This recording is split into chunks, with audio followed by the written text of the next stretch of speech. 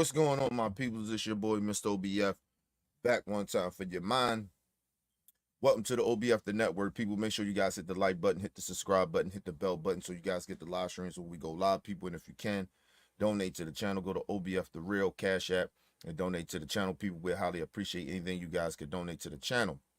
Need more information to subscribe and donate to the channel. People is down there strolling below the screen. Make sure you guys hit the like button when you come in and out the building, people. Make sure you guys share the videos, man. It helps the movement keep pushing.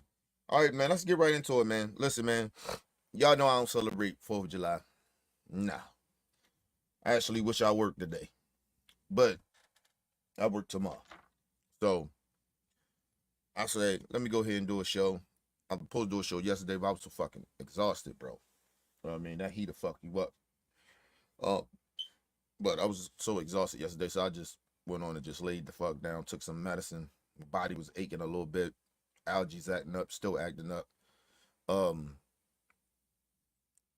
oh shit, I forgot the what's the name? Fucking light of incense. And so I said, let me just do a show today.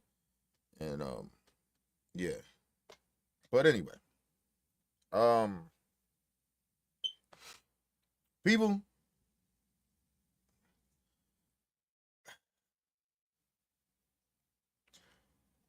you know the bad part about this story is that you wanna feel bad. You wanna feel bad for a brother, but you know that when you are out here, hold on, people, give me 1 second.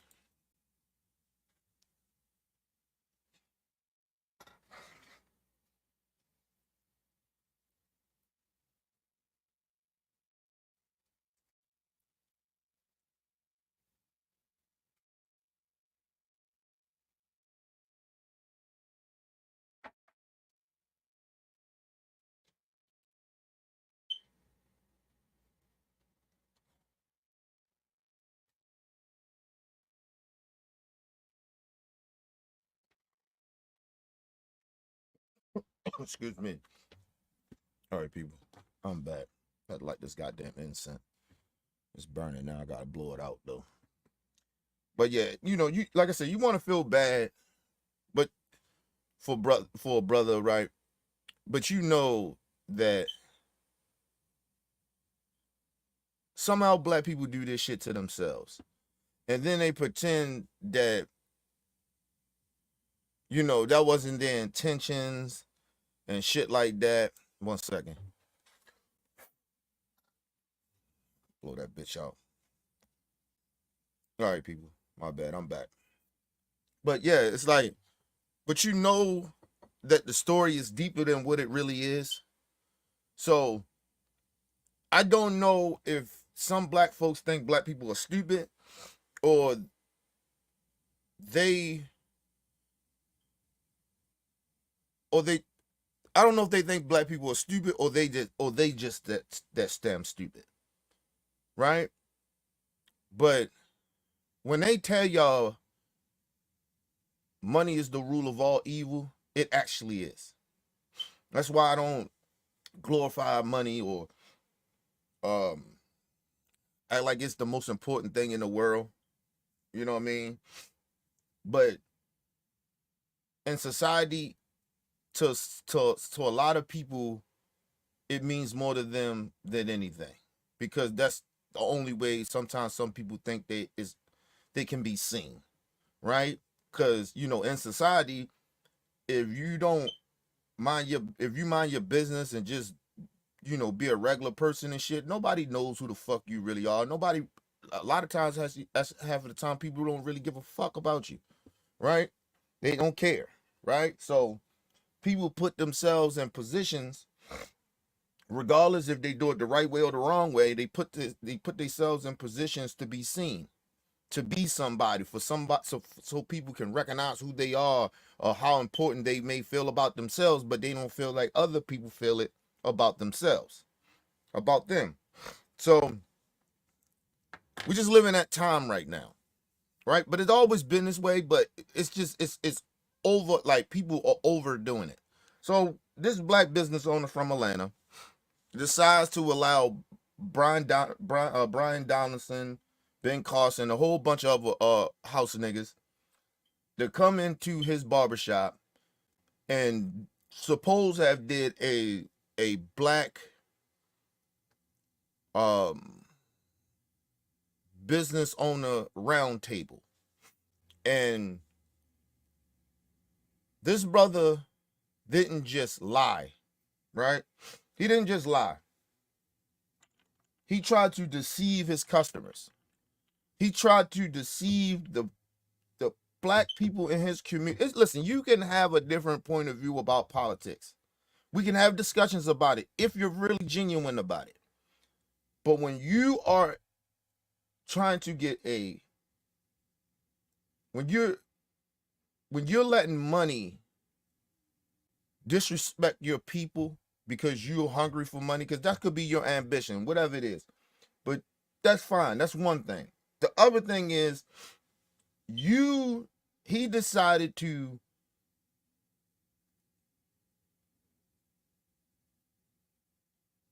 take the, I ain't gonna say take, but he basically he lied and said he got bamboozled, but overall it came down to that he bamboozled the people, his own people, his own customers, his own base of income. People already hurting out here a little bit, and to some people of where how high shit really is. So people are out here gonna get haircuts and shit where, nigga, if that's me, nigga, hey man. But because haircuts went up. I think motherfuckers charging like $20 for a haircut. Like, nigga, that is crazy to me. I'm kind of even glad, like I did one or two things. Since I ain't got no hair no more, I get my shit shaved. I can shave my own hair on the top. Or if I did have hair, I just get my shit cornrow. Right? I got cousins and shit I could pay and help them out with the money and shit. But anyway. Excuse me. But let's listen to what this brother has said of what happened to him at this so-called black business owner roundtable. This is what he says happened to him. Now we got the footage too, but let's listen to what he says. A business owner says he feels betrayed and blindsided. The Trump campaign held an event at Rocky's Barbershop in Atlanta the day before the debate. But the owner says it's not what he thought he was signing up for. Atlanta News First Rachel Aragon live at 5 outside the Buckhead Barbershop with why the owner is now speaking out. The business owner says he was never told this was going to be a political event, and now he's using his time and story to tell other businesses to watch out as election season. Let me just say this. Him just saying that is almost, it's so offensive. It's so offensive because what I'm gonna break down to y'all today about this shit is that I'm offended, and I don't even live in that state, but I'm offended because it's my people, right? I'm offended of this brother to think that we so stupid that we don't educate ourselves and we won't find out your lies. I told you one thing I don't like about people. I don't give a fuck what color skin you are. If you are a scammer or you're a dude that try to take things from people. He tried to scam our people, his own people.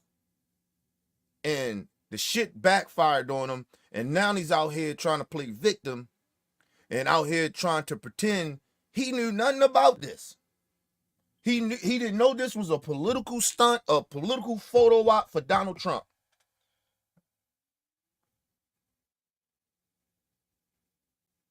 Listen, my brother, I don't think you that stupid, so I'm not even gonna give you the benefit of the doubt. I know you know who Brian Donaldson is. I know you know who Ben Carson is. It is impossible that you did not know that this was some type of political thing. It's bullshit. Just off of that. Excuse me. Just going off of his narrative of that he didn't know this was going to be a political thing. These guys walked in. Brian Donaldson, he is a polarizing figure in politics. Ben Carson, motherfuckers know who Ben Carson is. It's it's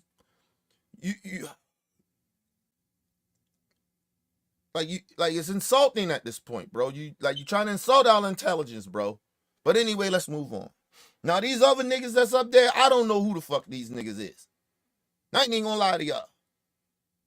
That Trump sent down there to these barbershops. I don't know who the rest of these niggas is. I'm just being real honest. But I know who the fuck Ben Carson is, and I know who Brian Donaldson is. And Brian Donaldson is probably the biggest ass kisser for Trump that I have ever seen, other than maybe Marjorie Taylor Greene or some shit. But let's move on. Then heats up. For more than a decade, I really take pride in my business. Rocky Jones says he has welcomed everyone to his Atlanta barbershop. Customers from all backgrounds and walks of life. Mind my business, serve, give back haircuts to the community, and have good conversations. It's never been about politics. His business, he says, has never been the site of a political event until... First of all, sir, you are a liar. Listen, people, I don't go to barbershops anymore. I never hung out in barbershops. I would never lie to y'all about that. Listen, even when I was living in the community, I never went to barbershops and hung out. I mean, I'm a dope boy. I didn't need to hang out there. Plus, I didn't really grow facial hair and shit like that. Like I said, I always had long hair and shit like that. So, and my facial hair really didn't kick in. I had peach fuzz on my face. So, I never hung out in barbershops. Even when I did get a little, like even in my 20s, my shit wasn't even really like that. You know what I mean? I just didn't have facial hair like that, right? So that's why a lot of times even when I get haircuts and shit, I look young again, like real, like kind of young. But that's because I didn't really get facial hair when I was young, right? Even in my 20s, I really didn't have a lot of facial hair. I just recently started, my facial hair really started kicking in, and probably in my late 20s, early 30s or some shit like that. But I still can't grow side shits like that. But anyway.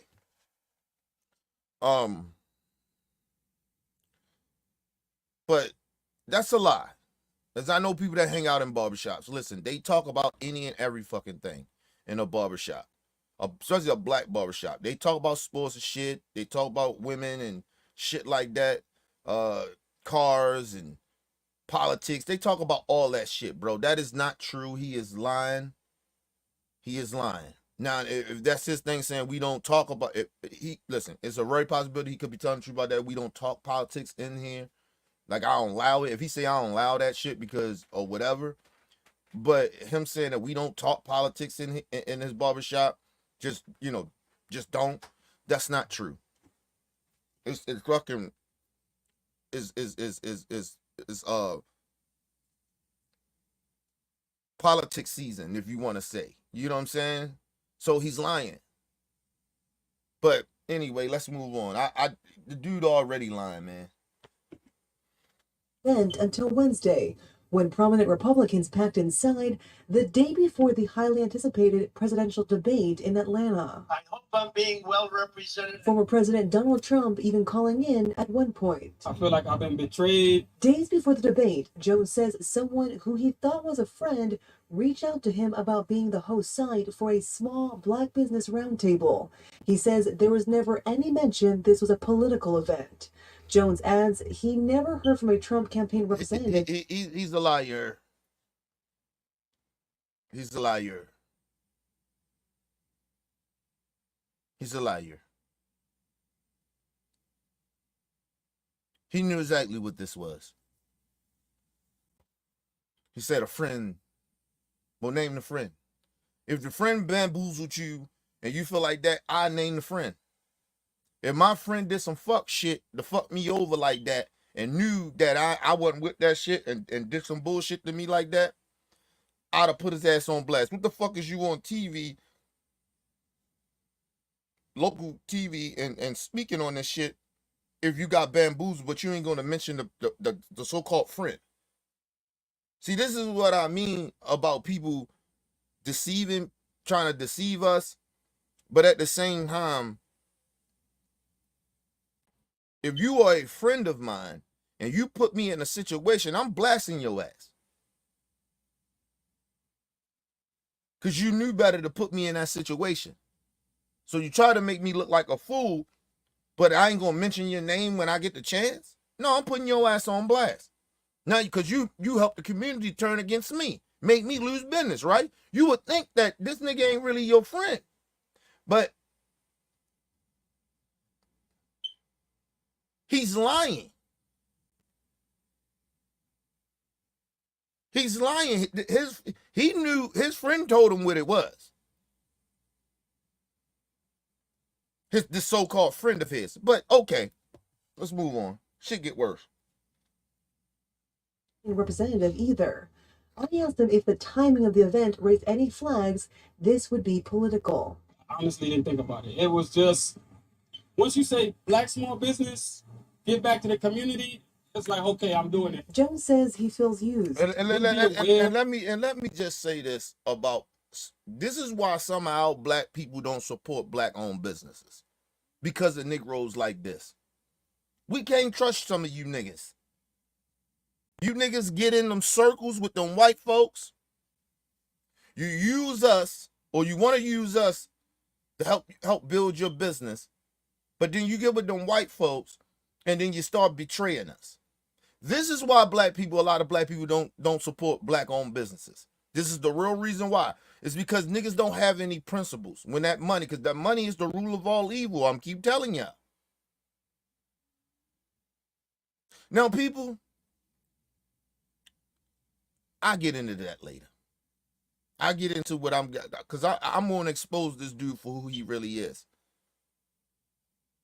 But this is part of the reason why a lot of black folks don't support black-owned businesses. Because niggas be doing shit like this. Some of you niggas do shit like this, and then you sit there, and then you wonder why black people don't fuck with you. We don't support your businesses. This is why. Because you let the money take precedent over your people. I keep saying this about black folks, right? We are some of the most loyal people in the world, especially black Americans. We are very loyal, right? The problem with that is we are very loyal, but we could be very spiteful to one another, right? But when we're loyal, we're loyal. We'll die for it. We'll die for our shit. We'll die for our people. But then we have these disloyal ass niggas that turn us into very cruel individuals. We treat each other really, really cruel because we always just look how some of these niggas be treating this some fuck shit, and then we had these like we got this because it's almost like. If you ever been betrayed before, you kind of just say fuck everybody. That's how black people are. Like, we're very, very loyal, but if one motherfucker do some shit, man, we like fuck everything and fuck everybody. It's a switch that goes off. We not like in the middle when it comes to our people. It's a switch. We can't stop and calm down and shit like that. We on a 1 or we on 100. Right? So, but we got to learn how to not take that shit out on all our people and know how to be more strategic of separating some of these type of niggas like this out of the circle. Because see, what should happen is that we should gather, he did some shit like this, it should have been people in the black community, other businesses be like, yo, we not fucking with you. You made us all look bad. And tell all customers, don't go in there, man. He gonna sell you out for money. He gonna try to use you. Because there's no way impossible that he did not know this was a political stunt. There's no way impossible. And I'm going to prove it. But let's move on. Be aware that it is election season and the timing seems a little suspect. That's why he's warning other business owners to have a healthy dose of skepticism. Even though I trusted that person, I didn't really do the research I should have done. But now I'm letting everybody else know that you need to be aware of these calls. Atlanta News First did make contact with the Trump. First of all, he said, even though I got a call from a friend, I didn't do the research or the homework to figure out what was going on. Sir, you are a fucking liar. You are a liar. And listen, even if that is true,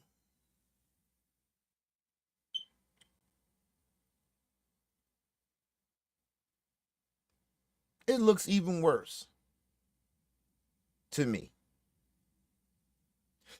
Even if what you're saying is true, it looks even worse because that is part of the problem with some of our black folks. We bitch and complain about shit, government, politics, and shit like that, but we don't really know what the fuck is really going on. Because we ain't doing our homework. We not really doing the work, trying to figure out these issues and shit like that, understanding who these people are that's supposed to be representing us. Or we're not pushing.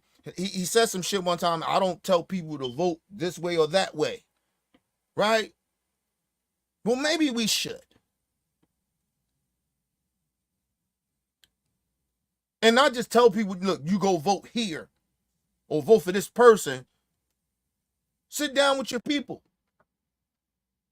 Get with the community and say, look, people, we need to get out and vote. Shit gonna happen. We need to do some shit as our people. Get people in the community. Do a fucking gathering or something with the people. Bring them out, give them free haircuts or something, or give them free food. Have people come out and have and break shit down and get somebody that's very educated or whatever that knows about politics and explain this shit to our people.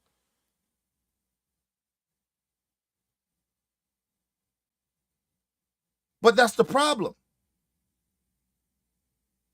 See, we're not really a community if we're not having these real conversations with our people in the community. If you gave a fuck,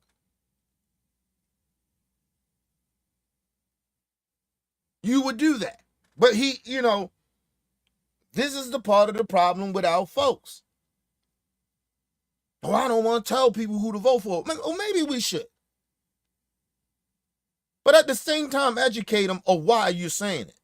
Or maybe tell them, listen, we're going to send y'all some information. Y'all read up on it and look it up for yourselves if you think I'm lying. See, that's how you got to talk to our people. You just can't tell our people shit. You got to prove to our people what you're saying so they can trust you and believe in you. So when some real shit comes up, nigga, they be like, well, Rocky, Mr. Rocky and them and such and them told me this. And they was right the last time. So I'm going to listen to them. But I'm going to make sure I always do my homework. But see, maybe that's the problem.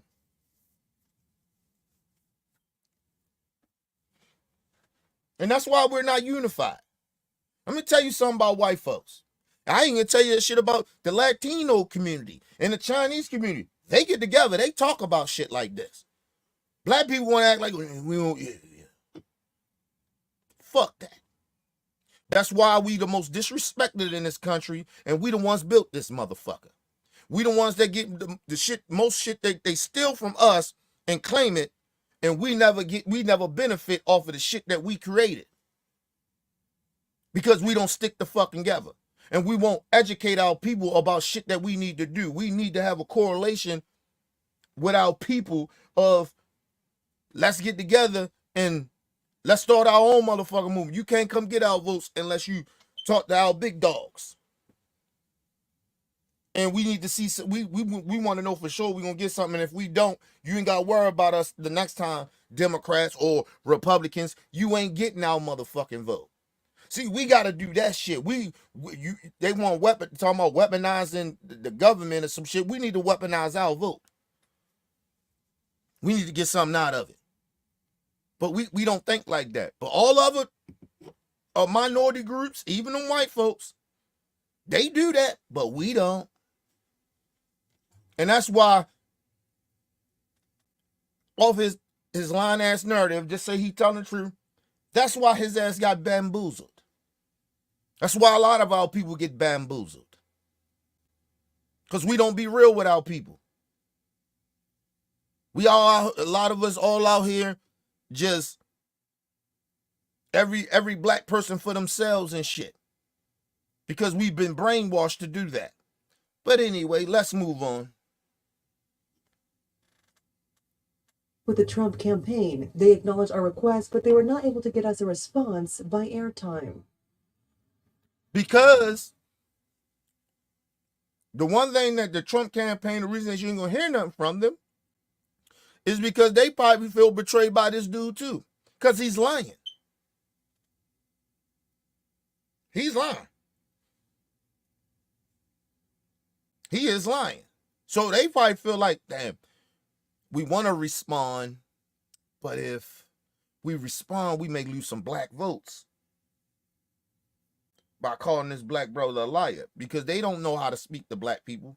So they may sooner or later send Ben Carson or Brian Donaldson, one of them coon ass niggas, out there to bash this brother, which I don't really give a fuck, because he lied. And they gonna probably back everything up I'm saying, that I'm gonna prove to y'all that this brother was lying. So, but they're gonna send the niggers out there to bash this brother very soon. I guarantee you that.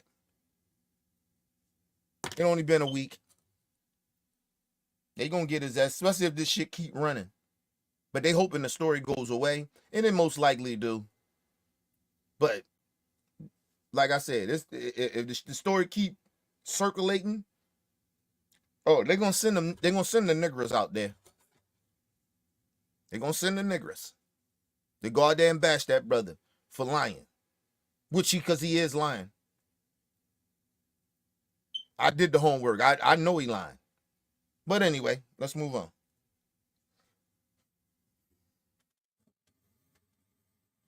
And the owner did tell me he was compensated for the 2 hours he had to close Wednesday for that event, but now he says he's willing to give that money back.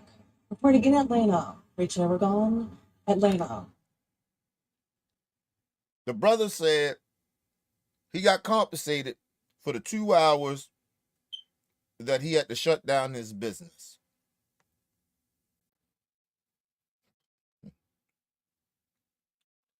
And he's willing to give the money back.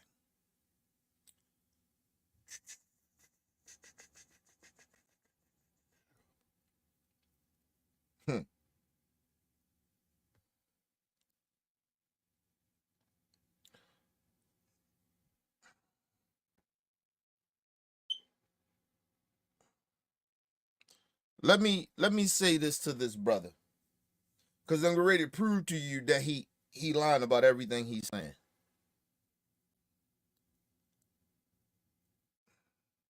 My brother, you should have gave that money back when you figured out that you so-called got bamboozled into this political stunt that happened to you. But did you get the money back? No, you only want to give the money back because you got caught using your people. And now you're losing money. That little bit of money they gave you for the 2 hours that they so-called you shut down your business for that shit, it ain't adding up. That little bit of money that they gave you to sell your people out, it ain't adding up, because ain't nobody coming around fucking with your business no more. And to all the people that hasn't been going there, don't go there. Find another barbershop. I hope this Negro business go out of business for trying to bamboozle his own people and try to play on somehow people's lack of knowledge about what the fuck is really going on. You try to pull a Ben Carson. You try to pull a Brian Donaldson on us. A Brandon Tatum, a Candace's coon train shit. You try to pull one on us.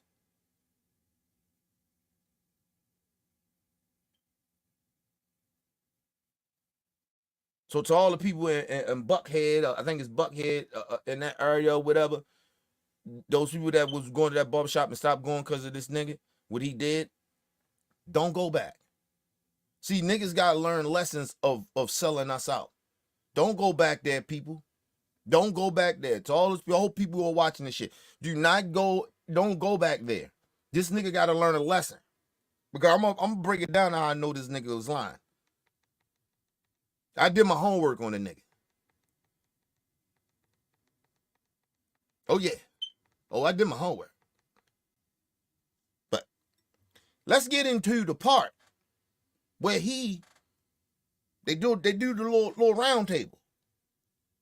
And he said that he was bamboozled, he was thrown off, he didn't know this was going to happen, and all these other things, and you know, he felt tricked. But let's watch a little bit of it. But let's listen to a little bit of this. And I'm gonna break some shit down. But I'm going to expose this coon ass nigga for who he is. You sold your people out. They ain't even call you a coon. You sold your people out. And it's a damn shame you tried to play victim of like you got bamboozled. And you didn't, my nigga. You didn't, my nigga. But let's get into it. So they sitting around at this little dumbass, but when they sitting around his barbershop doing this little so-called business-owned, black business-owned panel. And got all these weird-ass black people. There's only two of them up there I really actually recognize, and that's told you, that's Ben Carson and Brian Donaldson. The other Negroes, I don't know who the fuck these niggas is.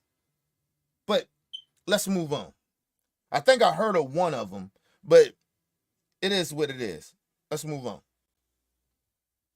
Speaking of which, when you talk about regulations, one of the things I hear all the time from my left-leaning friends, deregulation is bad, deregulation is bad, but then you have Rocky Barbershop, who you have that certain size time when you open up, right? Fulton County mandates that you sign be not certain. These are all regulations. What can Congress do, or when President Trump gets elected, what can we do to lessen regulation for small business owners?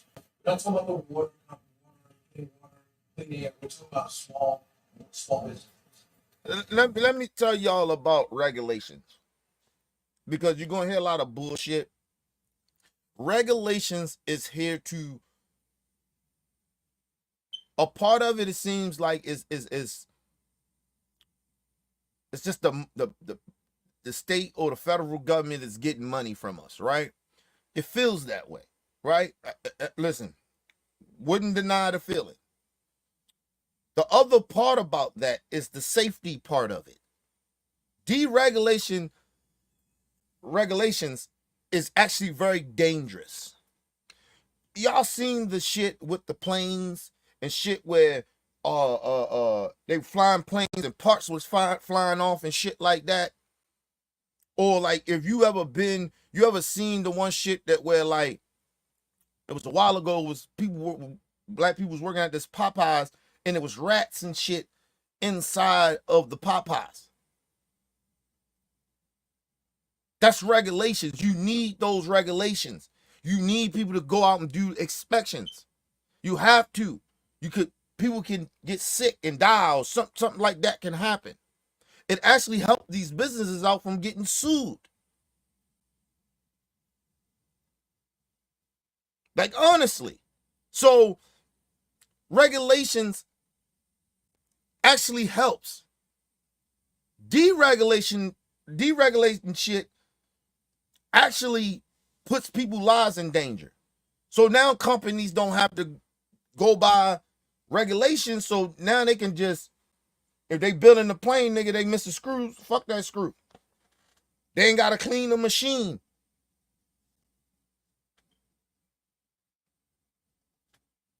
It could be shit all in the food. Like, this is the reason for a lot of this shit. Making sure the people that own businesses, make sure it's a safe environment where you can go work so you won't get killed or hurt yourself.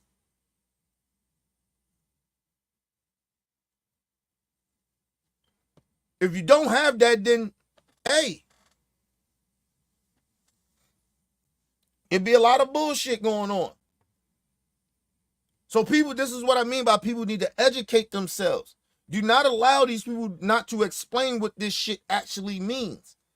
Or even do it yourself and find out why we have regulations and shit to, you know what I mean? It's for reasons. Shit, Flint, Michigan. Look what happened to Flint. With the water.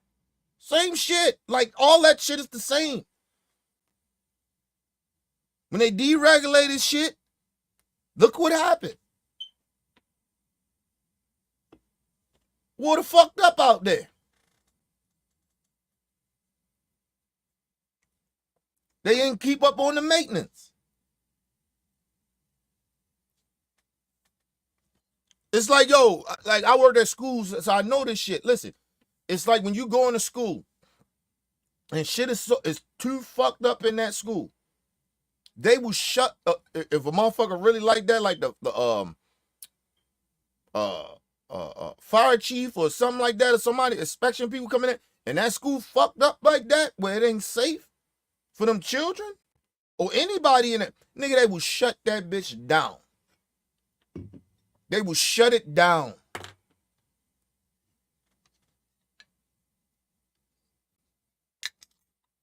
Just being real with y'all.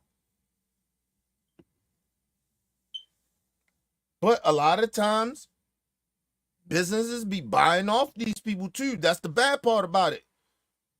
But you at least want to have regulations in there. I'm just telling y'all, man, you think I'm lying? Do the research. Look at the disasters when you got shit deregulated. I'm just trying to tell y'all. Let's move on.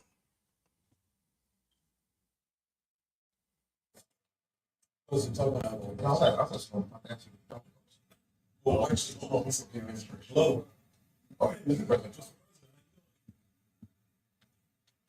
I want to put you on speaker, but actually, the great question just came. We're talking about regulations and some of the things that can be done to alleviate the regulation burdens on a lot of businesses. But I'm going to put you on speakerphone for everybody to be rolling this. All right, everybody, you're on with the president. Hello, Mr. President. Hello, everybody. It's great to be with you. I hope I'm being well represented. I have a feeling I am. I know that very well. Now, mind you, right there, if that man had any balls, because Rocky is sitting there, he is sitting there amongst these people.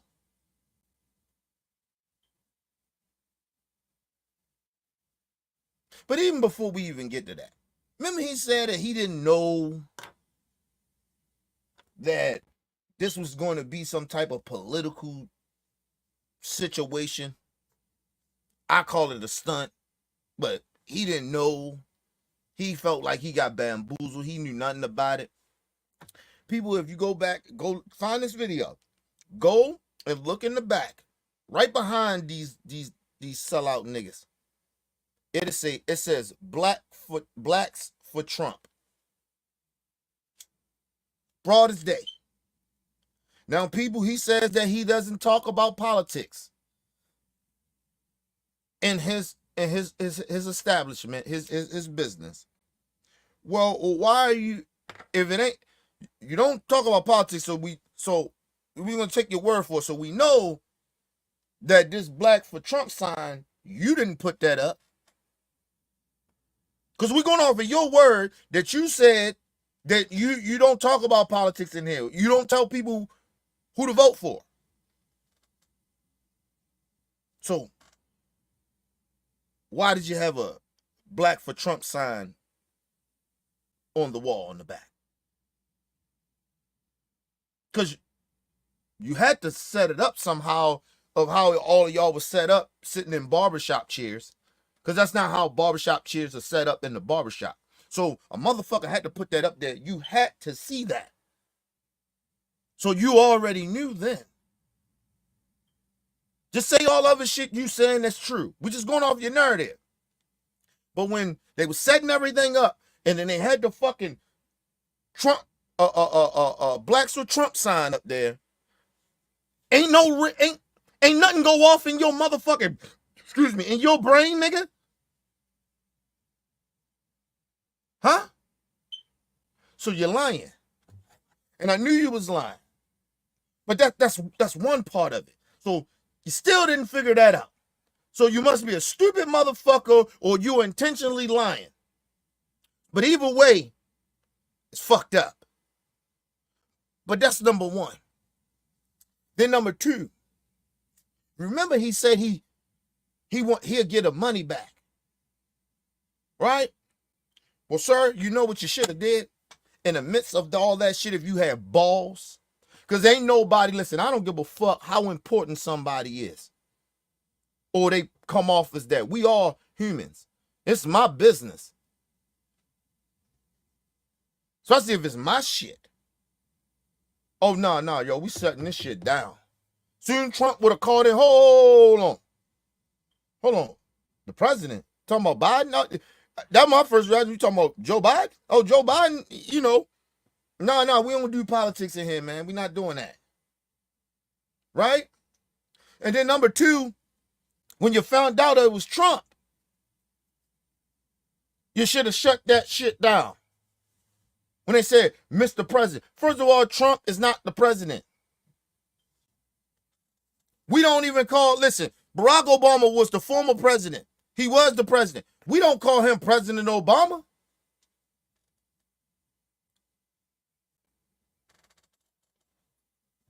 I mean, listen, I'm being petty, but because I understand people do it because, you know, you want to put a title on and somebody's first name because of who they were. I get that. But Trump ain't the goddamn president. He's the former president. Not my president. Shouldn't have been your president, but he was the goddamn president. So you had 3 opportunities to shut that shit down and give the money back. When they started getting the chairs and shit together, and they put the Blacks for Trump sign up there, you should have shut that bitch down right there. That's number one. You didn't do it. Okay. Then the phone call comes in and said the president is calling. You should say, oh, no, we're not doing that, man. Joe Biden can't talk. No, this is President Trump. Oh, no, hell no, definitely shut this down. No, I don't want to talk to the president. You had 3 opportunities and you still didn't do it. So you're lying. You are intentionally lying. And you wasn't planning on giving that money back because you already got paid for your coonery. And you seen that check they gave you from the Trump campaign guy? Because he the one sent you the check. Huh, nigga? Oh, yeah, I did my homework. So you lied. You weren't planning on giving that money back. But the backlash that you got back from the people in the community that ain't come to your business, it wasn't worth it. So you're planning on giving the money back. Because you want them people to keep consistently coming. Trump came around this one time, give you a couple of dollars to do a photo op, and it wasn't a lot. It wasn't what your business was doing. You're a fucking sellout. And you're a liar. And you lied to our people, and it's a damn shame you out here trying to play victim, nigga. Let me shout out people in the chat. Shout out to Talking in the building. What up, Talk? Shout out to my brother Talk. Make sure y'all guys go to my brother Talk and then grubbing Media YouTube channel. He does the sports over there, people. Shout out to my brother Smith in the building. Say what's up, Kenny? Yep, I knew this story had holes in it. Yeah, of course it did. To Trump train regulations that Obama put in, and then and not too long afterwards. Yes, yeah, and that was another one that like I said, do your homework, my people. My man Smith is right. My brother Smith is right. Listen, that shit with the train. Remember that whole shit with the train? That was because they put in deregulated shit.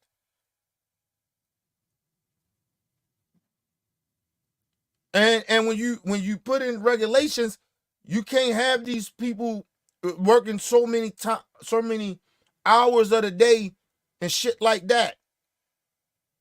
They have to do certain speed limits and shit like that. It's shit is there for a reason, people. Telling you. y'all when you go work at some of these businesses and they treat you like dogs in them businesses and they don't want you to have unions and shit like that, that's the reason why. So they can keep treating you like modern day slaves.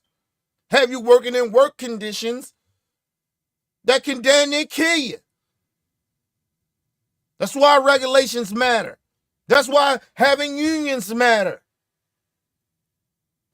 God damn, y'all so goddamn ignorant, some of y'all, man. Need to do the work, do the homework, and stop complaining about shit you know nothing about. But anyway, let's listen to stupid Trump. But to the dude Rocky, we're going to expose your ass today for lying, nigga, and trying to bamboozle our people.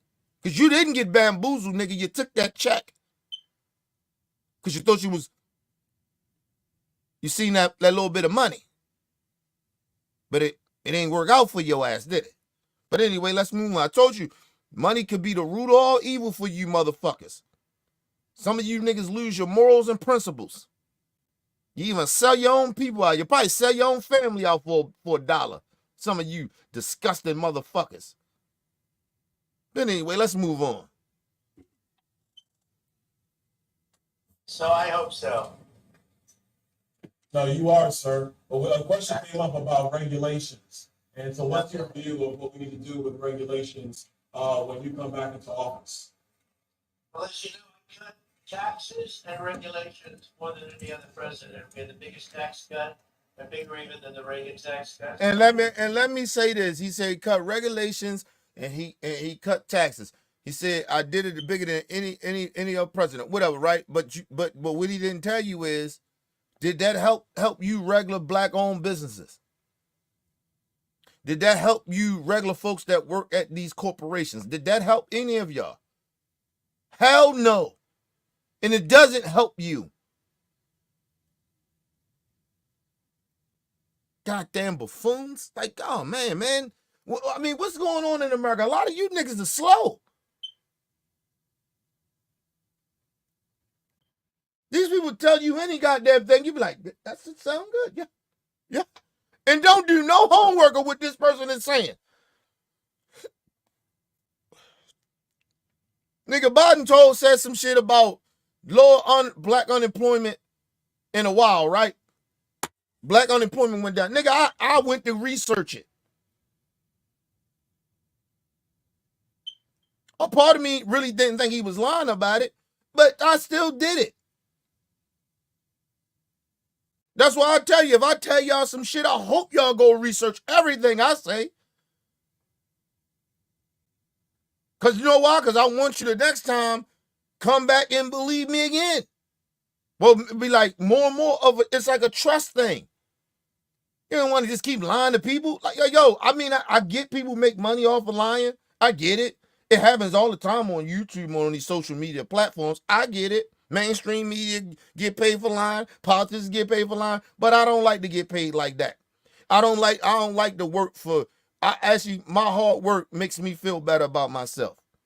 Me telling the truth about shit makes me feel better about myself. Because you know why? Because I got morals and principles. Some of you motherfuckers don't have that or don't live by it or fake it. Fuck out of here, man. Just let people lie to y'all, and then y'all get mad at the end. Oh, they lied. They come find they was lying. Duh. You shocked? You appalled? You upset? You didn't do no work. At this point, America is one of the most laziest countries in the world, and I'm talking about just picking up the fucking phone and Googling some shit sometime to figure out what the fuck is going on. Just believe anything on TV. How is the mainstream media the only fake news out there? No, nigga. Some of the shit that's on social media is fake news. What the fuck is wrong with some of y'all? That's why you get bamboozled. Then want to cry about it. Let's move on, man. I'm already getting all upset and shit. God damn. Regulations far more than any other president, and they have put a lot of them back already. We will get them cut so fast. And it's very interesting when I went to business leaders and said, which was more important? You see how Republicans and these corporate business owners, they think that shit is going to help you. It's not. It's not going to help the little people. It's going to help the corporations. It's not going to help, look, small business owners or what. It's not going to help y'all like that either. I'm telling you. You will get sued if some shit go wrong. You could lose your business because you may not have enough insurance to pay a motherfucker off. Never mind. Let's move on. Excuse me. These big tax cuts, with these big regulation cuts, almost every one of them said regulation cuts. And it made a big difference to their businesses, small businesses and big businesses. Great First of all, and whoever said it, they're lying. Because they don't give a fuck about their workers. They don't give a fuck. They only give a fuck about that quick dollar that comes in. And they not worrying about, especially the corporations, they don't give a fuck. But the small business owners, that even if the motherfuckers did say that, they stupid as fuck.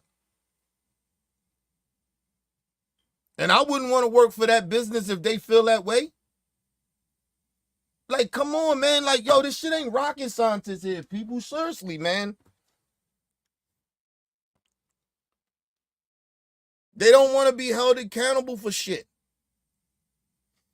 They want to take shortcuts. I'm just telling y'all. That's what. Never mind, man. Listen, man. Y'all go ahead and keep believing these stupid ass people. Go ahead. Anybody else got a question for the president? I mean, I want to tell them that black folk will vote for me gas in the car. So, Mr. President, the state Coonery. And nigga, who are you to speak on all black people? If you get gas under $1, black people gonna vote for you. What black people? You talking about me? I don't give a fuck if gas is $5. I still wouldn't vote for Trump. I'm sorry. I don't give a fuck if gas was 50 cents. I still wouldn't vote for Trump. How about that, nigga? Since you want to sit up there and coon and shit. Because I got morals and principles about who the fuck I am, nigga, and what I stand on. I don't give a fuck if Trump had gas down to $1 or 50 cents or 25 cents. I don't give a fuck. And nigga, I don't know why you niggas, some of you niggas, are sitting out here pretending that gas is going to go down some more. Where gas is, that's where it's going to stay. Trump, if he wins or not, that shit won't go down. Oh, I'm sorry. Yeah, he right. It will go down. You know what will happen? It will probably go down to $1 or something. You know why? Because he's going to tell the corporations, keep fucking up the planet by keep drilling, right? And deregulating regulations. Stupid son of a bitches. Some of y'all so stupid. I don't know if you don't think. I don't know if some of y'all don't understand how shit works. But either way, you're stupid as a motherfucker.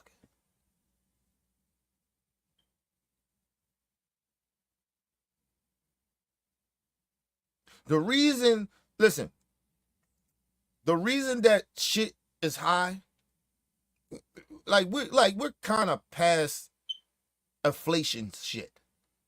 These prices is going to stay there because you know why? Because of regulations. That's why. But if you deregulate shit for these corporations, yeah, they'll lower the prices. It's because they're taking shortcuts and putting you more in danger. They ain't gonna listen. You go to the market, the food gonna get bad. They gonna be putting all types of fucking chemicals in your food, getting you sick. Do you understand that, you ignorant motherfuckers? God damn it, this shit is not hard, bro. These are people who are playing with your lives. They don't give a fuck about you. These Republicans and some Democrats too, I ain't gonna just sit there and say the Republicans, but mainly Republicans, they don't give a fuck about your life. You think these corporations give a fuck about your lives, nigga?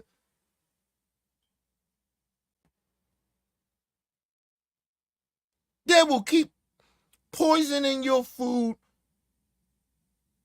to make money. But they out there eating the best shit.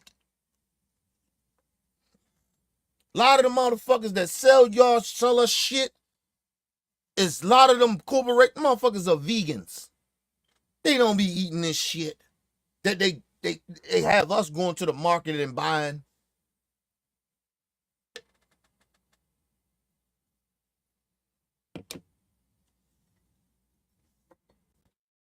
I guarantee you this. They won't take shortcuts at their houses when they want to get some shit built. I guarantee you that. They want to make sure that shit is safe for them and their family. But for you to work in their corporations or their businesses, they don't give a fuck if your life is in jeopardy or not. They ain't gonna be there. You'll never see a CEO at these corporations. You'll see they picture on the wall, but you won't see the motherfuckers walking around. What the fuck wrong? Never mind. Let's move on. We're amongst the stupid. The statement, I'm not gonna hold a question. The statement is, black folks are voting for you if you get gas delivered $1. Oh, well, I'll tell you, I got it pretty close.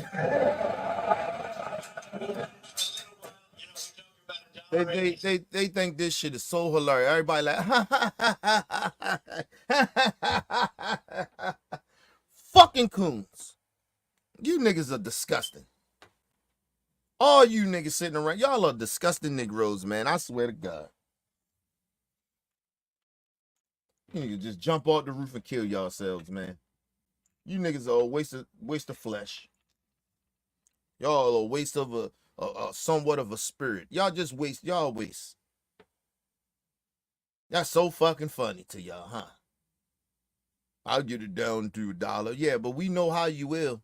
You're gonna pass more tax cuts and you're gonna deregulate shit for these people to put the fucking country in harm's way. You don't give a fuck about climate change. They don't even believe in climate change, people.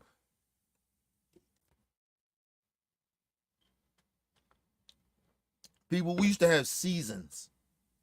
We don't have seasons anymore. We don't even know when fall really is fall anymore. We don't really know when wintertime really kicks in. We don't know when spring really kicks in. They keep saying it's a time, a date for it, but the weather don't show that. People, listen, what they won't tell y'all, these so-called people that don't believe in climate change, what they don't tell you is that we have been having way more hurricanes and earthquakes than we have ever had in the last 20 years. We have never had these many goddamn hurricanes and earthquakes. In 20 years. In 20 years, we had more than we have ever had in American history than the last 20 years. But these motherfuckers are sitting here acting like climate change ain't real. We fucking up the ozone layer, man. We fucking shit up.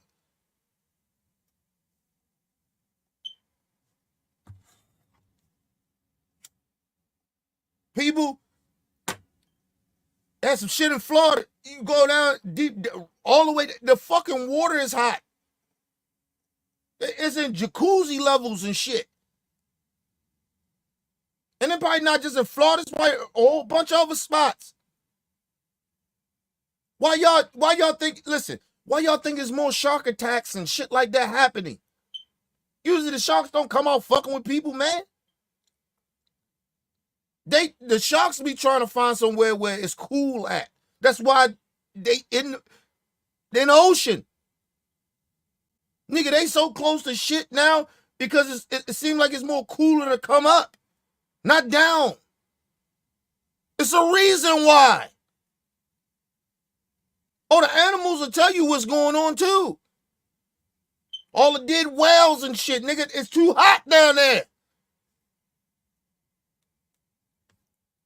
It's boiling down that bitch, doing jacuzzi levels of heat. What the fuck?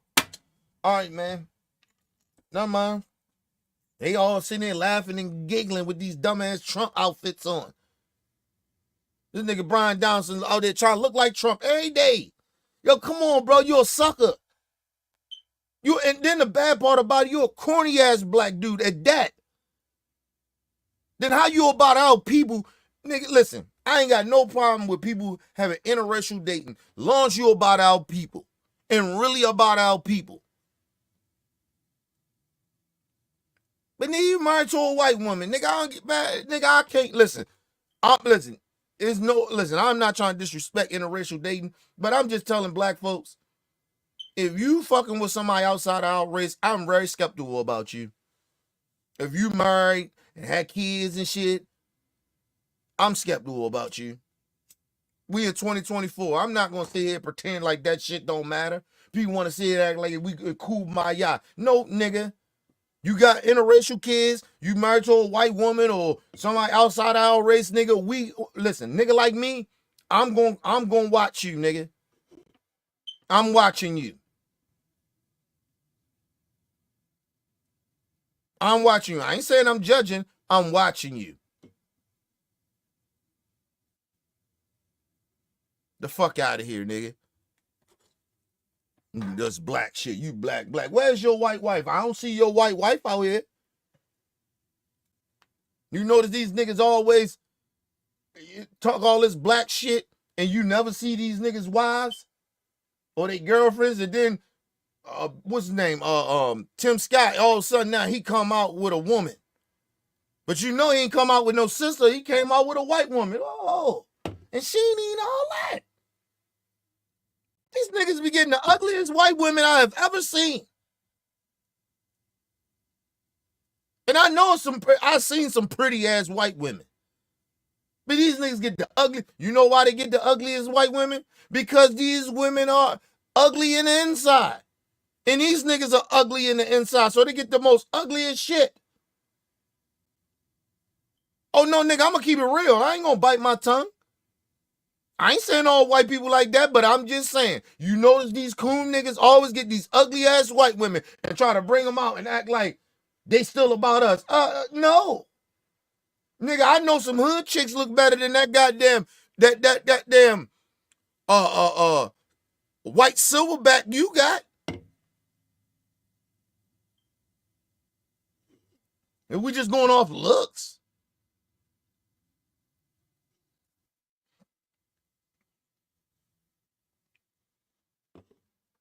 Listen, I'd rather take me a hood rat chick, a ratchet ass black chick, over some racist ass white woman. Shit, you heard the news came out that Clarence Thomas, his in-laws, they was racist as a bitch. They said we got past his color because he was so nice. He was a sellout. That's why his in-laws like this punk ass.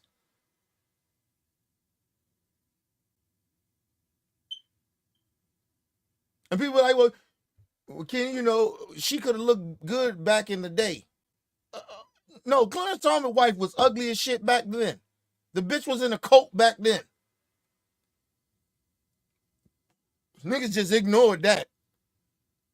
Number one, you walk up here with this ugly ass white woman, and then number two,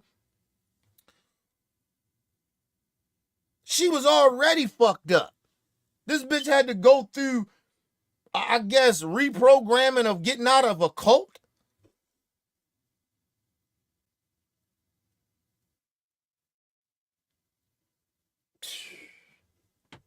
All right, man. Motherfuckers ain't gotta listen to me, but I just tell you, y'all keep acting like y'all don't see the signs. See, I look at I live in reality. I look at the signs, and it may be very uncomfortable for people to hear it, and or people to say it or think it. But I'm a realistic nigga. I don't sit here and bullshit people and act like I don't see shit because I'm trying to be politically correct about bullshit. No, fuck that. Some people need to get their feelings hurt. I don't give a fuck. The truth hurts. I keep telling y'all that. The truth will make you uncomfortable too. You know what makes me angry? People lying. That's what makes me angry, but the truth don't make me angry. Even if it's good or bad. It's the truth. But when motherfuckers lie, it makes me more angry than anything. But let's move on. I don't like when people lie to me, man.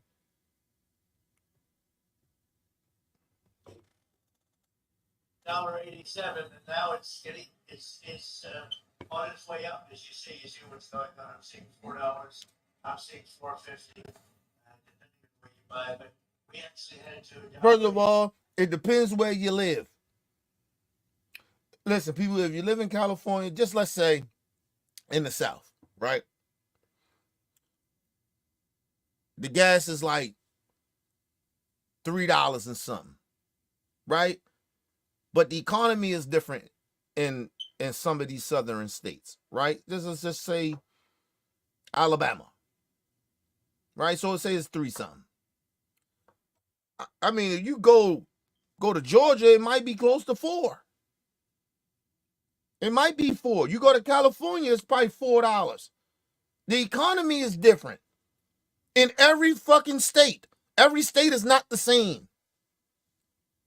See, this is the problem where people don't educate themselves and know what the fuck is really how shit works. Just because my state shit is less doesn't mean you go right up the road in New York and 3 hours away that it's high shit in New York. Everything. Even before the pandemic. Fuck are you talking about? The economy is different there from here. The economy is different here and it's different there. We're not on the same level as far as the economy. New York is one of the top 3 states that give more back to the government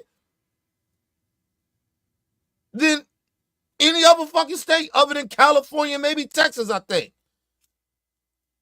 What the fuck are you talking about? Motherfuckers always sitting there acting like they, well, you know, it's high here, it's high. Nigga, listen, you go around this country. Gas prices are not the same in every state. Go to California, I guarantee you that shit about $4 and something.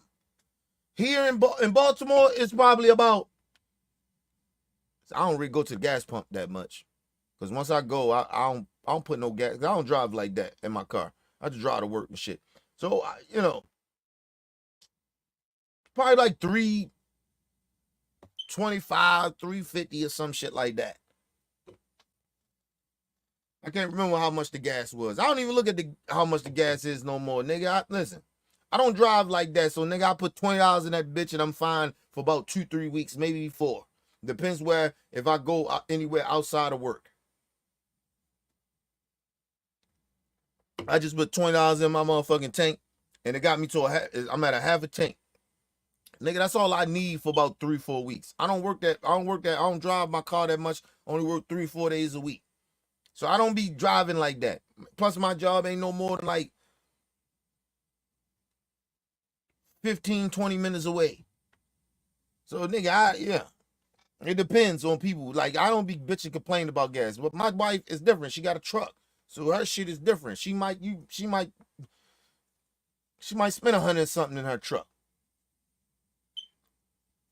That's because she do a lot of driving and shit too. I don't doing all that fucking driving. And you know, she got a truck. Truck guzzle gas and shit. So it's different from my truck. I mean, different from my car. But it's different in every state. People, all shit is not the same. They always trying to act like shit is same in every state. It's not. A lot of times they don't tell you that a lot of them southern states that talk about they're so great and shit, they are some of the most poor, uneducated people in the motherfucking country. They don't give back to the economy like California. Say California bad, Chicago bad, Detroit is bad, New York, Baltimore. We giving back way more money back than a lot of them southern states do. They don't give back like that. DC, same shit. They give back more. And they don't even got nobody to really represent them in Congress. Like, come on now. But anyway, let's go to a quick commercial break, people. We'll be right back.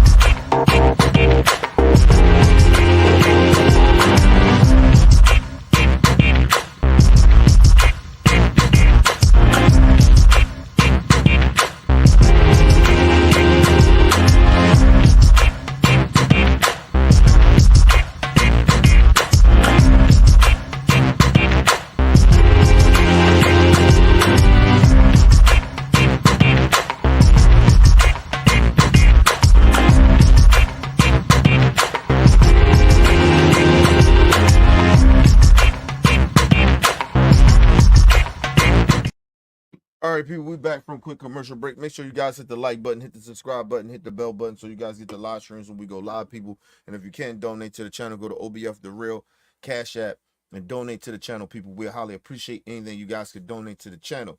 Need more information to subscribe and donate to the channel? It's down there strolling below the screen, people. Make sure you guys hit the like button when you go in and out of the building, people. Make sure you guys share the videos, man, and keep the movement pushing, man. Let's get back into this bullshit. I mean, this shit is just, it's insulting, man. Let's move on. $1.87, we headed to $1.52 at one point, different points. But we have to get the as low as it's been in a long time. So I don't know if I can guarantee $1, but we're going to get it as low as we can. That's a big spurt for the economy. And you got to understand what Trump is talking about. He's talking about some shit that happened in 2024. He's talking about some shit that happened almost 5-6 years ago. That's over half of a decade, right? A little over half of a decade, right? Shit is different. Shit ain't even the same like it was 6 years ago. A lot of shit is different. I just don't know. I don't understand why people don't understand, progress or understand the future. Like, the future is going to happen regardless if you motherfuckers want to go backwards or not. Because Mother Nature will make your ass realize that. We can't do the same shit we used to do back in the day. I'm just being real. When niggas talking about bringing coal back. Like, nigga, what? Do y'all see more coal plants opening up when he was in office? Hell no. So long. Or you get it. That's a big spurt for the economy. Thank you, President Wesley. I'm here. How you doing, sir? How you doing, sir? You've been talking a lot about no tax on tips. If you kind of talk about that, what impact that would have, not just on the Black community, but on everyone. I think it's a winner for all of us. and it's your idea. So if you guys Oh man, shut the fuck up because it's stupid. Now, people, this is the most stupidest thing I have ever heard in my life. Now, people, maybe I'm wrong, but I highly doubt it. Have y'all heard about people getting taxed for tips?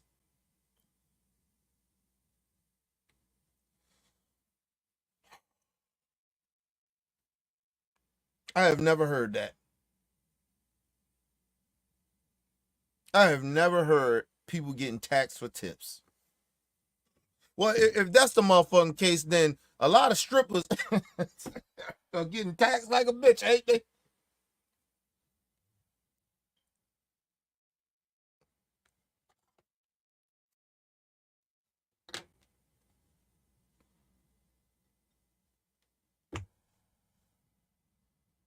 What's going on here? I don't understand. How people can just make shit up and act like it's real. I have never heard of no shit like that. I have never heard about people getting taxed for tips. I have never heard that. And maybe I'm tripping. Leave it in the chat, people. Let me know if that's true. But I have never heard that. People getting taxed for tips? How the fuck they gonna get taxed for tips? Listen, people, if that's the fucking case, listen, you know how much money I made off of, like, people when I deliver shit, they gave me some tips and shit. I probably made about close to $500 in tips just through like Christmas holidays and Thanksgiving, that whole shit. But close to $500. And I don't even carry money. So I was trying to figure out how the fuck people still walking around with money. Like, but anyway, let's just move on, man. Let's move on, man. Hold up. You know what? It may be true. It may be. Because I think, hold on. I take that back because it may be true. Because I thought about it. When people deliver now, it's a tax. Like they get a tip. It's a certain percentage you can choose of what you want to give sometimes. But yeah, it could be true. It could be true. So I take that back. I apologize. See how easy for me when I think I'm wrong about something, I say, hey, I take that back because, you know, I ain't gonna say that like I know everything, but I have never heard of it. Like, I haven't heard of cash tips getting taxed. So, but it is very possible that they are these companies that doing these deliveries, like Walmart delivery. A lot of other like businesses are delivering now, so there might be. They ask for tips, they get a tip or something like that, and they taxes and they tips get taxed. It could be that. It could be that, right? And it's very possible. I can see that. I can see how that can happen. But if I give you cash, no, that shit ain't getting taxed. Cause who the fuck knows? But anyway, let's move on. That's like if somebody, you sitting at a restaurant and you hit somebody off with $1,000 tip, cash.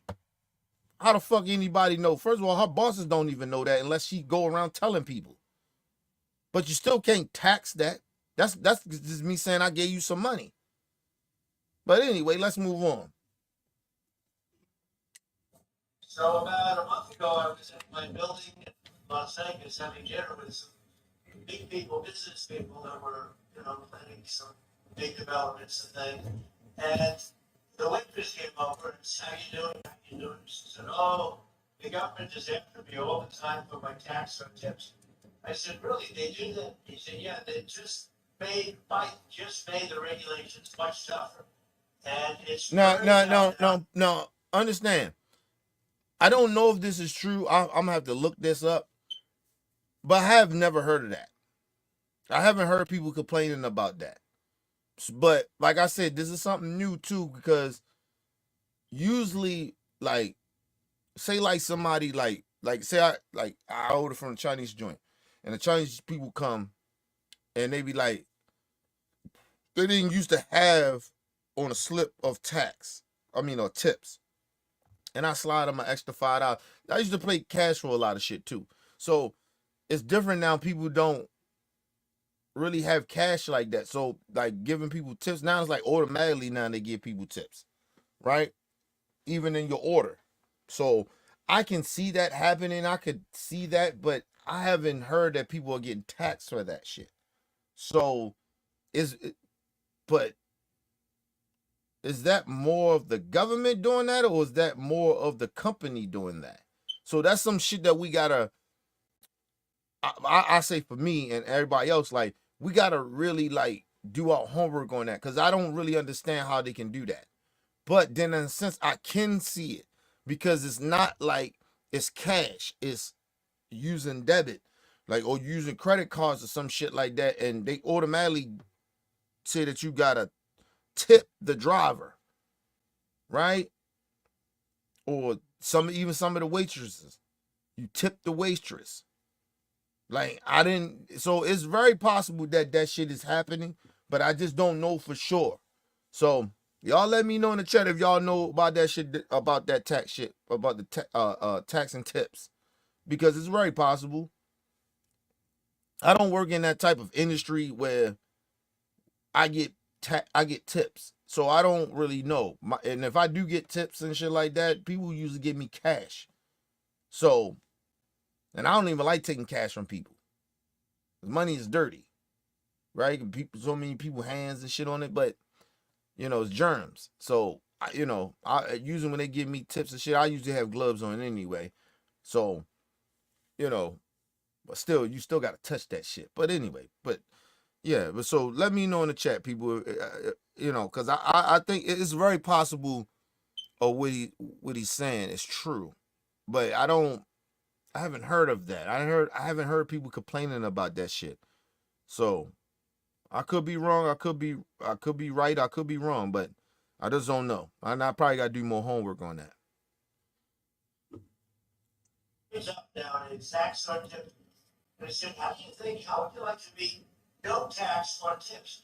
Because first of all, it's very hard. It's a very hard thing to control from the government standpoint. But the people are very unhappy about what's happening, especially in the new regulations. Right. That's why I don't think Trump know what he's talking about. I think he's lying. Because it's not really hard for them to do that. Because it's very easy for them to do that, especially if it's not cash. If it's not cash, it is very easy for the government to figure that out. It's not hard for them to do that. Now, cash tips, yes. It is very hard for a government or anybody, a business, to really know how much a motherfucker made in tips. If you go to a table and a motherfucker give you cash of $100 or some shit like that, and you use cash, and then you say, this tip is for, I have done this shit before. I had cash before. Pay for whatever I pay for at the dinner, and then I say, this is for you. Give you $100-something, right? If she never says anything, because it ain't written down or nothing, nobody knows. It's hard for a business, even a business, to be like, oh, well, you gotta give a percentage of that tip money. What? But like I said, I don't think Trump even know what the fuck he's talking about. That's why I said I don't know if this shit is true or not.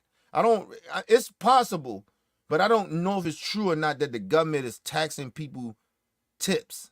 I don't think that is true, but I could be wrong. It sounds possible if you really think about it, but I don't know if that's true. But anyway, let's move on. Just came up with the concept of no tax on tips. Let the people earn what they earn. And I'll tell you, it has been so popular beyond anything I've ever seen anything like it. So we have no tax on tips. Vote for Trump, no tax on tips. And Mr. President, we have Ben Carson here. And let me just say this. First of all, it can't be that popular, right? Because believe it or not, people don't tip. That's why, like, a part of me, I don't mind that it's an automatic tip for these drivers that deliver shit, or some of these businesses that deliver shit, I have a problem with that, right? Because I think people should tip.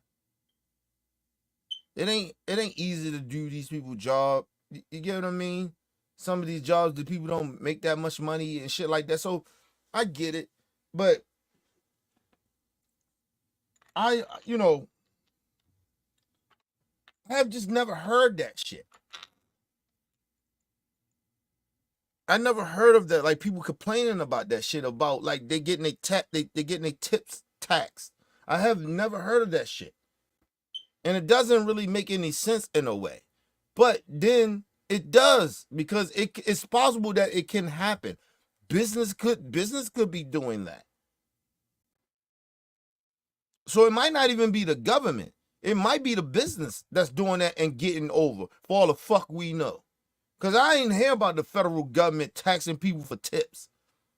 I have never heard no shit like that. But anyway, let's move on. Yes, you guys, man. I've been, What you think about the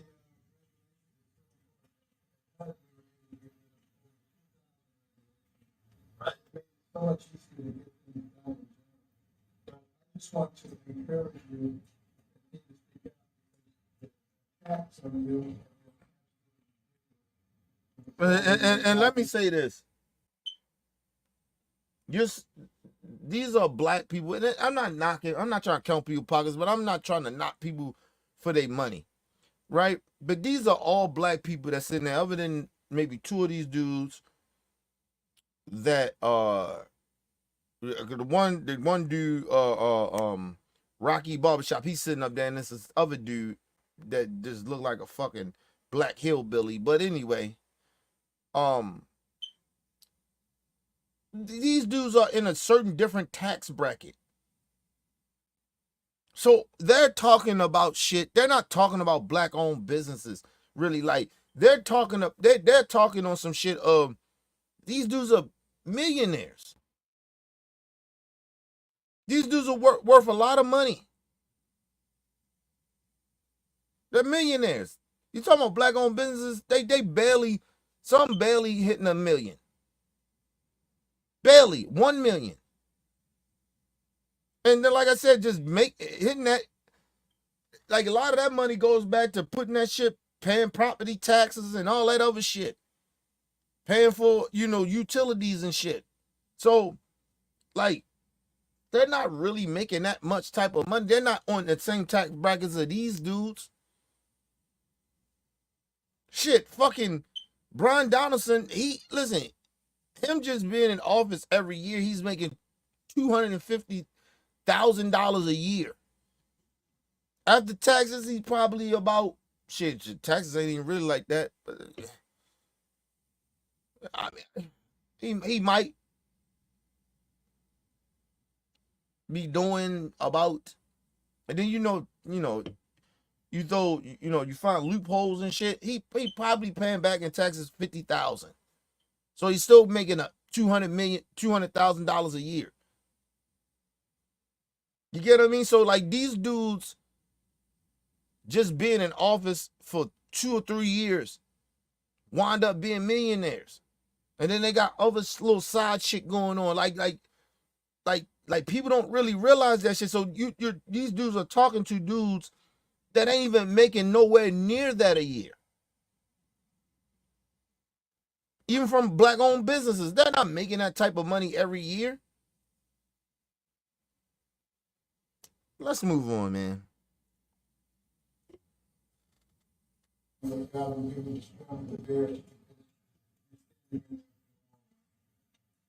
well, the exams have been unbelievable what they say, and they'll take a speech where I'll be up around. Now, I ain't gonna lie to you. Ben Carson reminds me of a dude that was my boy back in the day, my boy Marlon. Like these niggas is slow. Like they talk slow. They do like it seems like they slow. Right? They're a little off. But these niggas are very intelligent. Right? Like you get what I mean? Like socially they're slow. Right? But educational wise, they're like fucking like their IQ is very, very high, right? But socially, they're awkward and they like slow, right? They're not like real good social people, right? It seems like they're a little off, right? They come off even as corny. That's who Ben Carson reminds me of. But believe it or not, Ben Carson IQ is very high. He's not a dumb dude. But he just come off as slow. Talk slow and act slow, like, you know, like a weirdo. Like, but dude IQ is very high. That's why I know he knows what the fuck he's doing.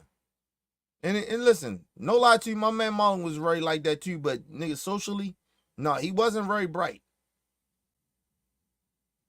He could be a little better now, but I highly doubt it. But yeah, man. I mean, he used to get taken advantage of. That's why I used to keep him around me. Like, I ain't want people to take advantage of him like that. You know what I mean? But, you know. And my nigga, he would die for you too. He wasn't like a real street nigga. He just was a nigga that he ain't know no better in a way, but he was very protective. I love that about him. Like, he was loyal. And so, nigga, you fuck with me, nigga, he'll ride. Like, he was just like that. You know what I mean? But I used to keep him around so nobody would like fuck with him and shit, take advantage of him, kind of being slow socially. Like, he wasn't that bright, like, in socially or seeing shit for what it is in reality. But intelligent wise, educational wise, he was fucking like, his IQ was fucking super duper high. He could have been like a lawyer or a doctor, some shit like Ben Carson. He could have been like Ben if he wanted to.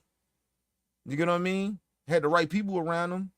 And he was adopted too. So I felt bad for my dude, man. Like, not felt bad for him, but I felt this pain, like, you know what I mean? And I don't like people taking advantage of people and shit. So I just kept him, with me and shit. But he wouldn't listen to me at the while. Like, this nigga was like thinking I was holding him back because his thing was like he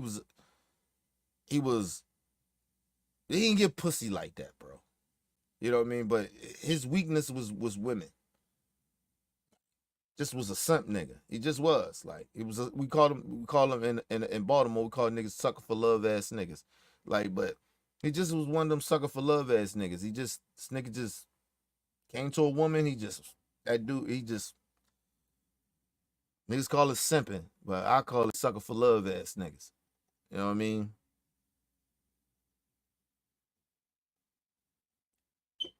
Perfect speech. An hour, 2 hours. We have big grass. We had over 100,000 people, 107 to be exact. In Wildwood, New Jersey, we have 25,000 in the South Bronx. We have 88,000 in South Carolina. We have tremendous grass, and you'll make a perfect speech. And this low-life Biden will take the speech, him and his people, and they'll cut sentences out, cut words out, cut sentences out. Mind you, this nigga, he can't. One thing about Trump, he's a borderline psychopath. I told you, a psycho. He can't talk. He can't stop ever talking about himself. This dude plays victim more than anybody. Trump be acting like, listen, a lot of what he be complaining about and shit like that, right? This shit wouldn't happen if Trump wasn't if he wasn't a psychopath. Like, a lot of the issues that he be bitching and complaining about, he wouldn't have it if he step out the spotlight, but he can't help it. That's what he like to be in. You get what I mean? It's like, think about it. It's almost like Obama. Obama understands here and there he got to come out and show out on niggas. I mean, he knows that.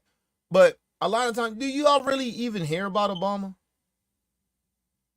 Like, do y'all even, like, Obama, like, nigga, nobody even be talking about Obama, his family or nothing like that, nigga. They just not in the spotlight. Even George Bush and his family, like, nigga, they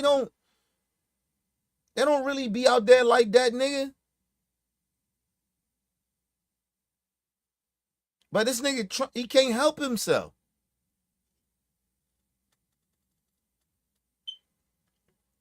The man is a psycho. He would not be in the trouble that he is in if he would just shut the fuck up and go about his business. Trump wouldn't have ran for president if he didn't do criminal shit. I'm just telling y'all that he's not in this for the right reason. Even for what the old racist shit that he's doing, he don't want to really do that shit. Trump want to really go about his business and shut the fuck up. But he can't help himself because he did so much fuck shit. He ain't got no choice to run for president so he can dodge these charges and dodge jail. You notice the women in his family is not speaking. They're not like out there with this dude. He's usually by himself with a whole bunch of cronies around him, or his sons here and there, they pop up, but he don't even really like them niggas. I'm talking about his two oldest. Like, he don't really like them niggas. He don't like Eric Trump and Donald Trump Jr. He don't like them, man. He like Ivanka.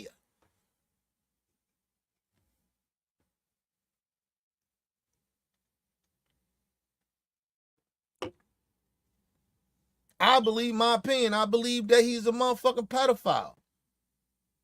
We already know he's known for raping women.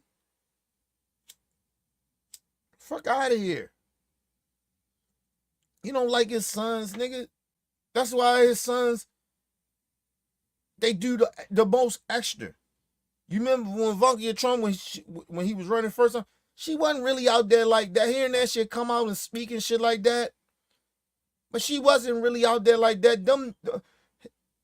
His two sons, them niggas is off the chain. They want to be like their daddy so much, nigga. They want to be accepted by him so bad, they just be out here just doing all types of crazy shit. Saying the same crazy shit Trump's saying. And I ain't gonna lie to you. I'm gonna be very honest about it. Donald Trump Jr. and Eric Trump, they're not stupid people, but they placate to the stupidity. They're not stupid, bro. They're actually smarter than Trump. They always been smarter than him. Why you think Trump business is the way it is? It's because of those two dudes and Ivanka Trump. They kept his business afloat. Because Trump don't know what the fuck he doing. It's like this campaign. If he didn't have these smart people around him, and this right now, right, Trump would break the law. That's why he got in trouble the last time. Because he had a whole bunch of motherfucking yes people around him that wasn't as bright as he was. He wanted to keep so-called loyalists around him, but he didn't keep the right smart racist fucked up people around him. This time around, that's why he's more dangerous, because he got the right smart, and he's listened to the smart racist motherfuckers. The most evil smart motherfuckers. That's why Trump is dangerous. It ain't because of Trump. Trump ain't that damn bright, bro. Y'all need to get that through y'all head. Trump is not bright at all. He ain't stupid, but he ain't bright. Let's move on. Look, he didn't make a good speech. He didn't make a good speech. And I knew him largely without teleprompter. I don't need a teleprompter. He can't read a teleprompter. But these people are nasty. They're really horrible people. They really are. It's a shame. It's a shame. It's all deflection too. You know how he always say, "Oh, they're horrible people," but he says horrible shit about other people. If you so much better, why are you acting? Why are you feeling that you gotta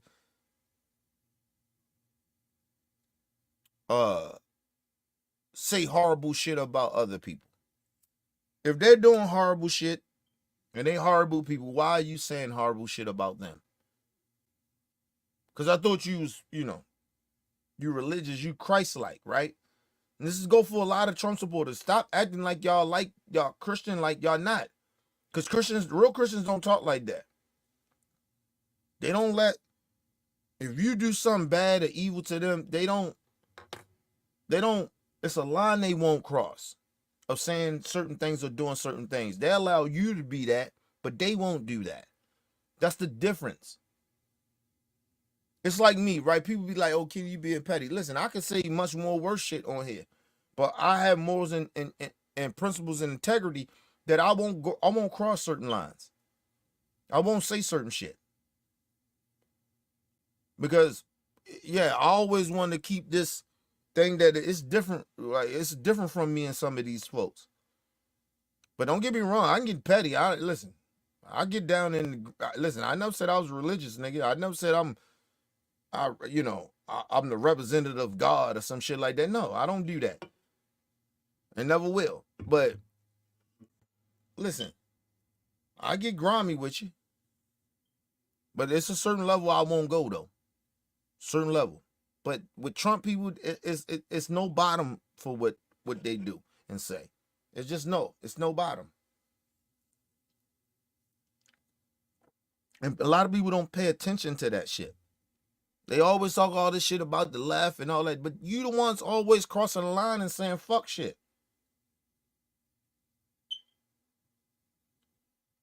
Listen, think about it. How are you for the whole American when you calling the whole left pedophiles? So you really genuinely think everybody in the left that's okay with gay people or doing drag shows where their parents are there or allowing it for them to be there, they're pedophiles? Shit, I mean, you go to a strip club. What's the difference? I'm saying kids can't go into strip clubs. It ain't like they going into strip clubs. They at a bookstore. You got transgenders or whatever they is, cross-dressers. They dressing up like a woman, but they ain't dressing skimpy and shit like that to around these children. You just got a problem with is men dressing up like women. That's your issue. Because if they never come and dress up and had the women face and shit on and they go talk to these kids and they gay, you will have no problem with that. Oh shit, no, I can't say that. You probably still would because they gay. But you wouldn't call them people pedophiles. Listen, I always told y'all, I ain't agreeing with homophobic people, but I always have a problem with some gay folks overdoing it. Like I don't need to know that you gay. I really don't. At this point, I don't really care if you are. As long as you don't try to holler at me or no shit like that, or tell me what you are or something like that. I don't have a problem with that, but I don't like the over, like they do, over shit with the dressing and trying to, it's just too much for me. But I don't need all that. I accept you, you good. I don't need all that extra shit. But let's move on. Campaigned a lot over years, not even, for myself, but in particular, I campaigned against some pretty bad people or others. But there's never been anything all like about they him. make up things that they, suckers and losers, which was never said. They know it. They make it up. They literally make it up. You saw it with the 51 intelligence agents where they said that they got this done. You notice that Trump, every time he speaks, it's never he'll talk about certain good shit that he does, right? That he said he does. But you notice Trump always start complaining about how he been treated. Like he's a victim of everything that happened to him. Like seriously, bro. Listen, Trump, I'm gonna say this to you and to your supporters. He signed up for this shit. When he decided to come off that escalator in New York City and Trump Towers and said he was running for president, you signed up for this. What you thought politics was? You even said it yourself. Politics is corrupt. So you already knew what you was getting into. You already was dealing with people that you knew that was on some bullshit. So what are you complaining about? Trump,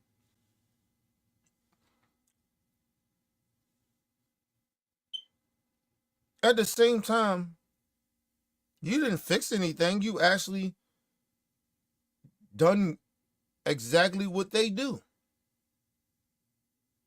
You do the same shit that you complain about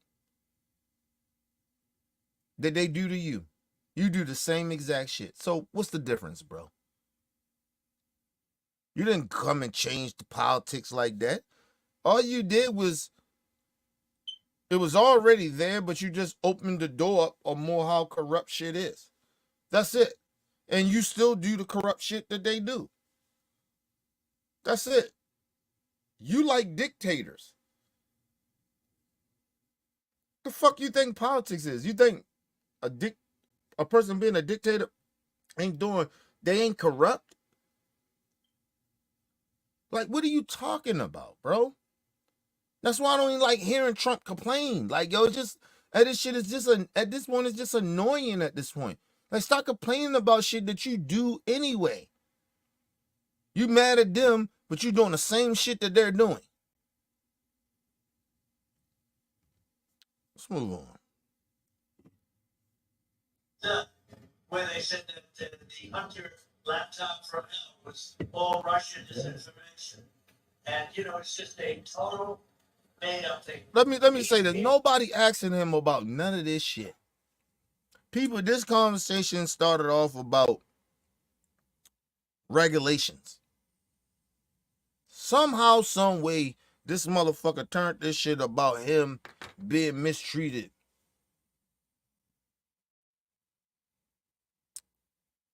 If this ain't a fuck, listen, I've been around a bunch of psychopaths. I've been a borderline psychopath nigga. Listen, I've been around psychos. Listen, I'm telling you, this is psycho behavior.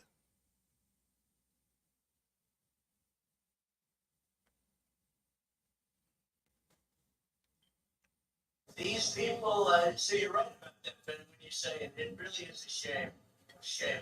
But the people understand it. We're leading in every poll, and we're leading every swing state. And one just came out, I guess, Nate Silver, the New York Times, that we have close to a 66% chance of winning, which is a pretty good chance, I guess, when you think about it, right? Hey, Mr. President, you got time for 2 more questions? Yeah, sure. Hey, Mr. President, Shelley Winter, how are you, sir? How are you? Thank you very much. I want to ask you, the debate is tomorrow. Do you think that you will get, many of my listeners are asking. Hold on, I apologize. I do know the dude, Shelley Winters. Dr. Richie allow him to come on the show, and they do a debate here and there about some shit. He's a drifter. He's a bozo. He's a clown. But yeah, I know who he is too as well. I heard of some of these dudes, and then they did a close up on him. I remember his face, and I remember his name, Shelley Winters. I remember him. Okay, let's move on. Do you think that you will get a fair shot from Jay Tapper and Dana Bash? Do you think you'll get Faye Tapper? Right?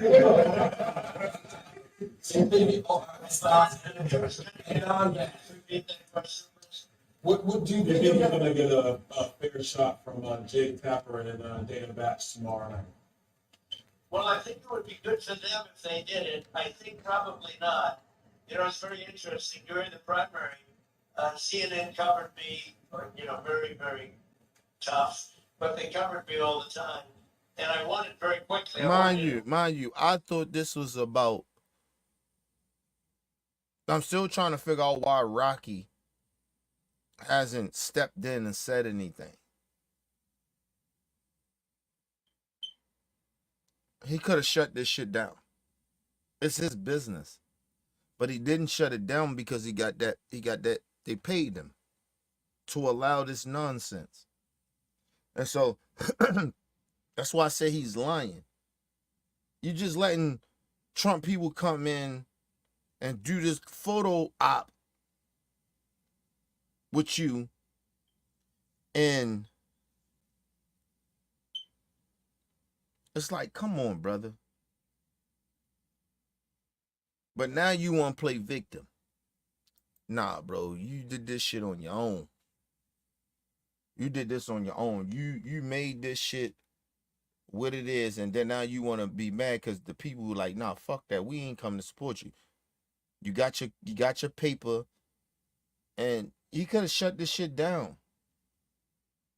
It should have been going on for about 7 minutes, bro. He could have shut this shit down. Trump just rambling. They just asking him, his cronies just asking him, about shit and saying shit, letting him talk. Because that's all it was about, Trump. Don't get it twisted. Brian Donaldson was probably sitting there, and I guarantee you, he probably was sitting there texting Trump like, yo, we in this black thing. I think you need to call in right now. This is going to help you out on black support. He was probably sitting there texting him. And then Trump called him and hit him back. That's what happened. But for Rocky to act like, he was blindsided, bro, you had 7 minutes of opportunity.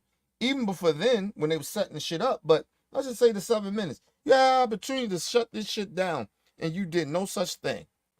If you felt bamboozled. But you're a man, though. You let these men come in and punk you in your own business. But then you want to sit there and play victim now. Nah, bro. We don't believe you. Sorry. Let's get back into it. One record in time. And Byron knows that. And Ben were all there. And Wesley was there. Wesley gets you on television this morning, by the way. Oh, thank you. But they were all there. We wanted it record. So now I'm making my speech to, accept everything and acknowledge the victories. And CNN started off, and then they ended. Jay Tapper said, all right, that's enough. We're not going to listen. So they cover the whole program, but they don't cover my victory speech. So, am I going to get it fair? Probably not. But it would be very good for CNN. They're having a lot of ratings problems. I think it would be very good for CNN, actually, in terms of its credibility. It'll be interesting to see. All right, last question, Mr. President, Coach. Yes, Mr. President, how are we doing today, sir? Hi, Coach. All right, my question is, in the black community, it's been made a big deal about how you have been kind of railroaded here as far as your court cases go and everything. Yeah. And the support that you'll receive from the black community is kind of like a sympathetic kind of support. Because first of all, I believe this is most likely his friend to the dude I told you about, the Dr. Richie, that the guy, the Republican dude that was talking. I believe that shit trickled down from him to this country bunking ass nigga and to Iraqi. I believe that's how that shit happened, right? But my point is really?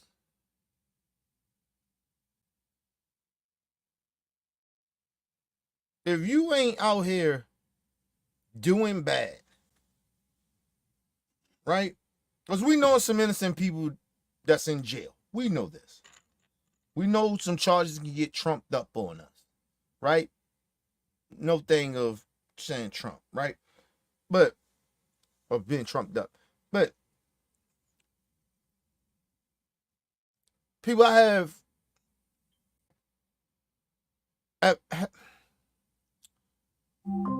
I seen a charge, like, when I got arrested for some shit, that I was like, how the fuck you gonna charge me with that? Right? Like, I have seen it, right? But I have never got arrested for 30-something fucking over 100 and something charges. That has never happened. Shit, I know kingpins that have never got those type of charges. Let's just be real.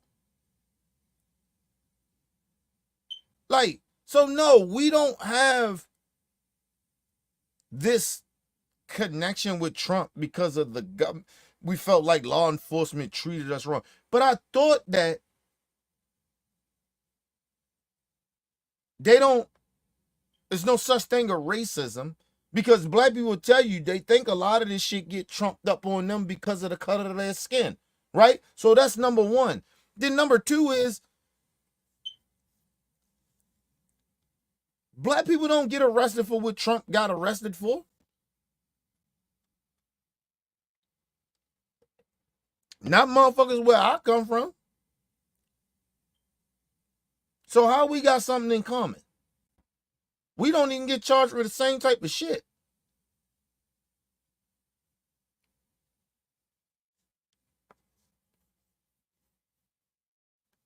Shit, we done seen murderers get less charges than what Trump got. Like, let's just be real.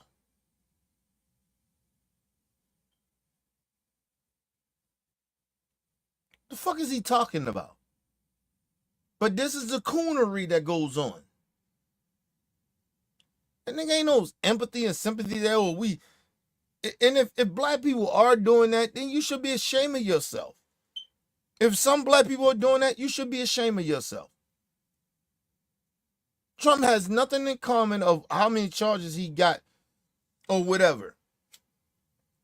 Or the empathy or sympathy we should have for him because he feel like he's getting railroaded. I don't feel Trump is getting railroaded. A lot of what Trump has got charged with is because of Trump. All Trump had to do was shut the fuck up and don't do it. He was doing shit.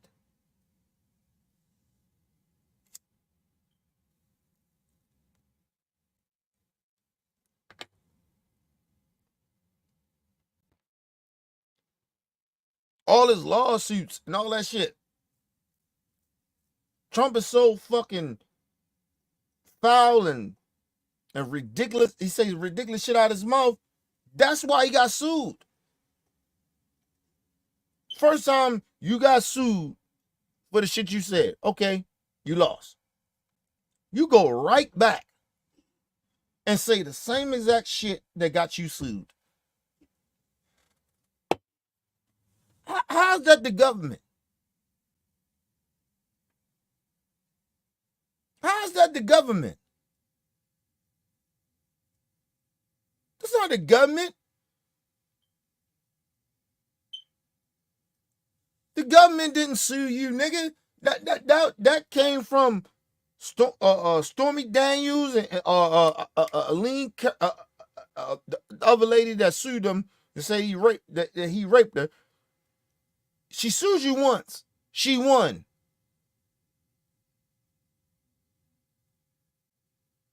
Okay. Trump, leave that alone, bro.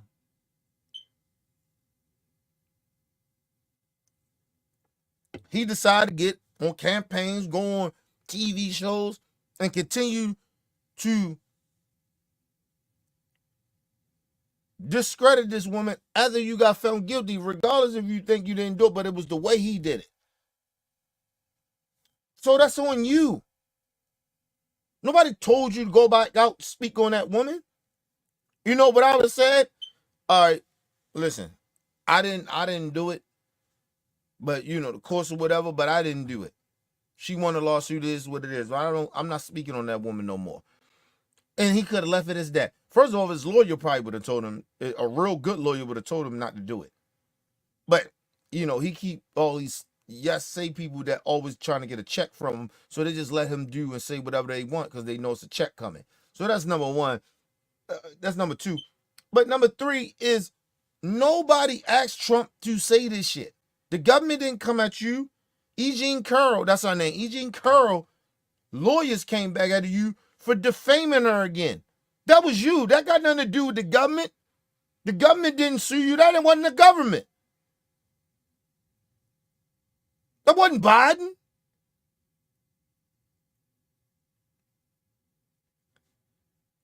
And then, like I say, I'm going to say this once again.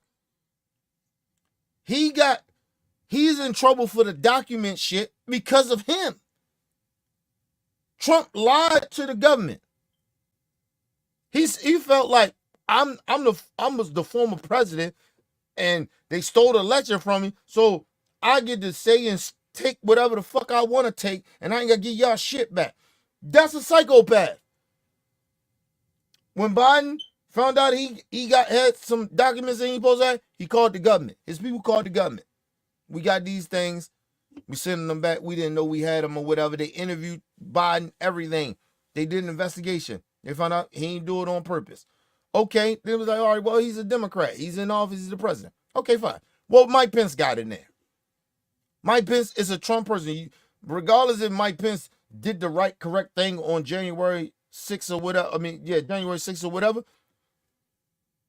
He's still a fucking Republican.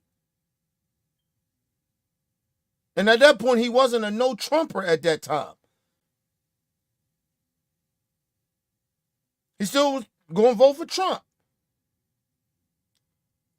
Federal government say, okay, cool. They found out he ain't do it on purpose. Right? Did they charge him? No. They did an investigation, everything. They let it go. Not Trump.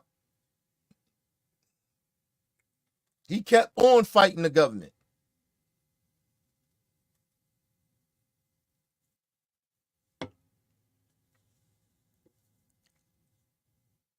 It's like a motherfucker think they bigger than what they really are, but they not. And so Trump thought he was bigger. I do the fuck I want. I was the former president. Y'all stole the election, I'll still be the president. Okay, cool then. Keep hiding documents and see what happened. And then what happened? Federal government said, fuck it, enough.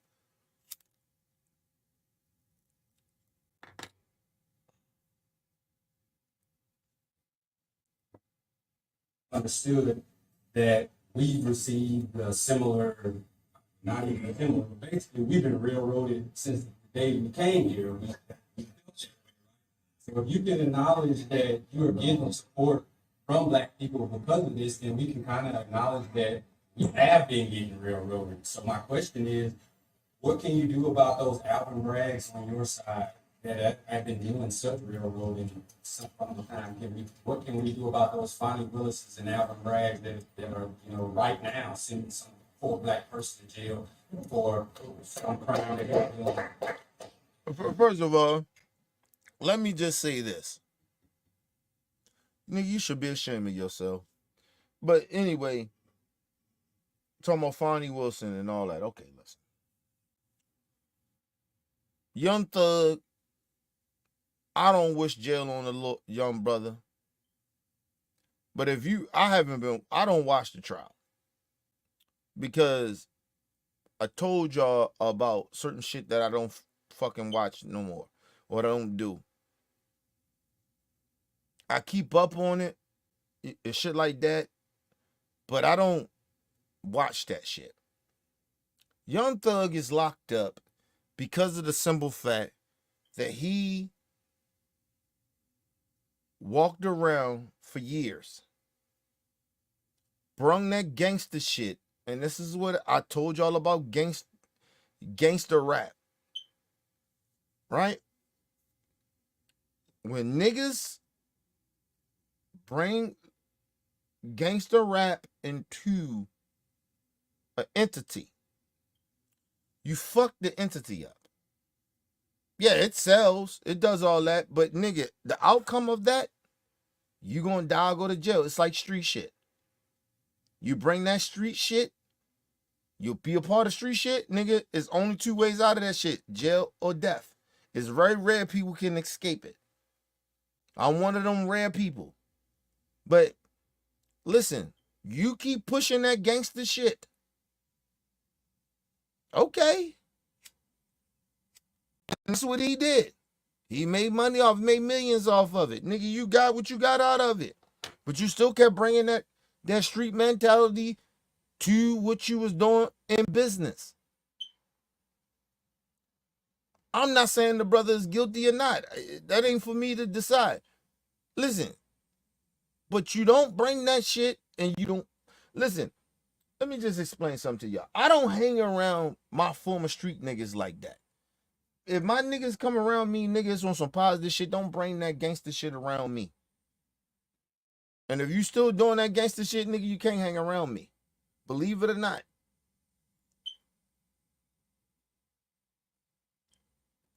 I don't hang around gangster shit. I just don't.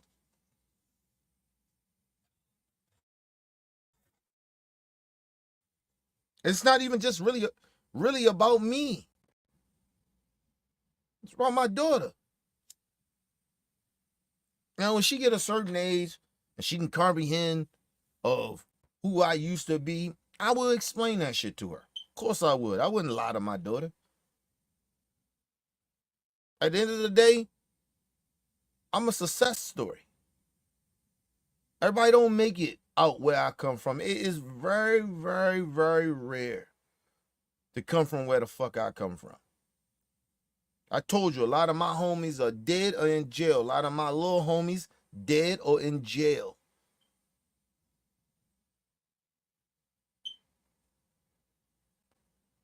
Some of them ain't just die in the streets. A lot of them niggas died off of drugs. That pain is real in the streets. That's why I don't glorify that shit. Niggas had made it out. I seen niggas made it out younger than me, my young niggas, and die because of them drugs, because of the pain. Because they trying to hide pain.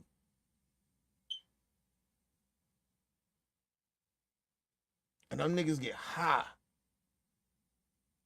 A lot of my young niggas, I done seen a lot of them die. A lot of them died in the streets, but some of them died because they was the red niggas, made it out, and the pain of losing motherfuckers, the guilt of making it, and your people ain't here with you to like celebrate this shit with you. You know what I mean? That it fucks you up. I still got it. I just know how to deal with it a little better. You know what I mean? But if you young like that, yo, you know what I mean? I always tell people I've been broken since I probably was about 8. So I've been broken mentally since I was 8. So like I had decades of kind of figuring out how to deal with it. And I got lucky.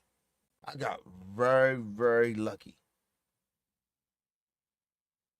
And so I just imagine young niggas that make it out and then they keep fucking with them drugs and shit, you know, popping them pills and drinking that scissor and shit. Like, I get it. It's stupid, but I get it. Like, I understand why they do it. You know what I mean? Because I remember I was in my 20s and I was a borderline alcoholic. I wouldn't lie to y'all. So I get it, bro. Like, but a lot of my little homies, they're like, some that made it out, a lot of them is just dying off of drugs, bro. Overdosing and shit like that. Doing so many of them drugs and shit like that and getting sick.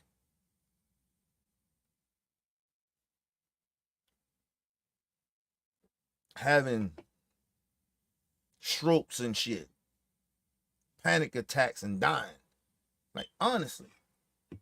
A lot of my little homies died in the last couple of years for that, because of that.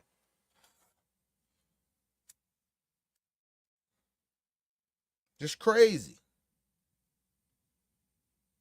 But I always tell people it's really a lot of karma. Because like I said, when you've been around a lot of fuck shit and you was a part of it, that karma comes. That's why I tell people, my karma ain't over. I know I got some more bad shit gonna happen to me, but I at least try to do good, right? Or try to stay right, like, you know what I mean, on the right path. But excuse me, I know my karma don't end.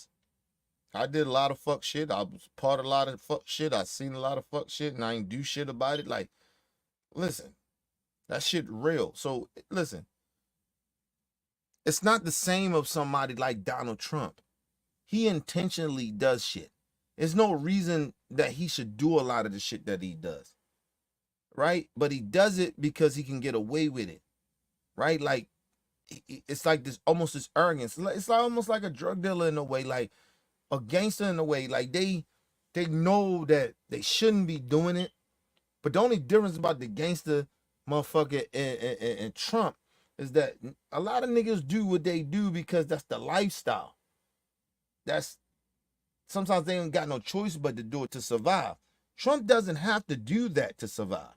He doesn't have to do a lot of criminal shit to survive. He does it because he can get away with it, and he has got away with it. Listen, at a certain point in my life, bro, when I was doing a lot of fuck shit, I did a lot of shit at the wall. That's what I told y'all. I tell people, I regret a lot of the shit that I did when I was in the streets because I knew better. At the while, you know better. You just, it's almost like, yo, you addicted to that shit. You addicted to street shit. That's why when I see a lot of these gangster niggas and shit like these Bloods and shit, and Crips niggas, you know what I mean? Like, yo, I get it. These niggas are brainwashed, or it's like you brainwashed, but it's your life. You know it's wrong, but it's just who you kind of are. You done grew into being this person. The environment that you've been around, that's just who the fuck you are. It's like a racist. I understand a racist. I get it. But that doesn't make it right. I told gangster niggas that all the time. Fuck, I get it. I understand the streets, nigga. I was a street nigga. I get it. But that don't make it right. In your mind right now, it seems right. I get it. I was there. I know, nigga. I thought everything. I knew it was wrong, but nigga, it's right. Because I opposed to do it. It's survival. You feel like it's survival. But that doesn't make it right.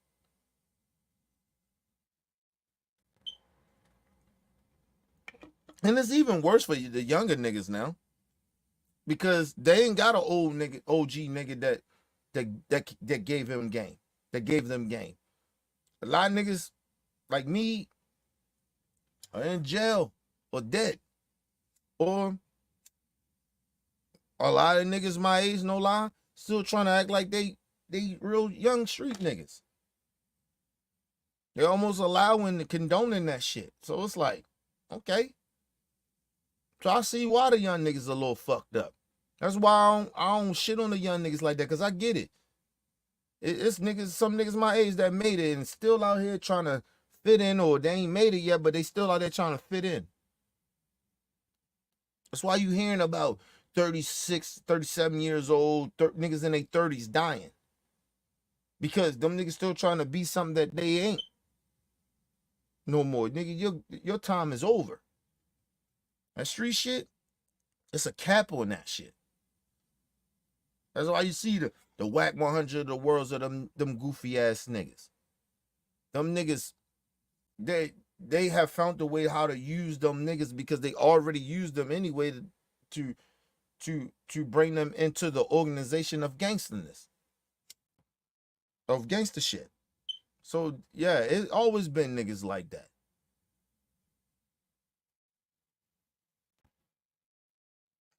And some people are good manipulators. They know how to manipulate people. Gangster shit ain't always what it's popped up to be, people. I just need y'all to understand that. That gangster shit is not all what it's supposed to be. These niggas make that shit look cool, but it's not really cool. If you really truly live that life and you really bought that life, it ain't cool out that motherfucker. The gangsters, in the moment that you see them, it seems like them niggas are proud of that. The only reason they feel like they're proud of that shit, because nigga, that's their life. That's all they know. They don't know nothing outside of that. They ain't traveling, nigga. They ain't experiencing nothing different. Nigga, they only experiencing their reality in their hood. So they seem like, oh, they happy. Them niggas, they enjoying, they really repping that shit. Nigga, that's all they know.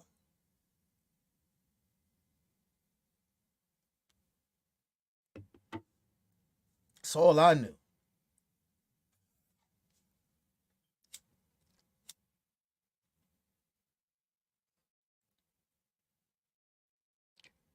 I remember two things changed my life about street shit. Right? Well, not two, but these are the main two after, right? when I was like in my 20s. I remember I go around hanging with my niggas. I'm working at this time. I got, you know, pretty decent job and shit. I'm about 25. I don't know if me and my wife was married at the time or not, but when I go hang with my niggas on the old block shit, right? And I go there and I felt so disrespected from my niggas at the wild, right? Because at the time, I was just in a moment of shit because I knew when you amongst your street niggas, it's a certain alert that you got on, right? And I remember it was a nigga was talking about, kept staring at me, and I just kept looking at this nigga like, I was like, you remind me of somebody. I was like, yeah. And then my man was like, yo, this Kenny, blah, blah, blah. He was like, nah, he look like some other nigga. It's like, nigga, you don't know me. I don't know you. Like, and you gotta understand at this time, yo, he probably been hanging around the clique for a minute, right? Hanging around. My mans and them know him. I don't know this nigga. You know what I'm saying? I ain't been in the streets for a minute, so I don't know this nigga. So he just kept saying that shit. He was like, nah, yo, that's Kenny, blah, blah. You know what I mean? I guess I looked like a nigga or something like that, favored a nigga how I looked or whatever, that did some fuck shit to him. I was like, nigga, I ain't that nigga. I don't even know you, bro. Like, I don't know you. My man's was like, nah. And then my man was like, yo, chill the fuck out. Yo, that's Kenny, bro. That's my peoples. Chill the fuck out. And so I felt disrespected. My man wouldn't, I'm not saying my mans ain't stick up for me. It was just the point that at a certain point, like, nigga, if I tell you, I don't know you, nigga. I don't know who the fuck you are, blah, blah, blah. And my man stepped up and shit, but he just kept going on and going on. So that's when I knew that of the level of the disrespect of the street. If a nigga think that you look like somebody, they want to do something to you. When I tell this nigga, I don't even know who the fuck you are. I never knew this nigga. I didn't grow up with this nigga. I don't know this nigga. I didn't hang around with this nigga when I was hanging around with my clique in the streets. I don't know this nigga. And then that was one. And then I never ever imagined, right, that like when we went to blocks, like it was our block, but I knew shit was different. It was like I seen my man get his, like, I felt he was getting his ass whipped, but it was a hit up fight or whatever, right? And I felt that he got his ass whipped. And none of my niggas was like, yo, I mean, other than my little brother and shit, we was like, yo, we wanted to fuck this nigga up. But I remember my man was like, nah, nigga, it was just a straight up shit. And I was like, yo, but we don't know them niggas. I don't know them niggas. And he was like, yo, Ken, you been around for a minute, yo, you don't, that's what I'm saying, you got chill. And I'm like, and that shit had an eye opening to me. And that was the second thing. And I was like, okay, I ain't really with this street shit like that no more. I don't even know these niggas in the street no more. And these niggas are supposed to be thorough niggas from what I understand. But I don't know these niggas. And that's when I knew, I was like, yo, I can't keep claiming this shit. Because unless I claim it, that mean I got to be out here doing some of the street shit again. And I'm not really into the street shit no more. It's the reason I'm out. Right? But it's still fuck shit and stupid shit happening. And then I'm still getting these urges of, like, when I see certain shit, I'm ready to do street shit again. So it was an eye-opening for me. And ever since then, I kind of like, nah, fuck that. I was about 25 when that happened. About 25, 26. And I was like, I'm done. I can't keep claiming that shit. I don't even know who half of these niggas is right now. So imagine, and these niggas is my age, but I don't know these niggas. Because cliques change, niggas click up and shit like that. But then you got young niggas coming in the game. So you ain't gonna know these niggas. And so that's why I was like, nah. I ain't fucking with this shit no more. And so people niggas gotta understand that. That's why I don't be trying to act like I'm a tough guy, a tough nigga like that, nigga. That street shit is overrated, bro. It's overrated. Unless you live that lifestyle, then it's not overrated. That's why I don't disrespect street niggas. Like, if they street niggas, I don't like what they doing, and I tell them that. But if they doing street shit, nigga, I can't be that mad at them, nigga. That's their life. That's what they live. I don't like it. I don't condone it, but I ain't mad at it. Because I understand, like, nigga, you really live that. That's what you do. Okay, cool. As long as you ain't faking it, I'm good. Because that street life is real. You gotta live that shit. You gotta live that shit 24/7. You can't live that shit half of the time. Honestly.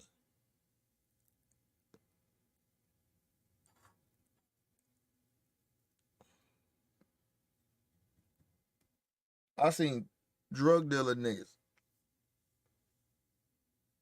get like real like kingpin type niggas get they shit splat because they, you know, they bosses. They come around and dictate some shit, but niggas don't like that shit because you ain't really putting in no work no more.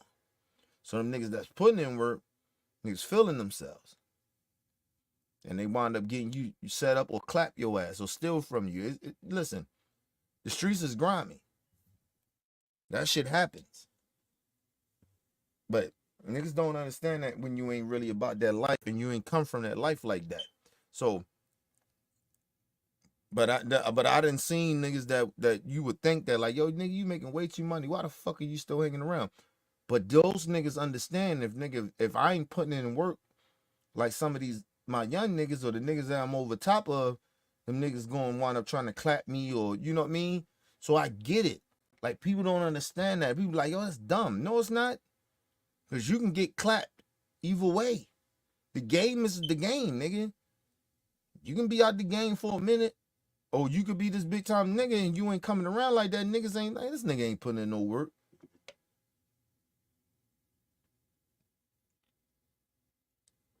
Then a lot of times the kingpin niggas that making the money don't pay they niggas right. So that brings animosity too. So it's a lot of shit that go with that shit. That's why I said, like, people don't be understanding, like, street niggas mentality. I get it. I get that shit for fully. I've been there. I know. I done seen niggas get clipped off. I done seen niggas get their shit pushed back, like, over the most stupidest shit that you will ever think of. But it comes with the game. A lot of shit goes, nigga. Ain't listen. It's rarely loyalty in that street shit. I don't give a fuck if you're in the gang. It's rarely loyal in that shit. Motherfuckers get backdoored all the time. You won't even know if one of your men's get you backdoored from your enemies because they want to take your spot. That shit real in the streets. I roll with some loyal niggas, but you know, how loyal was my niggas? For all I know. So, and they sometimes they think that shit about me. It's, you know, I never did no sucker shit to them, but you know, me and my man, we got into it a while ago. He's like, yo, I stopped fucking with them niggas because I started fucking with my OG eyes. Like, my OG was like, you can't beef and make money all the time.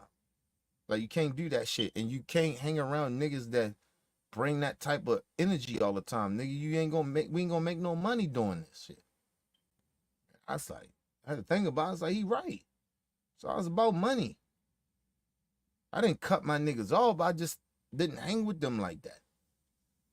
You know what I mean? Like, when it was about money, nigga, I treated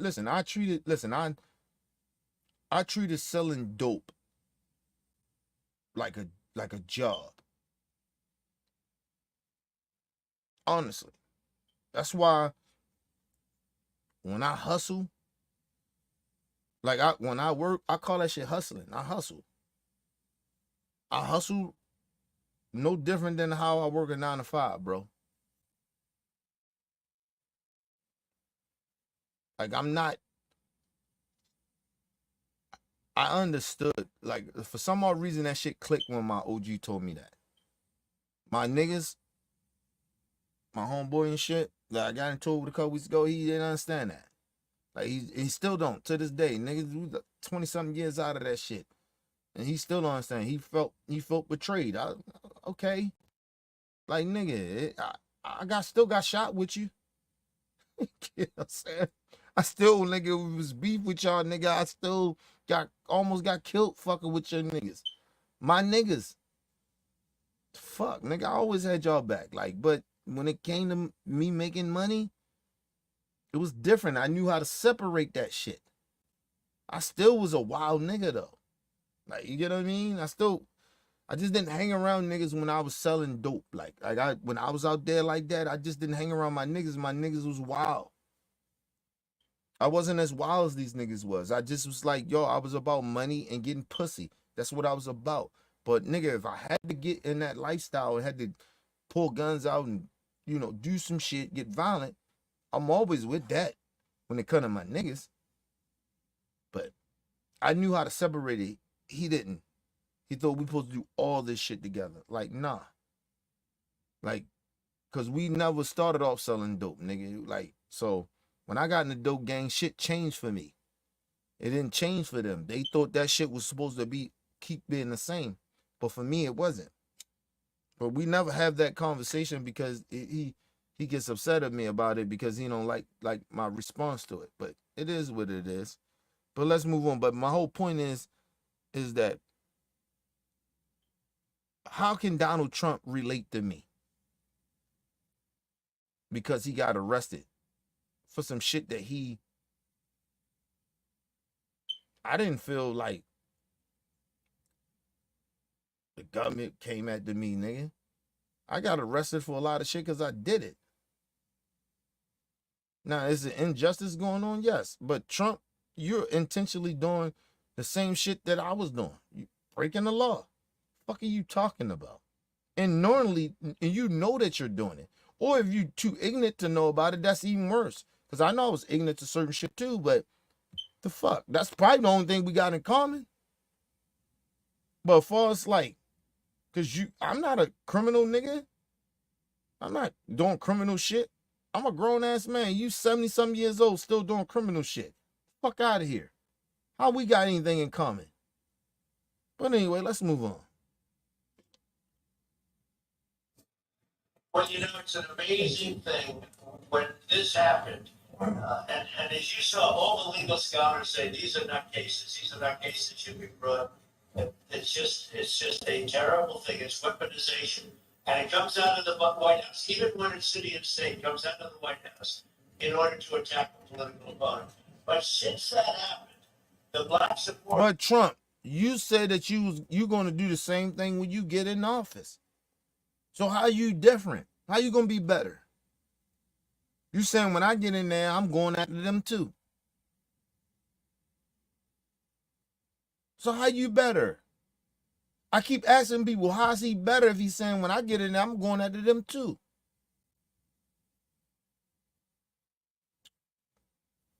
Let's move on, man.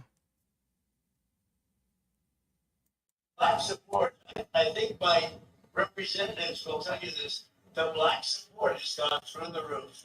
And I guess they equate it to problems that they've had.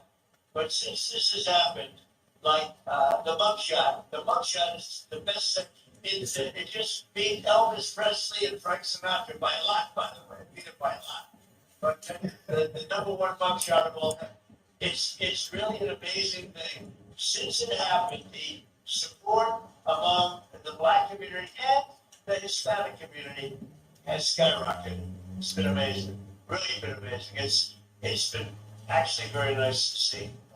Mr. President, You know, it's, in one way, you say, gee, it's not too bad, but the truth is, it's really a lovely thing when I see that, man. We have great support now. And let me say this. You know how insulting that is that he's saying that? Because you got to understand, even if you think like the criminality part is insulting, we all know that. But the other part is that if you know that, why are you not pushing to change it? You saying, oh, when I get in office, I'm going after all of my enemies. What that got to do with black folks? Are you going to go at, like, are you really, like, he's talking about changing the justice system if they don't agree with him. But it's still going to be police officers out here still doing the same shit that, or these district attorneys that's going to do still the same shit to us that you complaining about. Like, what are you talking about?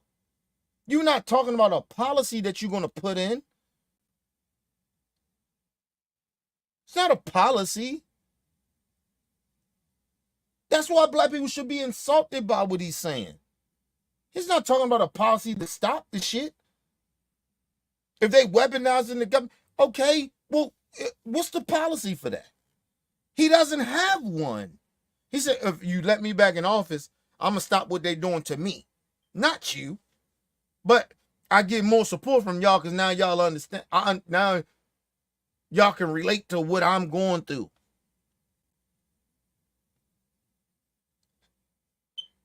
Donald Trump, no, I can't.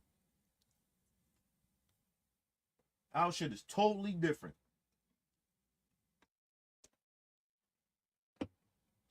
You getting fucked with. Let's just say you go for your weaponizing shit. You only getting fucked with because you're a Republican. You can stop being a Republican. You can stop claiming to be a Republican, but I can't stop being black. And even as you got coon niggas, they try to claim that they don't want to be black or they anti-black or whatever they do. They still niggas.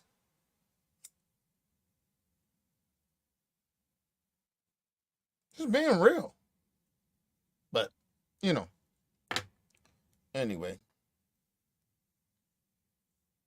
In the black community, yeah, it's not race support. I'll say before you leave, Mr. President, I'm a veteran, and we have several veterans here on the panel today. And of the group of people that I say support you the most, the black veterans tend to be with you. Let me just say that's the most ignorant shit ever. The black veterans are with you. Niggas, shut the fuck up. Anyway. Why are you proud of that?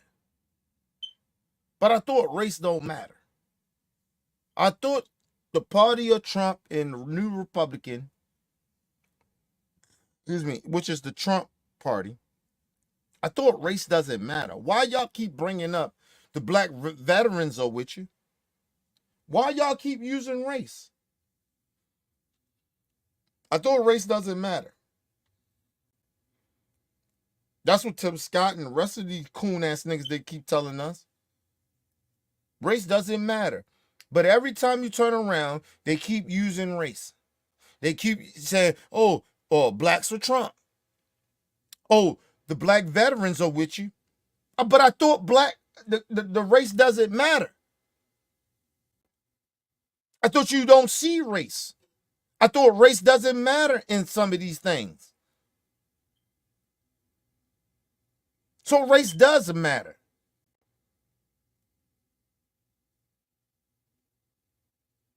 That's why I say to all these so-called black conservatives that's fucking with Trump, stop lying to yourselves and stop lying to your people. Because even though a lot of us don't fuck with you, you're still our people. Probably just distant cousins that we don't fuck with, but you're still our people. Because we can't scrub away your blackness. You're still black. As much as you try not to be black, or be anti-black, you're still black. You can't take that away from you. You can bleach your skin the way you are. I mean, bleach your skin if you wanted to. At the end of the day, we still know you was black.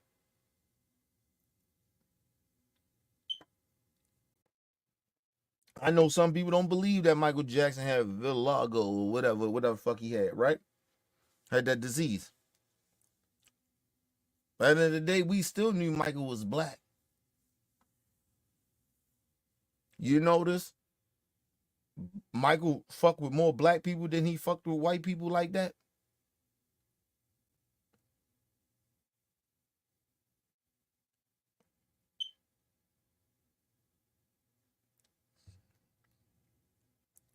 Remember everybody kept talking about Michael Jackson kids, they white, right?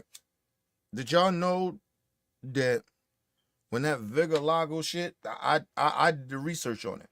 That Vigalago shit, that disease he had, when that shit fully kicked into who he was, right? Like, well, as far as the disease, he used his sperm, and I'm not for sure if he fucked that woman or not. I believe they did it, how they, with the technology shit, use his sperm, her sperm, or whatever. I don't know that for sure. But even if he did fuck her, those kids can come out looking white.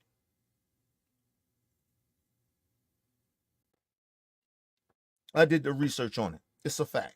Them kids can come out looking white. They don't necessarily gonna have to come out looking like Michael. Look at them kids. Them kids look like Michael Jackson in the face.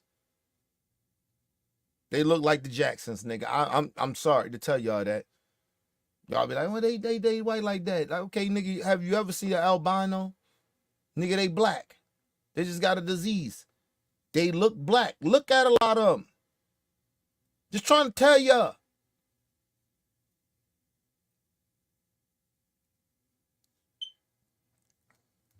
Listen, Mike did a lot of shit that we, as black people, we like, fuck, Mike, come on, man. But how much shit that has us as black people we have done was like, come on, man. You niggas tripping. Mike ain't no different. He did some shit we ain't like, of course. But them kids is his, nigga. Look at them kids. Look at Janet. Them motherfucking kids look like Michael and Janet in the eyes and nose. Especially the eyes, cheekbones and shit. That cheekbones, nigga, them Jackson's cheekbones, that shit real. Them eyes, look at their eyes and their cheekbones. They look just like Michael. But then you gotta say, when they look a little white, nigga, they gonna have white features in them. It mix. I did the research. I'm telling y'all. That Verilago shit that he had, his stage of where he was at when he did that shit or had sex with her, or he did it the other way through science, nigga. Yes, them kids gonna turn out to be like that. It's a very big possibility they was gonna be like that. They was gonna, their skin complexion, they was gonna look white.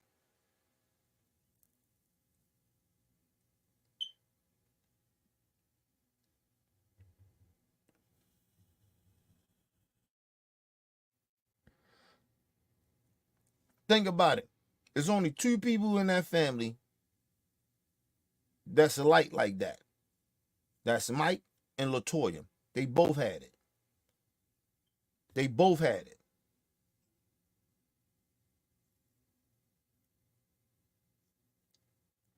Everybody else is about my complexion and down. Other than some of the mixed children, grandkids and shit, I get that. Nephews and shit, I get that. But that's because they, fucking with them white women and shit. And the foreign women. You know what I mean? But, listen, the main Jackson people, it's only two that look like that. That's Michael. That was Michael and LaToya. The rest of them was my complexion and down. Shit, you look at Michael Jackson's mom. Nigga, she about my complexion and maybe a little darker than me. I'm darker now because I've been in that motherfucker's son, but she's my complexion.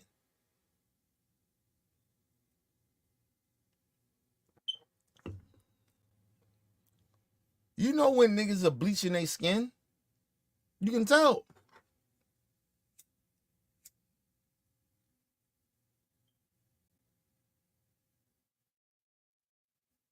That Verilago shit that they talking about, that came from Joe's side of the family. If you notice, Joe started getting lighter as he got older. That shit was starting to kick in. That shit is all on Joe's side of the family. Nigga, I did the research. I'm telling you. Stop that disrespect with Michael Jackson kids, man.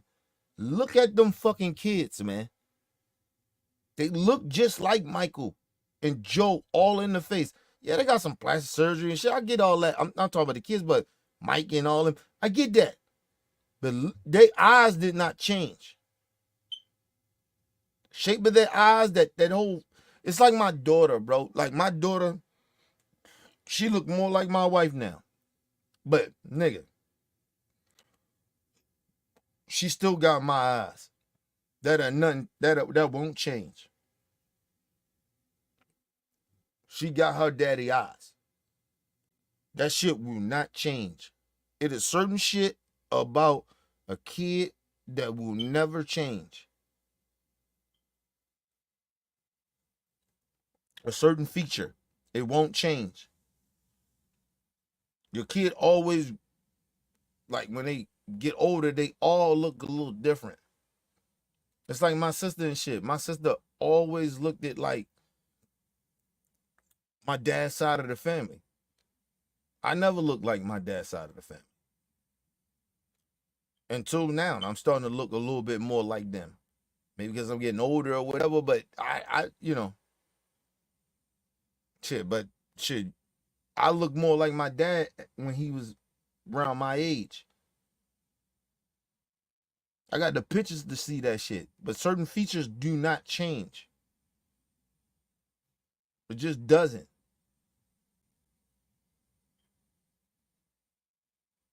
Let's move on. So we're with you, sir. You want to talk a little bit about what you've done with the veterans? Well, I just want to thank everybody. It was, you know, it was in fact, if we did it tomorrow, I'd be there. I'd be there just like tomorrow evening. It's going to be big, and they say maybe the biggest. Somebody said this will be the highest rated show of all time. I said, don't tell me that. Hey, I'm not interested in listening to that. I actually said that to Byron. I'm not interested in hearing. I just want to thank everybody for being there. You have my support. You know, we did some business around, and we're just a little while ago doing there is going to make this call. Achieved the lowest African American unemployment rate, the lowest ever. We delivered the largest small business tax ever. We lifted 6.6 million. But I thought race doesn't matter. It shouldn't matter. If they was the party of inclusion and race doesn't matter, it shouldn't matter of the black unemployment rate. They should just only go by overall unemployment rate. If race doesn't matter. I keep telling y'all that. Why y'all not catching these, some of y'all not catching the shit that they're saying? That almost they being hypocrites about. Race doesn't matter. But race does matter. Because they keep bringing it up. I had the lowest unemployment rate of black people. Which is not true, but I'm just saying he's bringing race into it. Why? But then Tim Scott, a black man, or some of these black people come out and say race don't matter. Or, you remember, even when Ron DeSantis said, no, we all won, why we got to keep talking about we all won American? We shouldn't talk about black history. Black slaves. Let me ask you a question. Was there any white slaves in this country? Can you say that white slaves in this country built this country? Can you say that it was white people that went through Jim Crow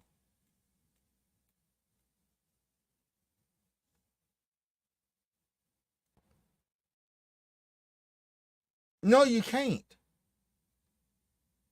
So race matters. Is it, when the drug epidemic happened, was it more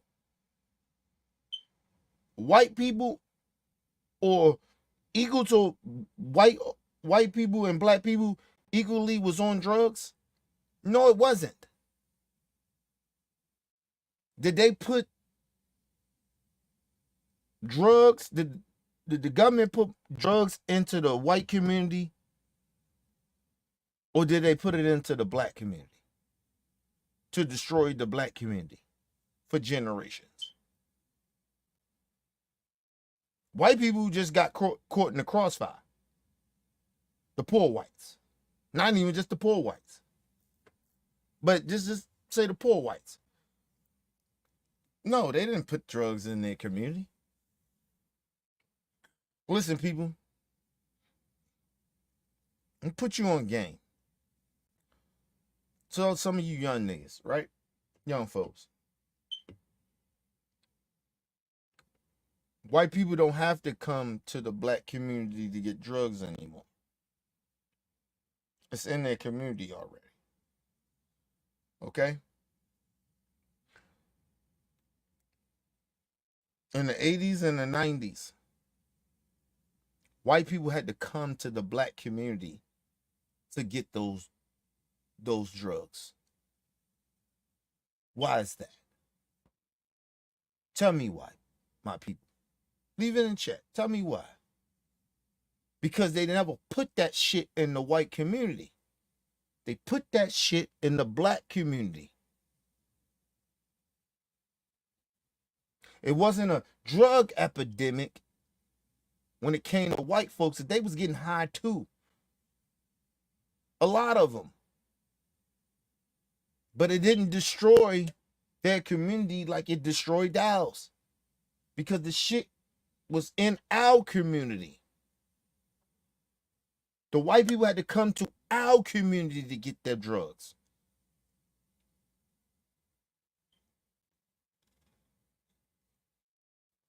To get that fucking poison. They had to come to our community to get it. You know why I know that? It's because I witnessed it. I knew it. I seen it.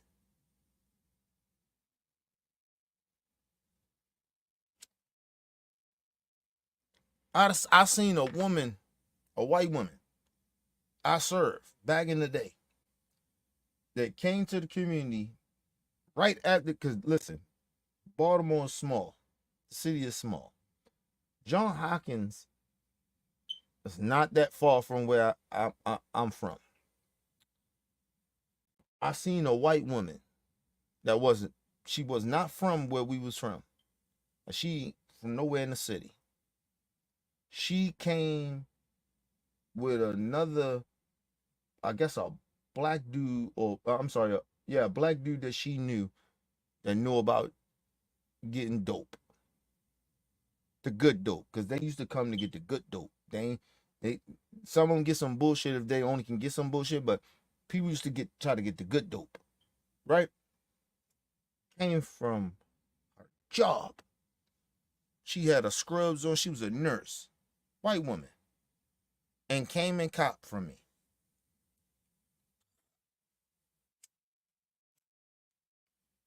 But she didn't get out the car.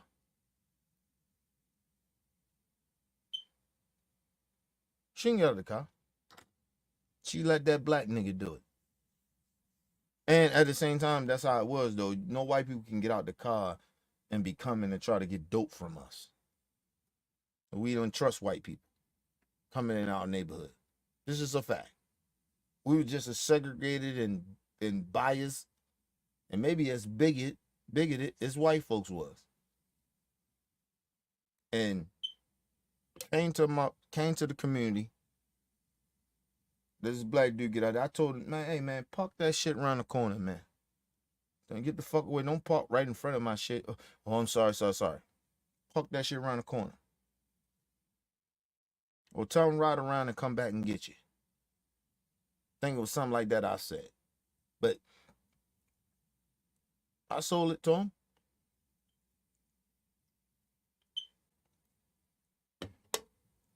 Because that shit was normal.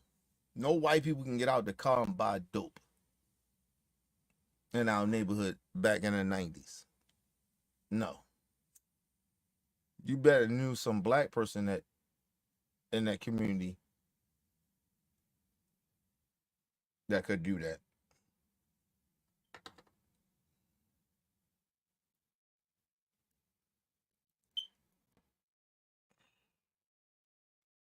Now, mind you, the motherfucker that did it, the guy, he was a nurse too. I knew who he was. Had a nursing job down at John Hopkins.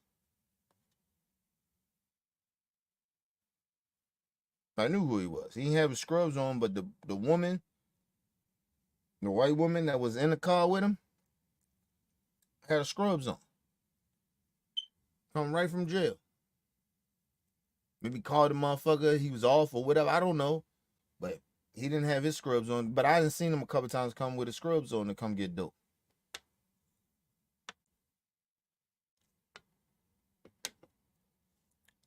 So that's what I'm trying to tell y'all. They put dope in our community for a reason.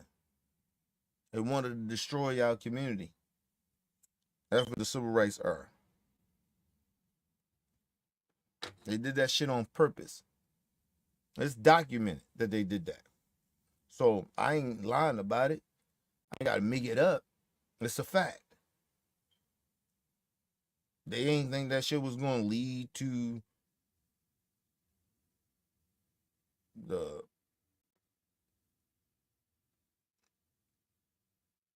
white folks in their community. They didn't live amongst us. There was a distance, right?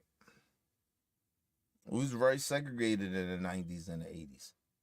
Like, people don't really realize that. People be trying to act like, oh well, yeah.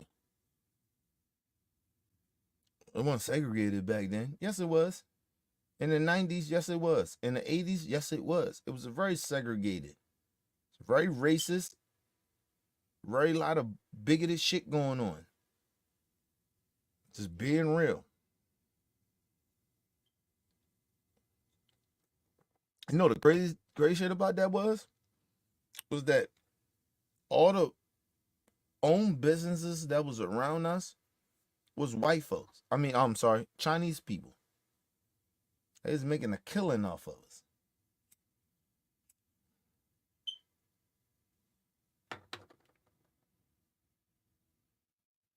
I remember it was big time drug dealers. We had it was like a spurt that where niggas was trying to well, I ain't say they tried, but they was robbing Chinese places, businesses and shit, corner stores, Chinese joints and shit like that, bars and shit like that, and shit was happening like that, right? So, excuse me. And I remember big time drug dealer niggas was like, hey man, y'all can't keep doing that shit. Y'all bringing too much heat. And so it was a period of time where the big time drug dealer niggas was paying off the Chinese people in the neighborhood that own businesses to not snitch. That's why a lot of shit ain't happened to them. These are facts. I know this for a fact. One of my OGs was like that. A couple of my OGs was like that. Big time drug dealer niggas. They like, y'all niggas can't keep doing that. Get your niggas and tell them niggas that they doing that shit, nigga, we gonna have a problem. So it was like, yo, it was levels to that shit. You had the OG niggas and you had niggas around how I was, right? And then you had your runners, right? Which we used to call roaches. I used to be a roach before I was on the next level. But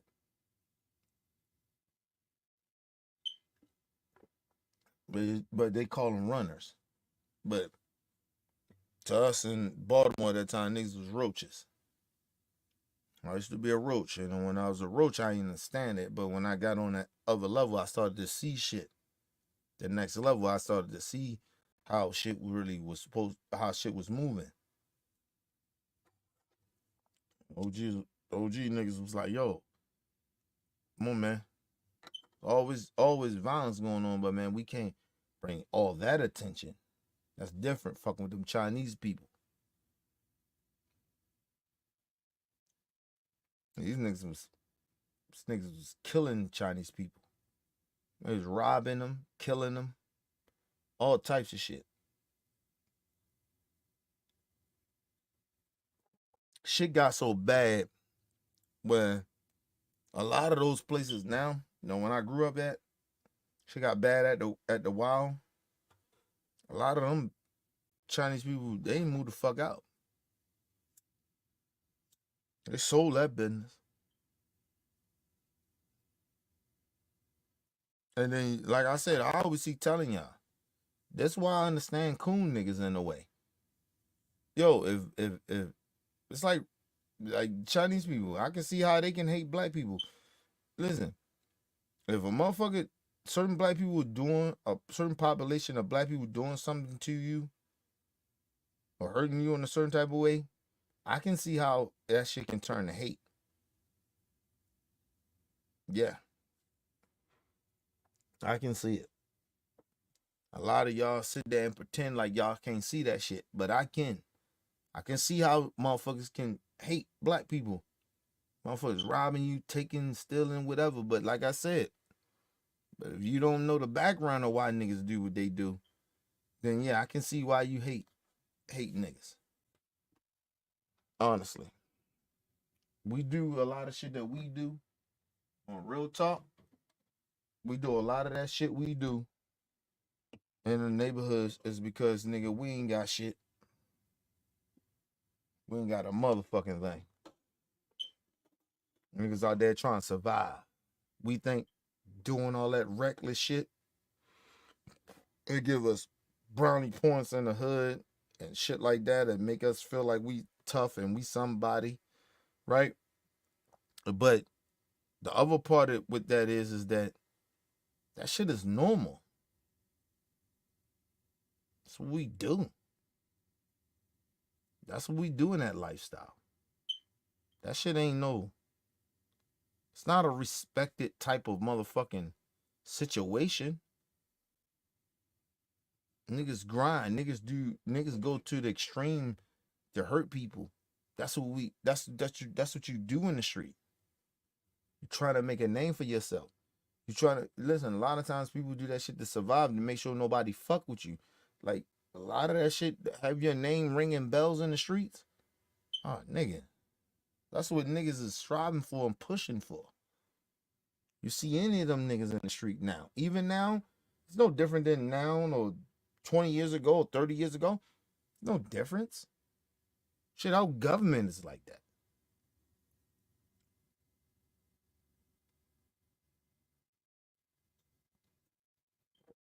Shit, the world is like that. And punk me. Oh, fuck, I let you punk me, then I'm soft. It's real talk.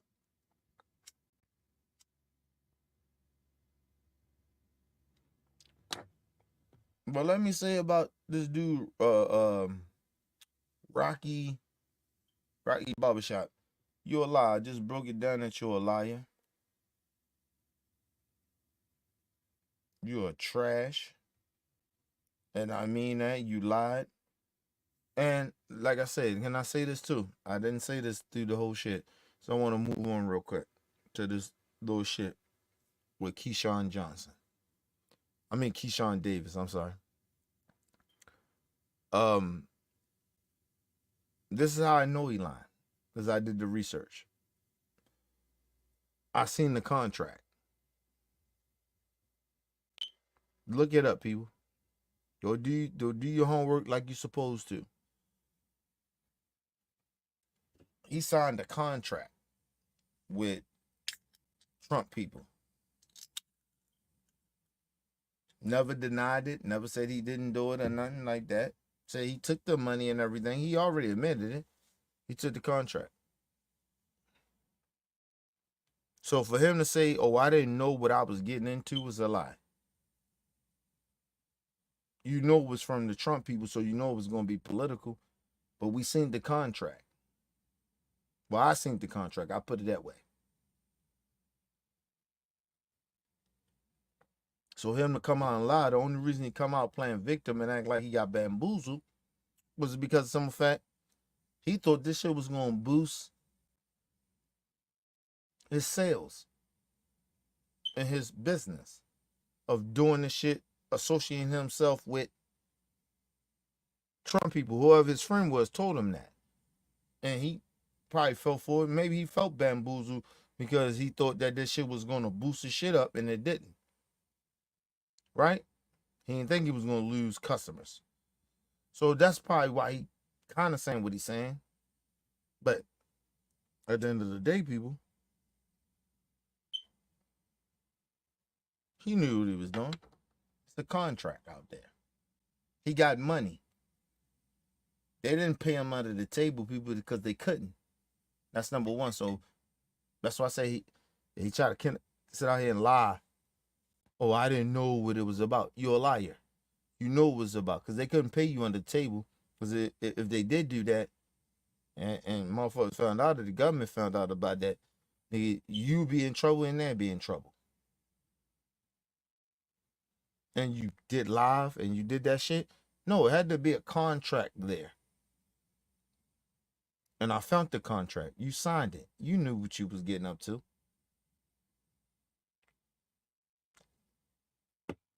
He knew who was coming. He knew how this shit was going to be. He knew it. He thought that he was going to get good publicity for doing this shit. And he got a bag. So that's what made it. That's why he really did it. Because of the bag. The publicity was the shit that they sold him. But that money they gave him, that's why he did what he did. If I'm not mistaken, it's around 5,000, 6,000 or something like that. I could be wrong. But it's around there. It's in the thousands. That's what they gave him. And that's why this brother did what he did. And that's a real talk. Motherfuckers sit there and they acting like, oh, no. This brother, he a real, but no, he not. This brother sold us out. Like a lot of these other brothers do. For money. For the bag. He could have probably been a good dude, but he sold himself out.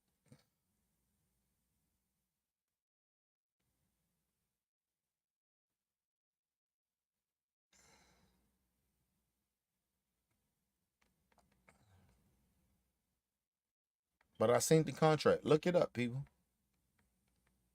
Look up the contract with Rocky Boxing.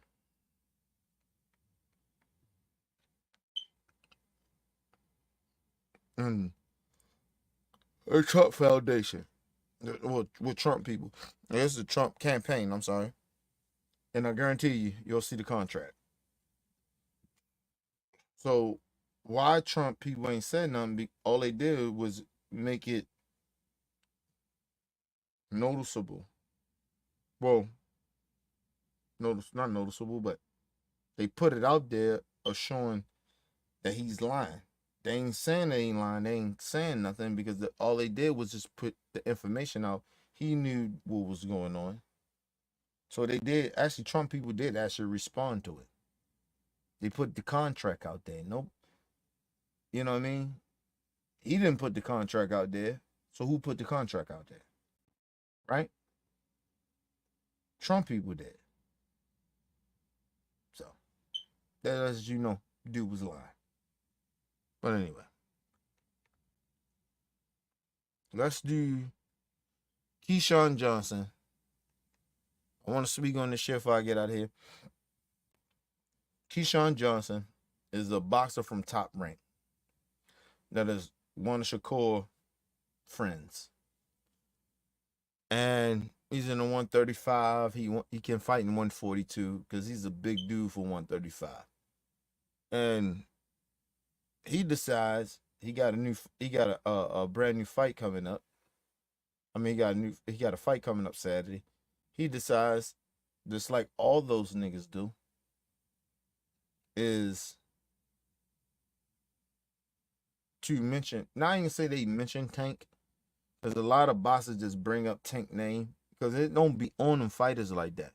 But my problem would be with them fighters is like, hey man, If the fight happened, it happened. You know what I mean? I'm always looking forward to fighting the best, and Tank is the best. So, yeah, if I can get that fight, yeah, it happened. I'm with it.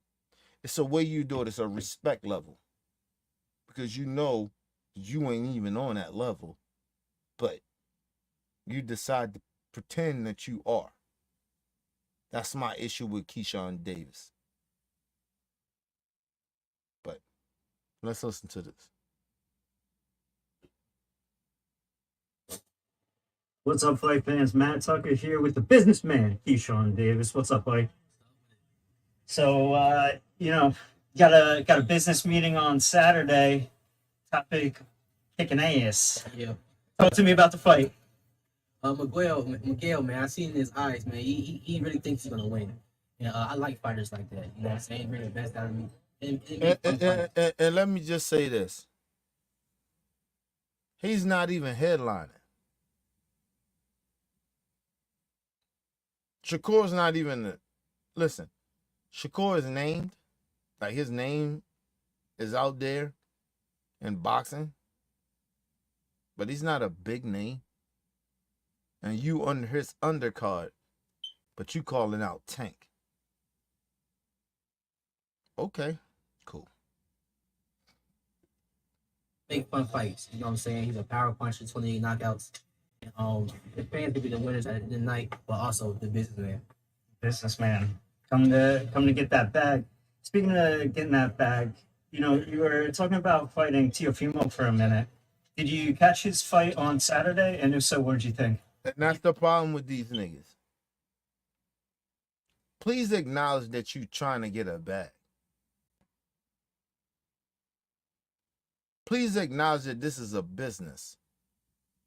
As well as, yes, you got to fight the best, but the bag matters. You niggas come into a situation where you fucking with a top dog that is the bag, and you niggas want to dictate. You don't get to dictate. You ain't the bag. If you was the bag, or you was somewhat of a bag, then yeah, you can dictate. But you niggas can't dictate shit. You can't dictate a motherfucking thing. You ain't a bag. If you got a bag, you got a real small bag. You're talking about a motherfucker like Tank that is the bag. He's the bag. Canelo, the bag. Regardless of what we want to think about Canelo, he's the bag. Him and Tank is the bag. Terrence Crawford ain't a bag. Let's be real.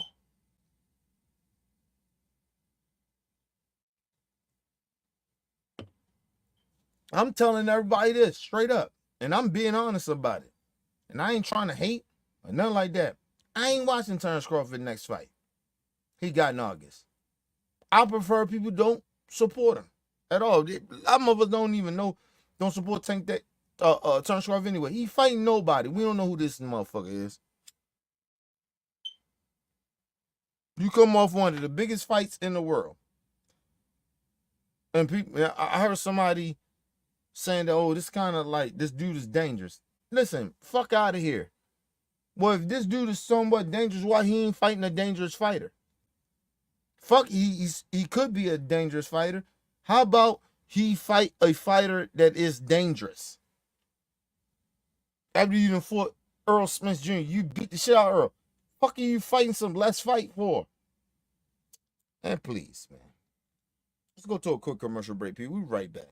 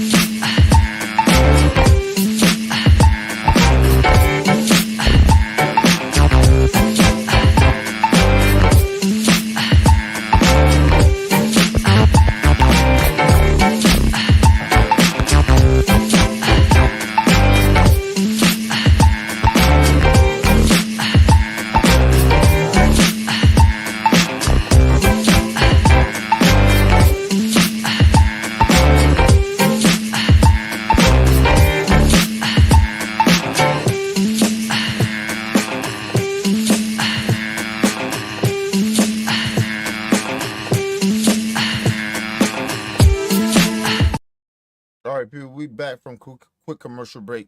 Make sure you guys hit the like button, hit the subscribe button, hit the bell button so you guys get the live streams when we go live, people. And if you can, donate to the channel. Go to OBF The Real Cash App and donate to the channel, people. We highly appreciate anything you guys can donate to the channel.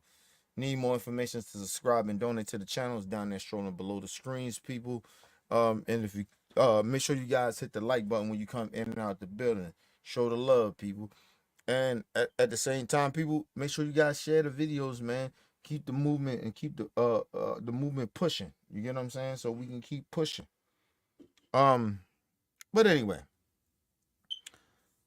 listen. When it comes to these niggas speaking on Tank name, understand, Tank is the money man. Okay?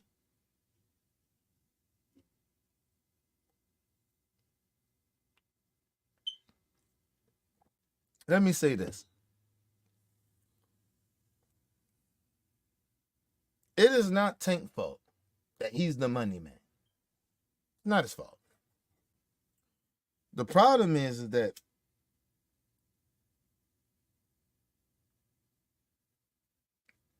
these niggas keep acting like, yeah, nobody's saying that y'all can't fight. Nobody's saying that y'all ain't good at your craft and it's a possibility that you can beat Tank. Nobody's saying that. I'm not saying that, and I'm a Tank fan. Not saying that. My problem is when it comes to the business, you niggas acting like you supposed to get more than what you worth. And you niggas ain't worth that. Tank got a lot to lose. If you supposed to be great as you, good as you are, Tank got a lot to lose. Not you. He does. You know why? Number one, he's the man. And he's the money man. So he got a lot to lose. So Tank lose, it's going to be huge. You're going to be huge if you beat him. So he got a lot to lose. But if he beat you, he gets some credit. He gets some credit for beating you. Because I told y'all after the Ryan fight, I told y'all, all I'm talking about, oh, Ryan can beat Tank and blah, blah, blah. And then I told y'all, I said, even if Tank beat Ryan, they still going to say Tank ain't beat nobody. He wasn't on Tank level. It's always going to be something. Okay, cool. Remember, oh, he fighting Frank. Oh, shit, Tank ain't never fought a slick boxer like that. Oh, Tank gonna get his ass whipped. It was all this shit, the Tank haters. I'm just telling y'all what happened. But what I tell y'all, I say, he beat this dude, they still gonna say some shit. He still ain't fighting Shakur and them. But you just told Tank that his resume ain't good. You told him that he don't fight slick boxers.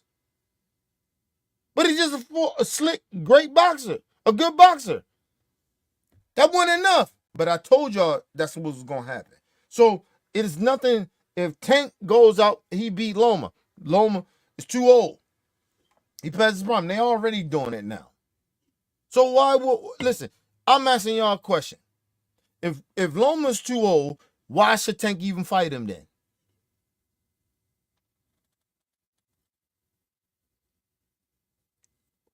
If you already got that in your head,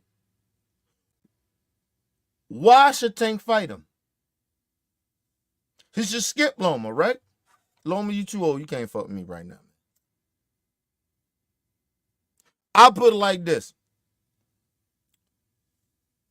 And I'm hoping this fight don't happen, but there's a real big possibility it's going to happen. Tank and Loma. I don't want Tank to fight him. You know who I want to fight him? Shakur. I want Shakur to fight him. And they said, well, who you want Tank? Who Tank gonna fight? Oh, it's another belt out here.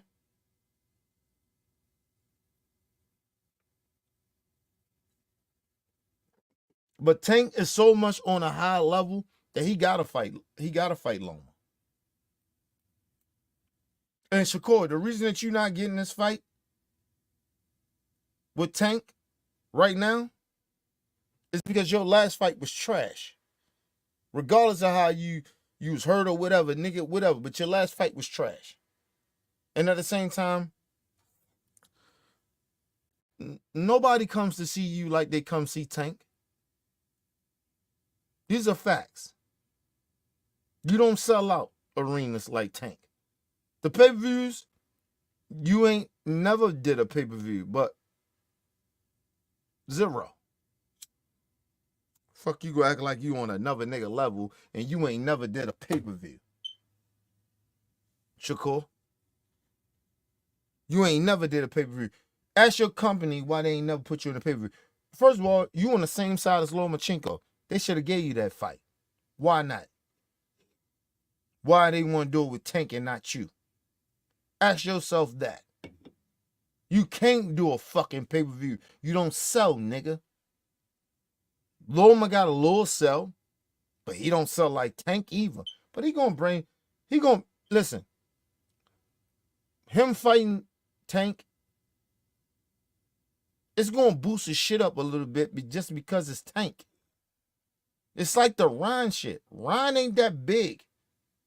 But by him fighting Tank, and motherfuckers want to see Tank lose, that's what brings in that extra shit. The extra fan base.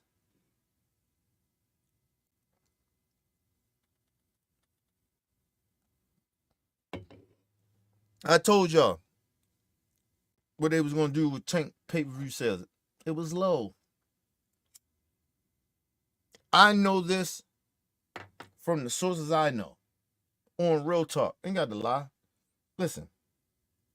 Tank did about 500,000. 500. Kind of low. 500,000. A little bit more, 500,000 less. I'm not shocked about that, though. It's Frank Martin. As good as Frank Martin was, fuck knows Frank Martin.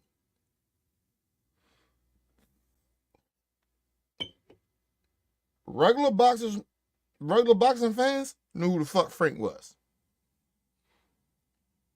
Everybody else know who the fuck Frank was. And like I said, what I loved about what Tank did, he did a warm-up fight. You offer that long, bro, you do not supposed to go and get that big name like that. You just don't do that. You get a name that's somewhat established, but he ain't a big name, but he established. And that's what he did with Frank. That's the problem with a lot of these boxers. They ain't fight. Shakur, who the fuck is Shakur fighting? He's fighting Tank. Frank leftovers. And niggas sitting there talking, who Tank fighting? It wasn't impressive. Shakur talking about it wasn't impressive. You fighting Tank? You fighting Frank leftovers, nigga. You fighting Frank leftovers. What the fuck are you talking about? Shut your goofy ass up. Your company don't even believe in you. Your promotion company don't even believe in you, nigga. Your best bet is, you know what you should do? Let me do something. You want a Tank fight, nigga? Shakur, you want a Tank fight? This is what you do, you little bitch ass nigga. Because I'm sick of your little ass. Because I believe you're a little bitch nigga. This is what you do. You get ready to get out of contract with Top Rank. You know what you do? You want a Tank fight? Go over to PBC.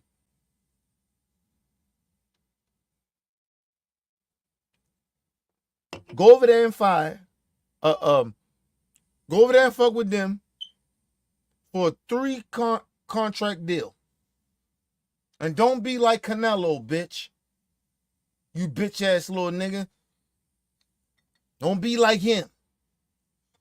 Get your 3 contract deal.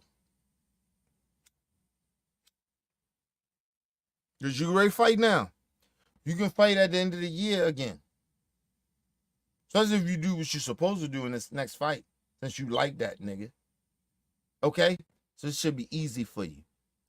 You fight at the end of the year with Tank. Go over there with the PBC. Get you a fight. Put you a name, a little name or something like that. Build you up over there. Right? And get you a fight in August. I mean, I'm sorry. And I say April. No, I say maybe May, June or July. It's your fight around there. But I say April, May, or June. Get you one of them fights. Get you another fight over there at the PBC. And then, you know what? At the end of the next year, it should be your Tank. But you got to fight somebody. Matter of fact, I think you should fight Frank next year. Or at the end of this year. Or next year. Like I say, around March, April, May. You should fight Frank. You fought his leftovers, didn't you? So Frank, go in there, over in the PBC and fight Frank.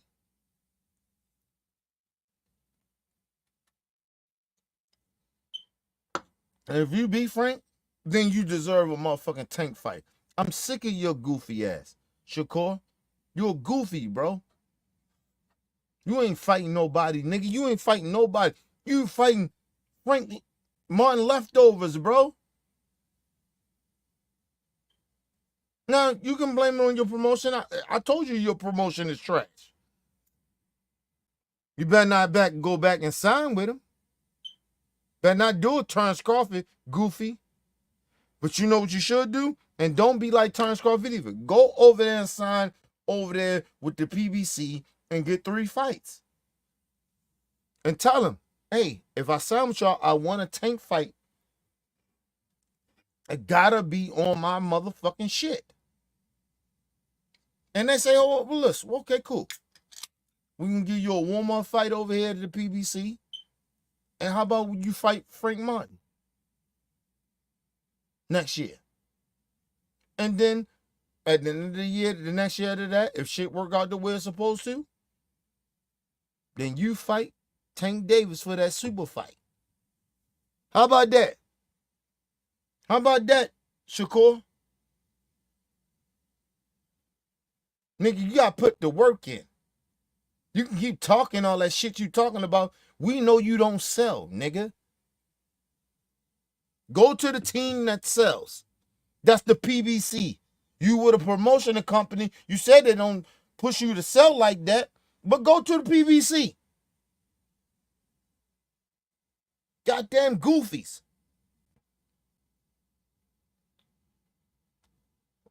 These niggas keep bitching and complaining. They not getting, and like I said, and I'm gonna say this, nigga, you gonna go to PBC, and PBC, the one thing about PBC, they gonna tell you what you worth. You ain't worth that. What you think you worth. We're gonna give you what you worth. Build yourself. But if you was with that company and from the beginning on PBC where you had to build who you were, that's how that goes. But you was with a company that kept paying you money because whatever the reason was, but they wasn't paying you off of what you was actually really producing.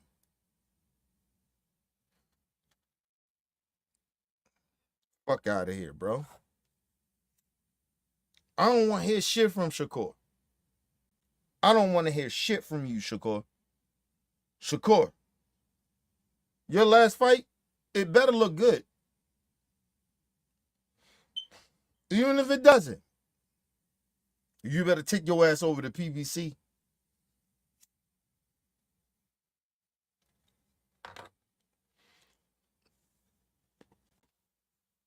If you want that Tank fight like that, I'm seriously, if you want that Tank fight like that, Go over to the PBC. The money shouldn't matter. Because if you get that fight with Tank, your money gonna be right.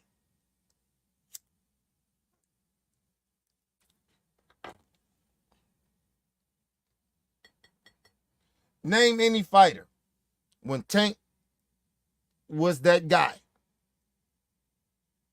After that Rolly shit. I'm sorry, after the Pitbull Crew shit. Ask any of those fighters.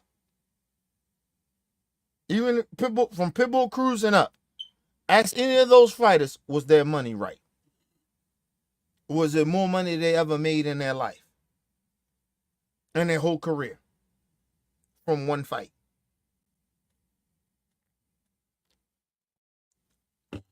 Ask them.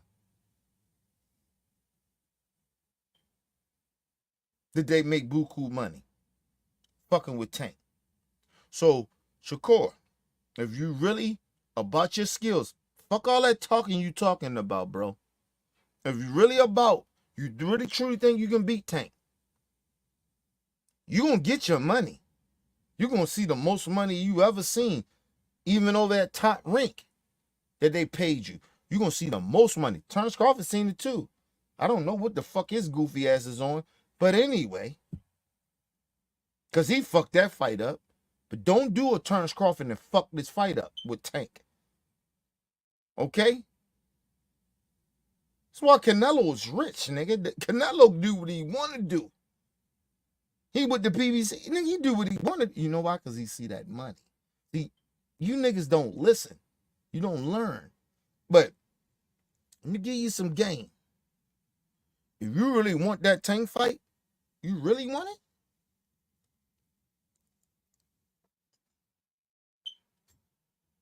And you really say you about that? Go sign to the PBC. Go do a shit. If you want to, you ain't gotta do a 3 year. Do a 2 year. 2 year deal. Say I'm gonna fight somebody over at the PBC. I say a Frank Martin. That'd be good.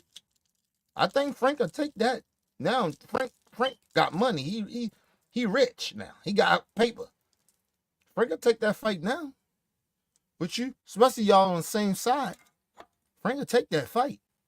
Go fight Frank. If you beat Frank, you get your Tank fight, your second fight, and I guarantee you Tank will fight you next year. I guarantee you that.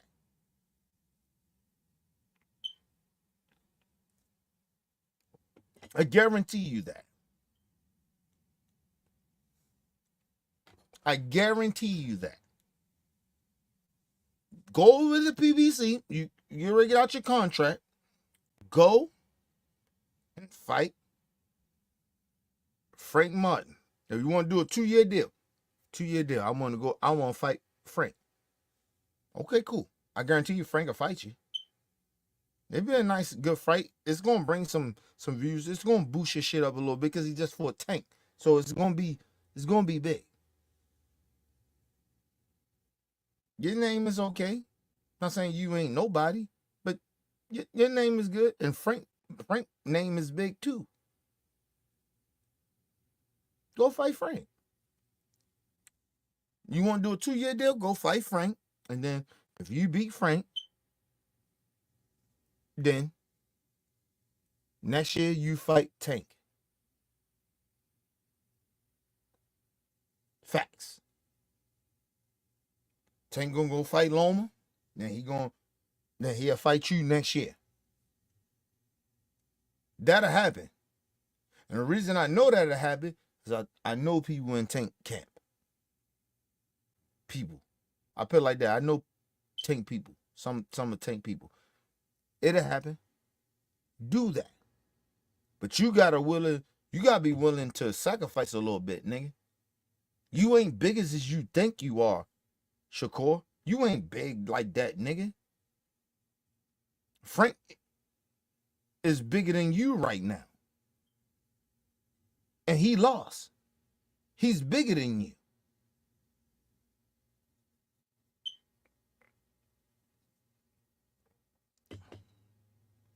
These are facts. Frank is bigger than you. Go fight Frank. And go put on a spectacular motherfucking shit. But get past this fight and do what you're supposed to do. You're fighting his leftovers. And then you go fight Frank. That's how you do that. To get that Tank fight. And tell PBC, hey, man, I signed with y'all. I just beat Frank. I want to fight Frank. I'll fight Frank because I'm supposed to have it, but I'll fight Frank. And then let me go fight Tank. If I beat Frank, let me go fight Tank. This is real shit. If you believe in your skills like that, you like that, nigga. Stop it. You niggas ain't about that. You're gonna have to compromise. You niggas are not built like that. You niggas don't have. I'm not saying you ain't got the skills, you're not built like that, but you not built like that on business. On business, this shit matters. You niggas ain't built like that on business. So you niggas sitting out there, oh, I want a tank fight. Nigga, you ain't getting a tank fight if your business ain't good and you don't humble yourself that you understand he's the big dog.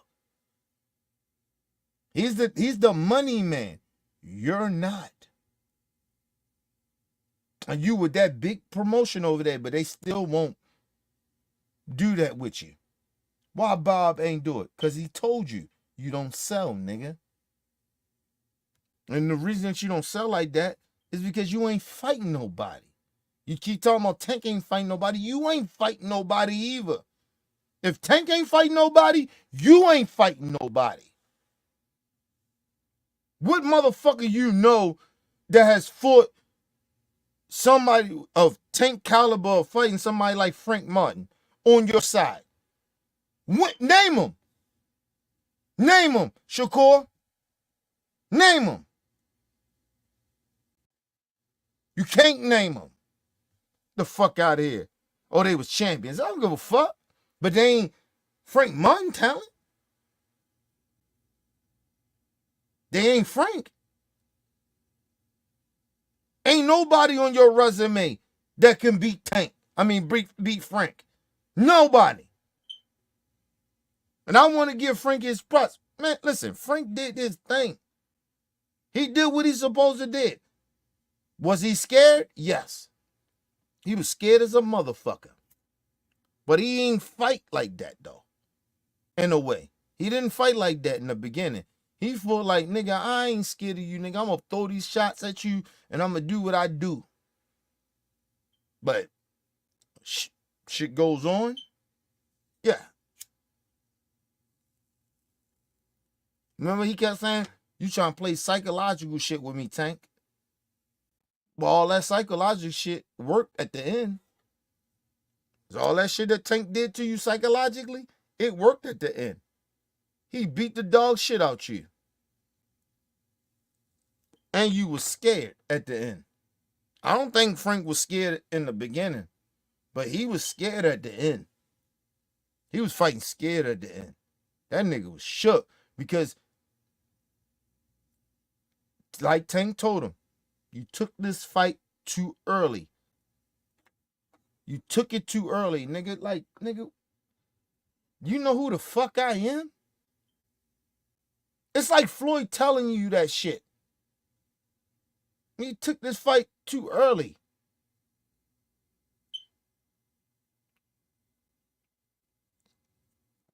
I don't remember even Floyd telling a fighter that he ever fought. You took this fight too early. You fucked up.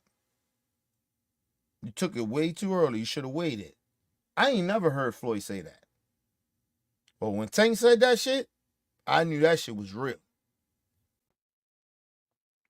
Because niggas can get in there and they can do what they do. And I keep telling everybody this. Y'all fuck up on Tank.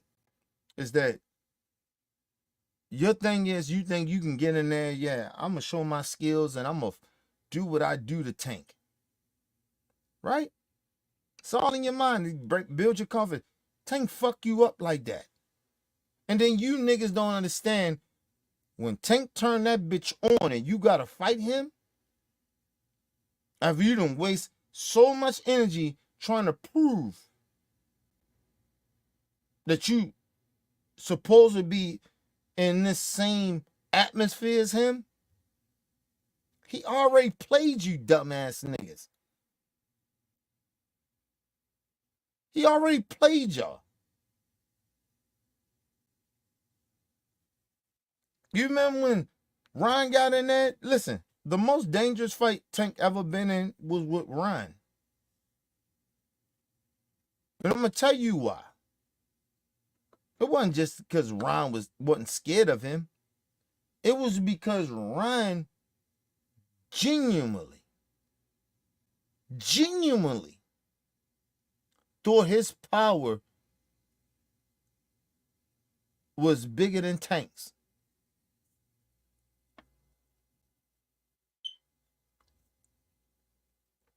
But you remember what Tank told him. Nigga, all you got is that.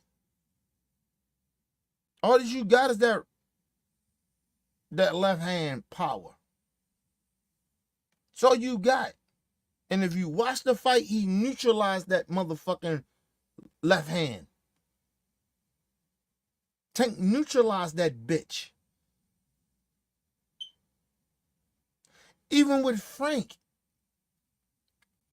He told Frank, you wasn't ready. You not ready for this. You got skills. It wasn't that Tank ain't say he has no skills. He wasn't like that. You ain't ready for what? The shit that I'm going to do to you once we get to them later rounds.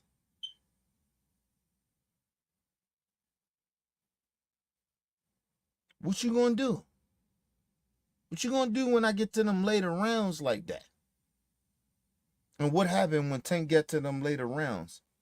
And Tank start hitting you. See, these niggas keep forgetting. You think you can outbox Tank. It's like Shakur. You think you can outbox Tank. That's cool. And the crazy part about it, what you don't know about Tank, nigga, he let you think that. He let you think that you outboxing him. And then what happens? You come to find out that this nigga boxing skills is on an elite level too. He just figured your ass out. Shakur got superb boxing skills. I ain't never taken that away from Shakur. I tell Shakur this. Let's go for all those niggas. What happens when Tank hits you? And you start to feel his power a little bit. Because you think when I watched that fight with Frank. Nigga, he didn't hit Frank with all that power like that. You know what he was hitting Frank with? Power to let him know, I'm coming. I'm coming. I'm coming to touch you. I'm touching you right now. See how I'm touching you? It fuck with Frank mind.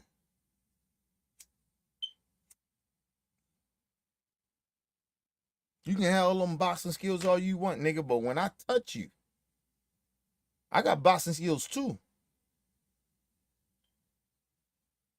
People get acting like an aggressive fighter don't have boxing skills. Oh, yeah, they do. Their IQ is very high. You haven't ran into somebody like Tank that have very high boxing IQ, and he's a power puncher.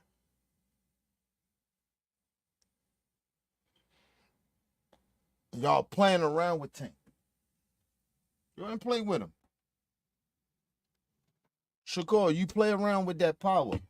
See, that shit is like when you talking about years ago, and then you talking about some shit that y'all smart in. But when a nigga like Tank ain't got them motherfucking sparring gloves on, it's a different level.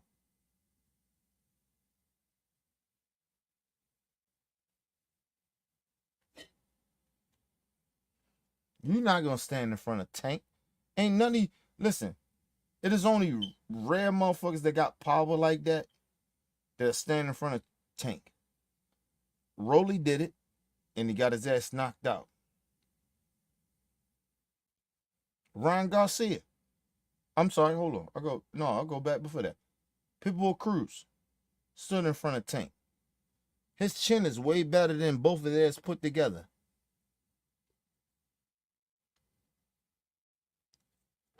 But I watched that fight too. And I say this once again, if they ever fought again, Tank could knock his ass out. Because I seen Tank get ready to knock his ass out if he didn't hurt his hand. I seen it. I watched that fight over 13, 14, 15 times. I'm telling you, he would have knocked Pitbull Cruz the fuck out. He was breaking them down and hurting him. He was hitting them with shots. And Pitbull Cruz is a dog. Don't get that shit twisted. Pitbull Cruz is a dog. He'd have knocked Pitbull Cruz out if he ain't hurt his hand.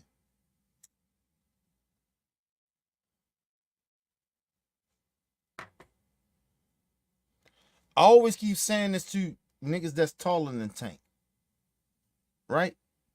You niggas is always in trouble if he's shorter than you. You always in trouble with Tank. That's what gave Tank problems with Pitbull Cruz. Because he was smaller than him. Them small niggas like that got power and got a chin, or you in trouble.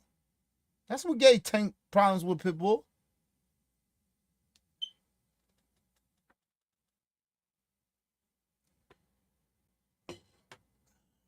There's one thing about small fighters, they fight small.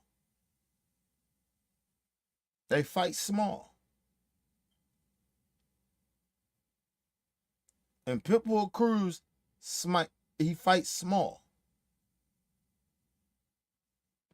I gotta stop it. Hold on. But let's keep listening to it. What Keyshawn Johnson says out his mouth that's so disrespectful.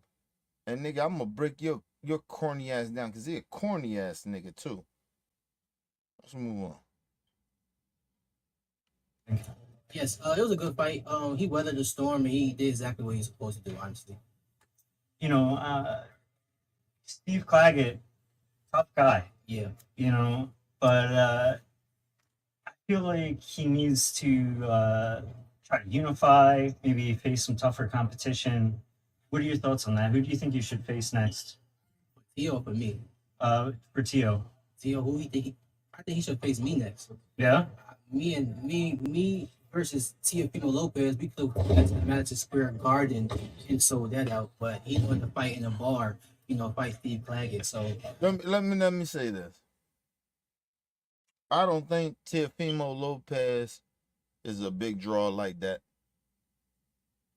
So that's why the fight ain't happening. But they on the same promotional side. Teofimo don't sell like that.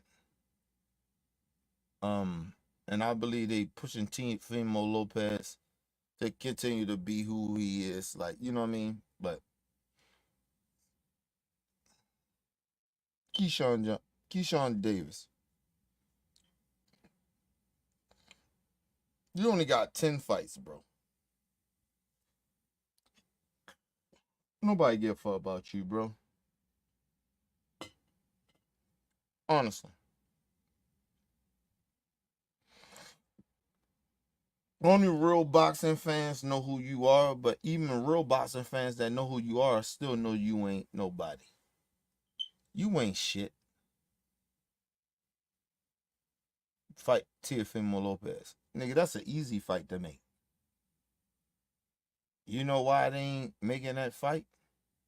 This a very possibility. Yeah, you probably could whip Teofimo Lopez ass, right? But the other part is you don't sell. Did you ever think about that? You niggas keep talking about fighting niggas, but you don't sell. Keyshawn Johnson,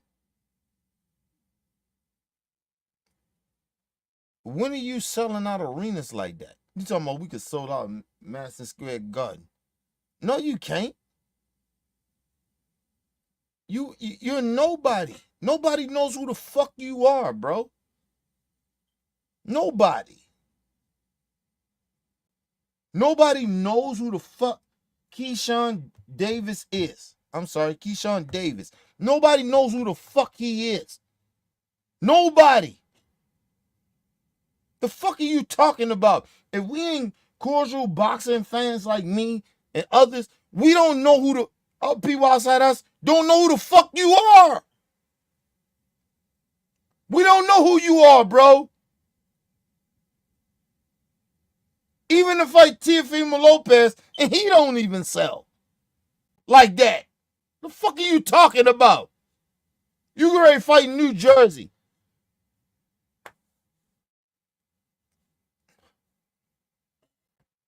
Who gives a fuck about you on undercard?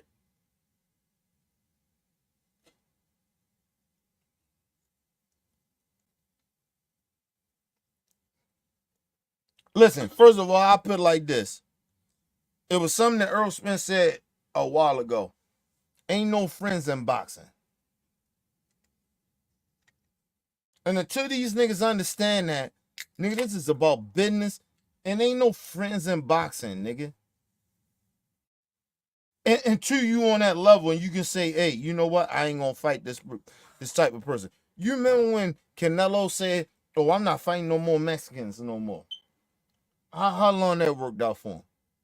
Couple of years. It worked out for him. Didn't he fight a Mexican in his last fight?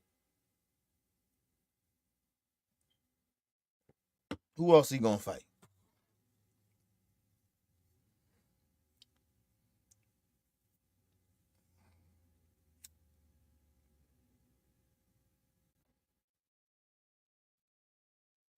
He still won't fight the best Mexican in the game. So what we talking about? Stop, bro. You not like that, Keyshawn. Seriously, you not. And you ain't even built like that. The fuck out of here. You ain't even built like that.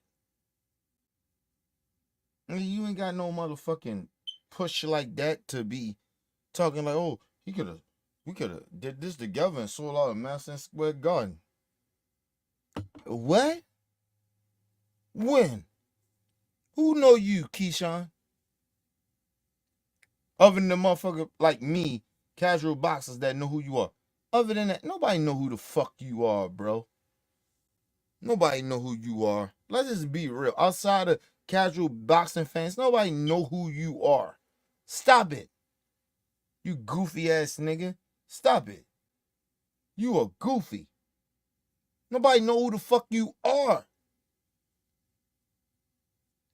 Let's move on, man. This dude is ridiculous. That's on Tio. You know what I'm saying? Tell Tio drop his nuts and fight me. Tio, I don't know if you're listening right now, but shots fired. You know, there's a lot going on in the 35 and 40 pound division right now. A lot of good fights going on, a lot of controversy. What do you make of the Devin Haney, Ryan Garcia situation? They making boxing look bad. They sit their ass down somewhere and go figure out their life. Like just one got suspended for a year, cool. Like stay the fuck off social media. Like they just making boxing look bad right now. And Devin Haney like a straight bitch. Everything he doing, like girls calling my phone talking about Devin Haney how he looks. Let me say this. A part of him he's not lying. Because I said the same shit about Devin Haney and Ryan Garcia. Sit the fuck down and shut the fuck up. Nobody want to hear from you niggas. Right? The other part is that Keyshawn Davis, If any of those dudes, if Devin Haney came out right now and said, yeah, I'll fight Keyshawn Davis at 140, your bitch ass would jump to it. Because you know why? Because you ain't nobody. That's a fact. Let's be real. I'm not a big Devin Haney fan, but he bigger than you. And if Devin Haney came out and said, hey, I'm going to fight this motherfucker Keyshawn Davis talking that bullshit, it'd be a nice, good fight, big fight. But that's why you talking that bullshit you talking about. Because nobody know who the fuck you are, bro. And nobody cares. Because you ain't fought nobody, nigga. Fuck you talking about? You keep talking like you fought somebody. You ain't fought nobody. You nobody. Nobody knows who you are, Keyshawn Johnson. They did a little YouTube interview with you. Nobody know who the fuck you are. You on the undercard, nigga. Your little name is ringing, but you ain't shit. If Devin Haney came out right now, I want to fight Keyshawn Johnson. I mean Keyshawn Davis. He made you somebody. You ain't nobody, nigga. Just because Devin Haney speak your name, you somebody. You ain't nobody. Nobody know who the fuck you are, bro. This nigga. Quick commercial break, people. We're right back.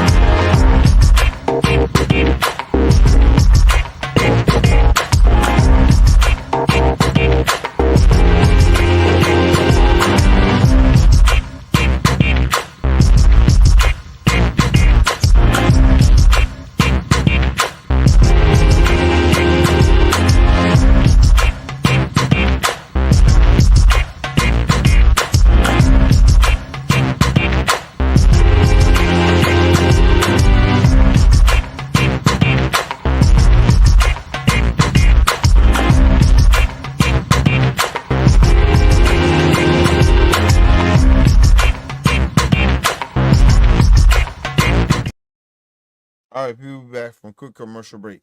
Make sure you guys hit the like button, hit the subscribe button, hit the bell button so you guys get the live streams when we go live, people. And if you can, donate to the channel. Go to OBF The Real Cash App and donate to the channel, people. We highly appreciate it. Listen, need more information to subscribe and donate to the channels down there scrolling below the screen. Make sure you guys hit the like button when you come in and out the building, people. And at the same time, people, share the videos, man. It helps the movement on Real Talk. But anyway, let's get back into this. This dude is not like that, man. Let's move on. Look, making himself look stupid. And then not only that, I see his father probably potentially fucking with little girls. Like, all that shit is crazy. I ain't supporting none of that shit. Both niggas making boxing look bad, and I don't fuck with it. I'm not trying to catch a lawsuit about the Bill Haney stuff. That sounds a little too spicy for YouTube. But, where do you think both go from here? For me? For Ryan and Devin. They need to sit their ass down somewhere and go chill out. Like, both of them got a hell of a payday. Like, get off social media. Y'all making boxing look bad. Go reset and come back into boxing and make it a big fight. You know what I'm saying? But all that back and forth shit, that shit is that's for the casuals. Like, for us, real boxing. Let me say this. First of all, Keyshawn, that's real talk. Let's be real, right? I know you confident of who you are. Ryan will knock the fuck out you, bro. At 140. He'll beat the shit out you. You're not beating Ryan Garcia. And I'm dead serious about that. Ryan Garcia beat the shit out of Keyshawn Davis. And that's real talk. I'm picking Ryan over you. Devin Haney, 50-50.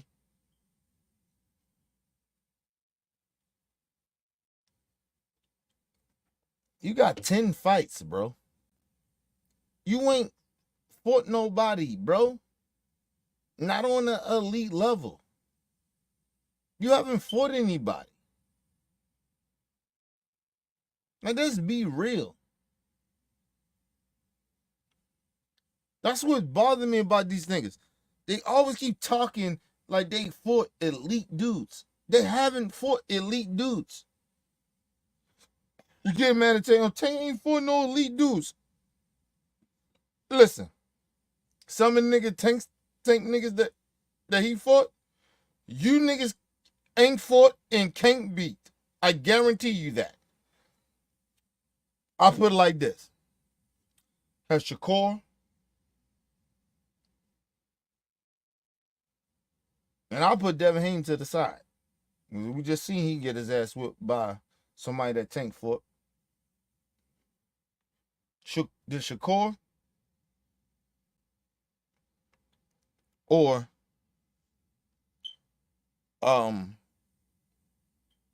Keyshawn Johnson. Keyshawn Davis. I'm sorry, Keyshawn Johnson. Keyshawn Johnson.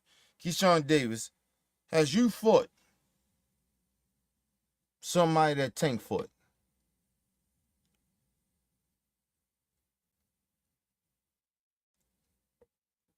I believe that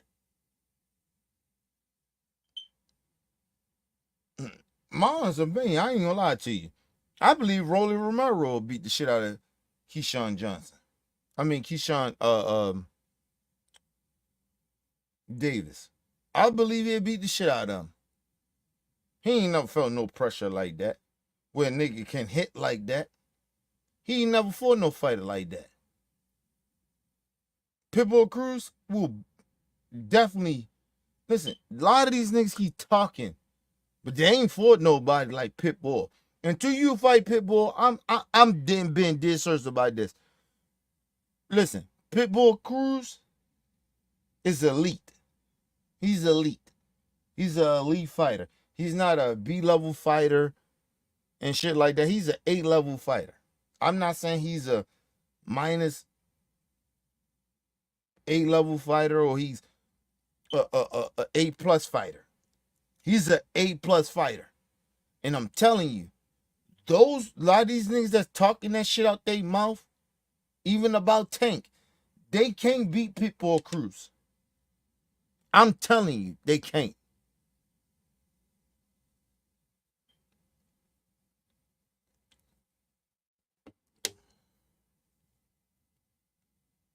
And remember, Shakur say, oh, no, he didn't want to fight me because he's scared. No, the reason nobody want to fight you, Shakur, is you ain't going to fight.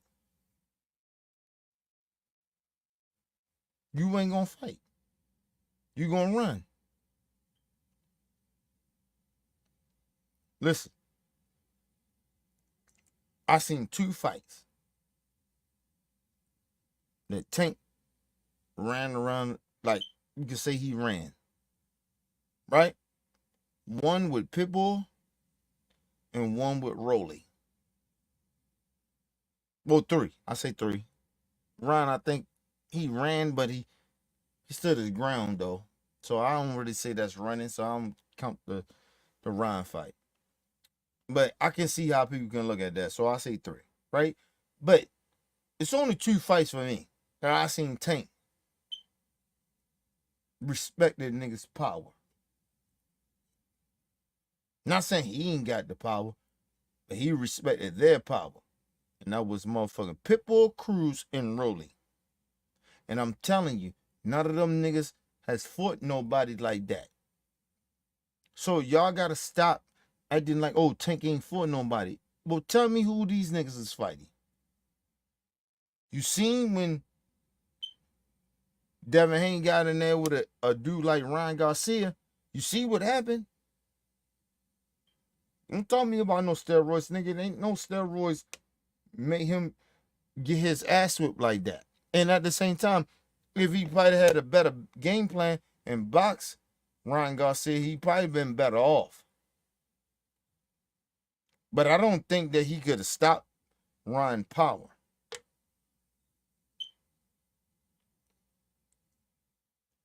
Let's be real. But anyway, let's move on. Real boxing fans and fighters, that shit looks bad. You know what I'm saying? And I don't like it. It kind of drags the sport through the mud. It's not great for anyone, really. You know, Especially not for them both. So say you're victorious on Saturday. Name your top 3 opponents that you would like. You got Teofimo as one. my top 3 opponents. I love fights, but he don't want to fight me, so I don't know. But really just a world title at this point, man. Let me just say this. This dude is talking like he got fights in. He got 10 fights. He can ready to do 11. That's all you got. Who the fuck are you? It was almost like the Rolly Romero shit.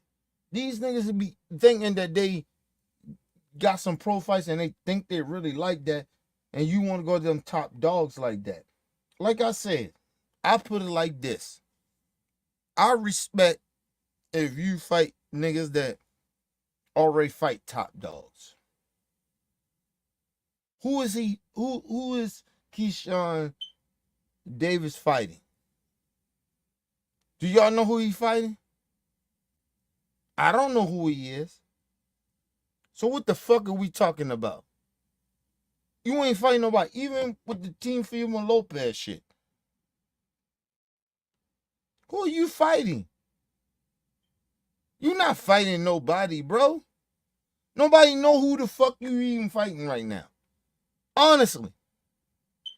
Like, listen, niggas say, oh, Tank ain't fought nobody. Listen, we knew who Frank Martin was in boxing. These niggas that they're fighting, only reason we didn't know who Shakur is fighting because of Frank Martin. Who Frank Martin beat. That's the only reason we know about it. You ain't fighting no name.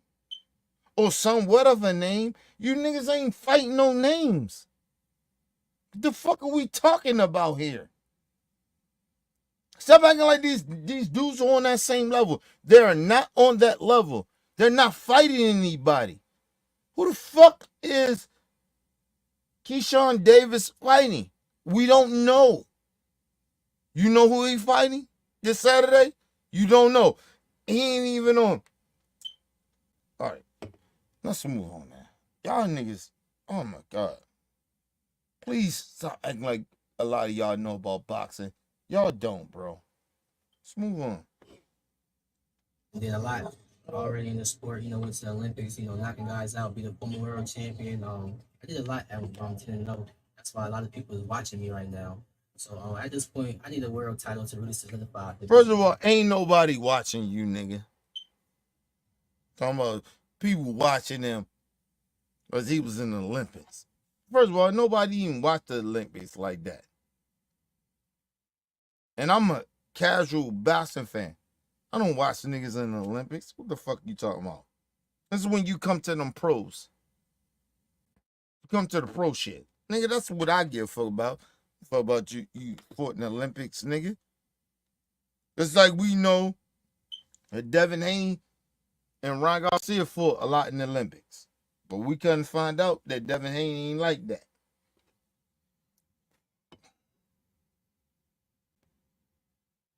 Move on, man. Businessman. Who'd you prefer at this point? I would prefer Tank Davis, the top guy. I would go for the top guy. If I could choose, I would choose Tank Davis. I just got goosebumps, bro, during that call out. That's a great fight. How do you see that fight going? Let me say this. You say, oh, I call out Tank Davis, the top guy. Of course you do. Everybody do. That's easy to do. That's easy to call out Tank. Nigga, you act like you said something, and then the interviewer dude, he interviewing, whatever. nigga, who you fought to be on Tank level to fight him? Let us be real. Who is this nigga Keyshawn Davis fought to be on Tank level? To him saying, oh, I want to fight the top guy. How you fight the top guy and you ain't fought nobody? Matter of fact, nigga, when Tank was, before Tank fought Frank Martin, you was supposed to fight Frank. And why you couldn't? You know why you couldn't? Because your promotion company is trash. Top Rank is trash. ESPN is trash. And I mean that. You fight on free TV, nigga. You ain't even did a pay-per-view. The fuck out of here. These niggas disgust me with that bullshit. Nigga, you ain't fought nobody. Nobody we know. Only reason I don't even know about you, Keyshawn, is because of simple fact, nigga, I'm a real boxing fan. But motherfuckers that don't know nothing about you, nigga, that's a casual fan, they know nothing about you, nigga. At all. And you don't sell like that. So you talking about, oh, I want a top dog. I want Tank Davis. Of course you do. That's a payday for you, bitch. To get your name out there. But you ain't built your name. You want to build your name off a Tank. Build your name off outside of Tank. Any of you fucking fighters, you can't do it until Tank say, oh, I'm going to fight you, and then your name is big. See, we got to stop playing with these little fuck niggas. Keyshawn Davis, you a fuck nigga. You ain't big like that, nigga, and you know it. You calling Tank out like that, you got 10 fights. You got 10 fights. 10 pro fights. But you want to fight Tank. Oh, I'm calling out the big dogs. Nigga, it's a nigga in your, where you at? And fuck a friend. Nigga, if I'm in the boxing shit, nigga, I'm fighting my friend. I'm fighting him.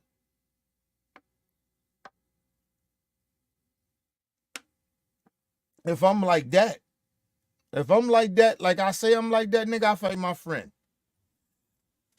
And nigga, we'll love each other after it. But if we fight, nigga, it's all on. You niggas ain't even like that, you sucker ass niggas.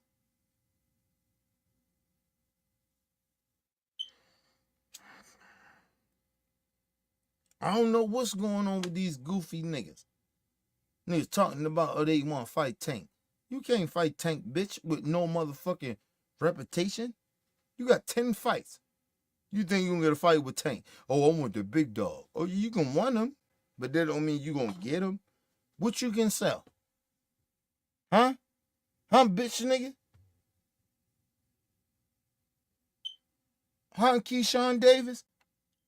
What do you sell, nigga? Matter of fact, I'm sorry. What you selling now? What are you selling now, Keyshawn? Tell me what you selling. You ain't selling shit. You bitch ass nigga, you ain't selling shit. You got 10 fights. What you selling? Anybody know who the fuck you are other than me mentioning your bitch? Even me mentioning you. You ain't nobody, nigga. Get the fuck out of here.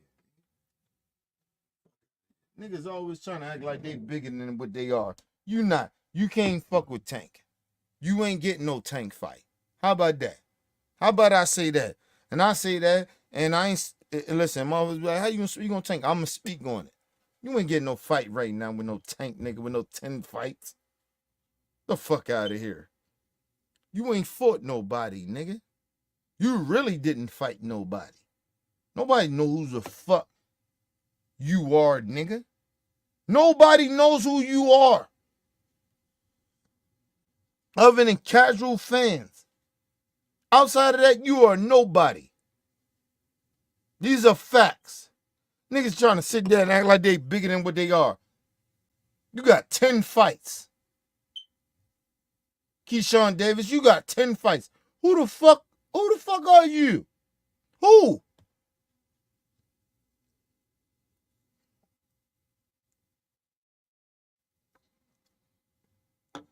You're not even bigger than Pitbull Cruz. What the fuck are you talking about?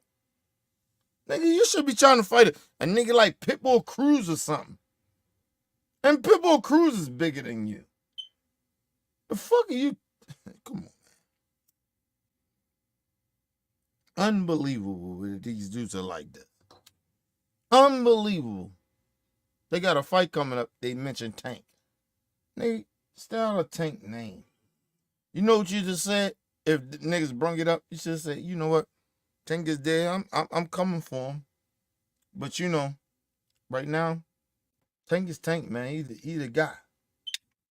Show some respect, you bitch ass niggas. You niggas ain't got no respect. You want to fight some niggas to get a payday. That's all it comes off as. Tank is that top guy. You niggas can't make no money without Tank. You want to fight Tank to get a payday. You got 10 fights. You got 10 fights. And you want to talk about, oh, nigga, I'm good like that. I want to fight Tank. It's like Shakur. I get Shakur saying what he's saying. Make a little sense. But at the same time, no, it doesn't. Because Shakur can't sell. What he bringing to the table? His skills? Okay, skills. He got skills. Tank got skills too. The fuck you talking about, nigga? Outside of your skills and how skilled you are, what the fuck you bring more?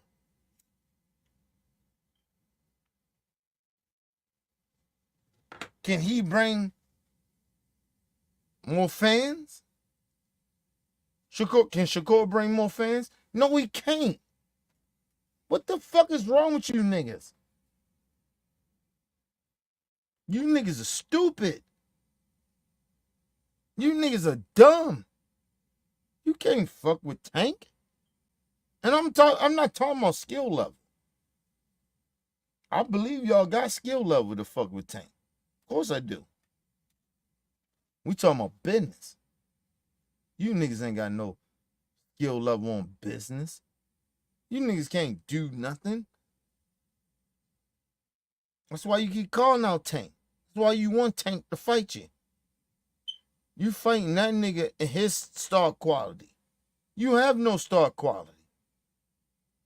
Fuck out of here.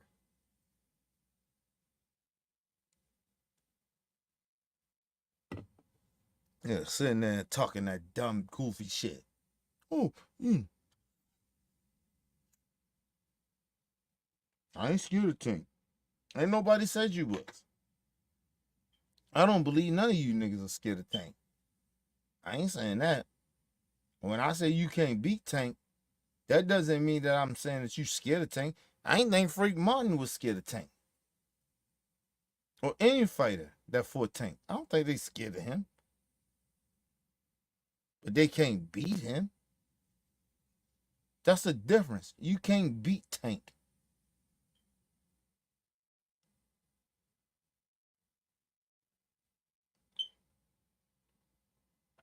You know the real reason why you can't beat Tank? Because you niggas sitting there worrying about money. You're going to make more money with Tank than any fighter you ever fight with. Because Tank is the money man. So what do you want about money for? You should, oh, if you think that you that great, oh, I'm fucking with Tank. I'm going to fight Tank. Fuck that money. I'm going to get some money. I'm not saying ignore the money. But I'm just saying, hey, man. Oh, they trying to blackball me a little bit. Well, nigga, do you know what you sell? You don't sell shit. You niggas don't sell a motherfucking thing. You ain't bigger than Tank. And that's a fact. You ain't bigger than him. How much money you think you gonna get?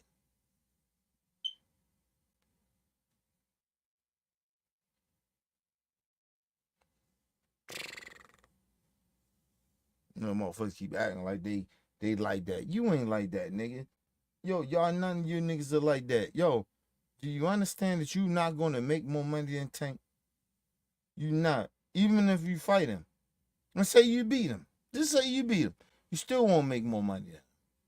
So what is it really about? Is it about beating him or is it about the money? Like, let me know. Niggas ain't being real.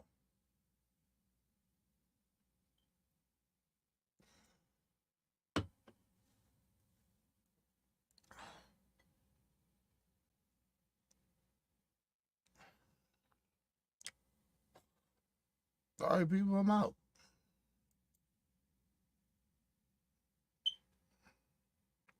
That shit crazy. Motherfuckers acting like they really truly like that. Start talking about Tank if you ain't really about that. He been doing this shit since he was a kid, bro. And you niggas sitting there, you acting like, oh, you just want to see him lose. Man, get the fuck out of here, bro. Listen, little bro been doing this shit for a long time. And none of them niggas can beat him. None of them. I'm not saying it's not possible, but from what I see, ain't nobody beating Tank. These niggas all they want money. They want star quality. They not trying to beat him for the real reason. If a nigga is trying to sit there and beat him for, I'm trying to beat you because, nigga, you the best. You the man. I respect that more. But a lot of them niggas, they only want to fight Tank for money. Am I lying about that? They only want to fight Tank for money. I'm going to fight this nigga for money. I don't think I can beat Tank, but you know what? That money going to be good, though. And you niggas sit there and act like that shit ain't true. And them niggas can't beat Tank. We done seen that they can't.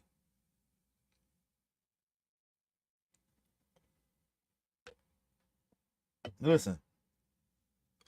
You remember what I told everybody? I said, that Frank Martin shit was dangerous for Tank. Remember that? I said that. I be honest. I say, yo, that shit is dangerous for Tank. The one thing was because he been not fighting for a while. And I don't like that he being rusty. I never liked that. And it showed in the fight. It showed in the goddamn fight. I said that shit. The shit that I said happened, it happened, nigga. Listen, I love Tank. I love that nigga to death. That's my guy. I'm always gonna ride for my brother. But nigga, I will criticize him. I will say, nigga, no, nigga, that shit don't look good. I thought that shit can hurt him. And it did. Frank Martin looked way too good than he should have looked. If Tank did not, if he would have just been on his shit more. But he been out for a long time. And I told y'all, that was my problem with him. I said Frank got more of a chance. Not saying Frank ain't good, but no, Tank would have made him look even more not that good if Tank wouldn't have been off so long. I said that shit. I ain't lied about it. Tell me I lied about it. I was very afraid of this fight. Because I didn't know if Tank was going to come out and beat Tank. Because, being out of the game for a little bit, being rusty, that shit matters, nigga. I was 100% about that. Nigga, and I said that shit. He did look rusty a little bit. Not a lot, but he did look rusty. Tank did look rusty.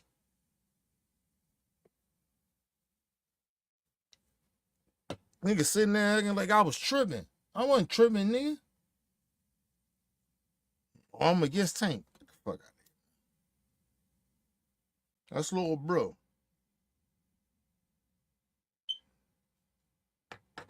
Always want to see little bro win. Always. He from the motherfucking city. Nigga, I always want my little bro win. You know what I mean? Don't know that nigga personally. But that's little bro. Don't know him personally, but that's little bro. I want to see him win. I ain't a nigga that can say, oh, nigga, oh. Only nigga can say is, oh, you trying to be biased. That's the only nigga can say. But nigga say I'm hating on Tank, nigga, you stupid. Out your mind. The motherfucker say that shit to me, I say, man, I'll smack shit out you playing with me. That's little bro. But I had to criticize my little bro, too.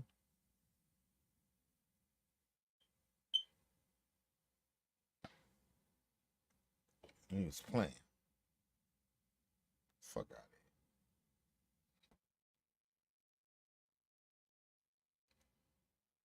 of here. Oh, we out, man. We out. Because I think a lot of times people don't be understanding that shit. Like, nigga, I'm always about Tank. Nigga, I'm Tank. Nigga, that's my little bro, man. He from the city. I'm going to rock with him, but I never act like I can't criticize him. That's little bro. Love him to death. He represent the city bigger than anybody that came from Baltimore. That's a fact. Tell me I'm lying. He represent Baltimore better than anybody that came from the city. Anybody. Name them. Drew Hill, with whoever. Nobody was represent this city better than Lil Bro. Ain't nobody have ever done that. I ain't saying he ain't put the city on the map. That he was the only person, but ain't nobody did it bigger than him. That's a fact. And tell me I'm lying about it. I love Drew Hill. I love Cisco. I love niggas that come from Baltimore that put us on the map. And we lost some young niggas and shit like that. But ain't nobody did this shit bigger than Tank. Nobody. Nobody did this shit bigger than Tank. It's a fact. So shout out to Lil Bro that put love into the city. Me always trying to compare some shit, but nah, fuck that. Yo, Lil Bro put the city on the map. And it's all good, nigga. When his fight comes, nigga, we in the family, in the city, oh, nigga, we ride with Tank. Don't ever get that shit to us. So we gonna ride with him. We can disagree with whatever we do, but that nigga Tank, oh, we ride with him. That's a fact.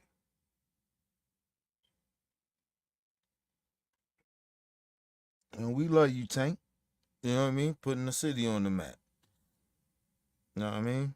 But we up out. Leave comments, hit the like button, support your boy. It's your boy, Mr. OBF. Peace and love to the world.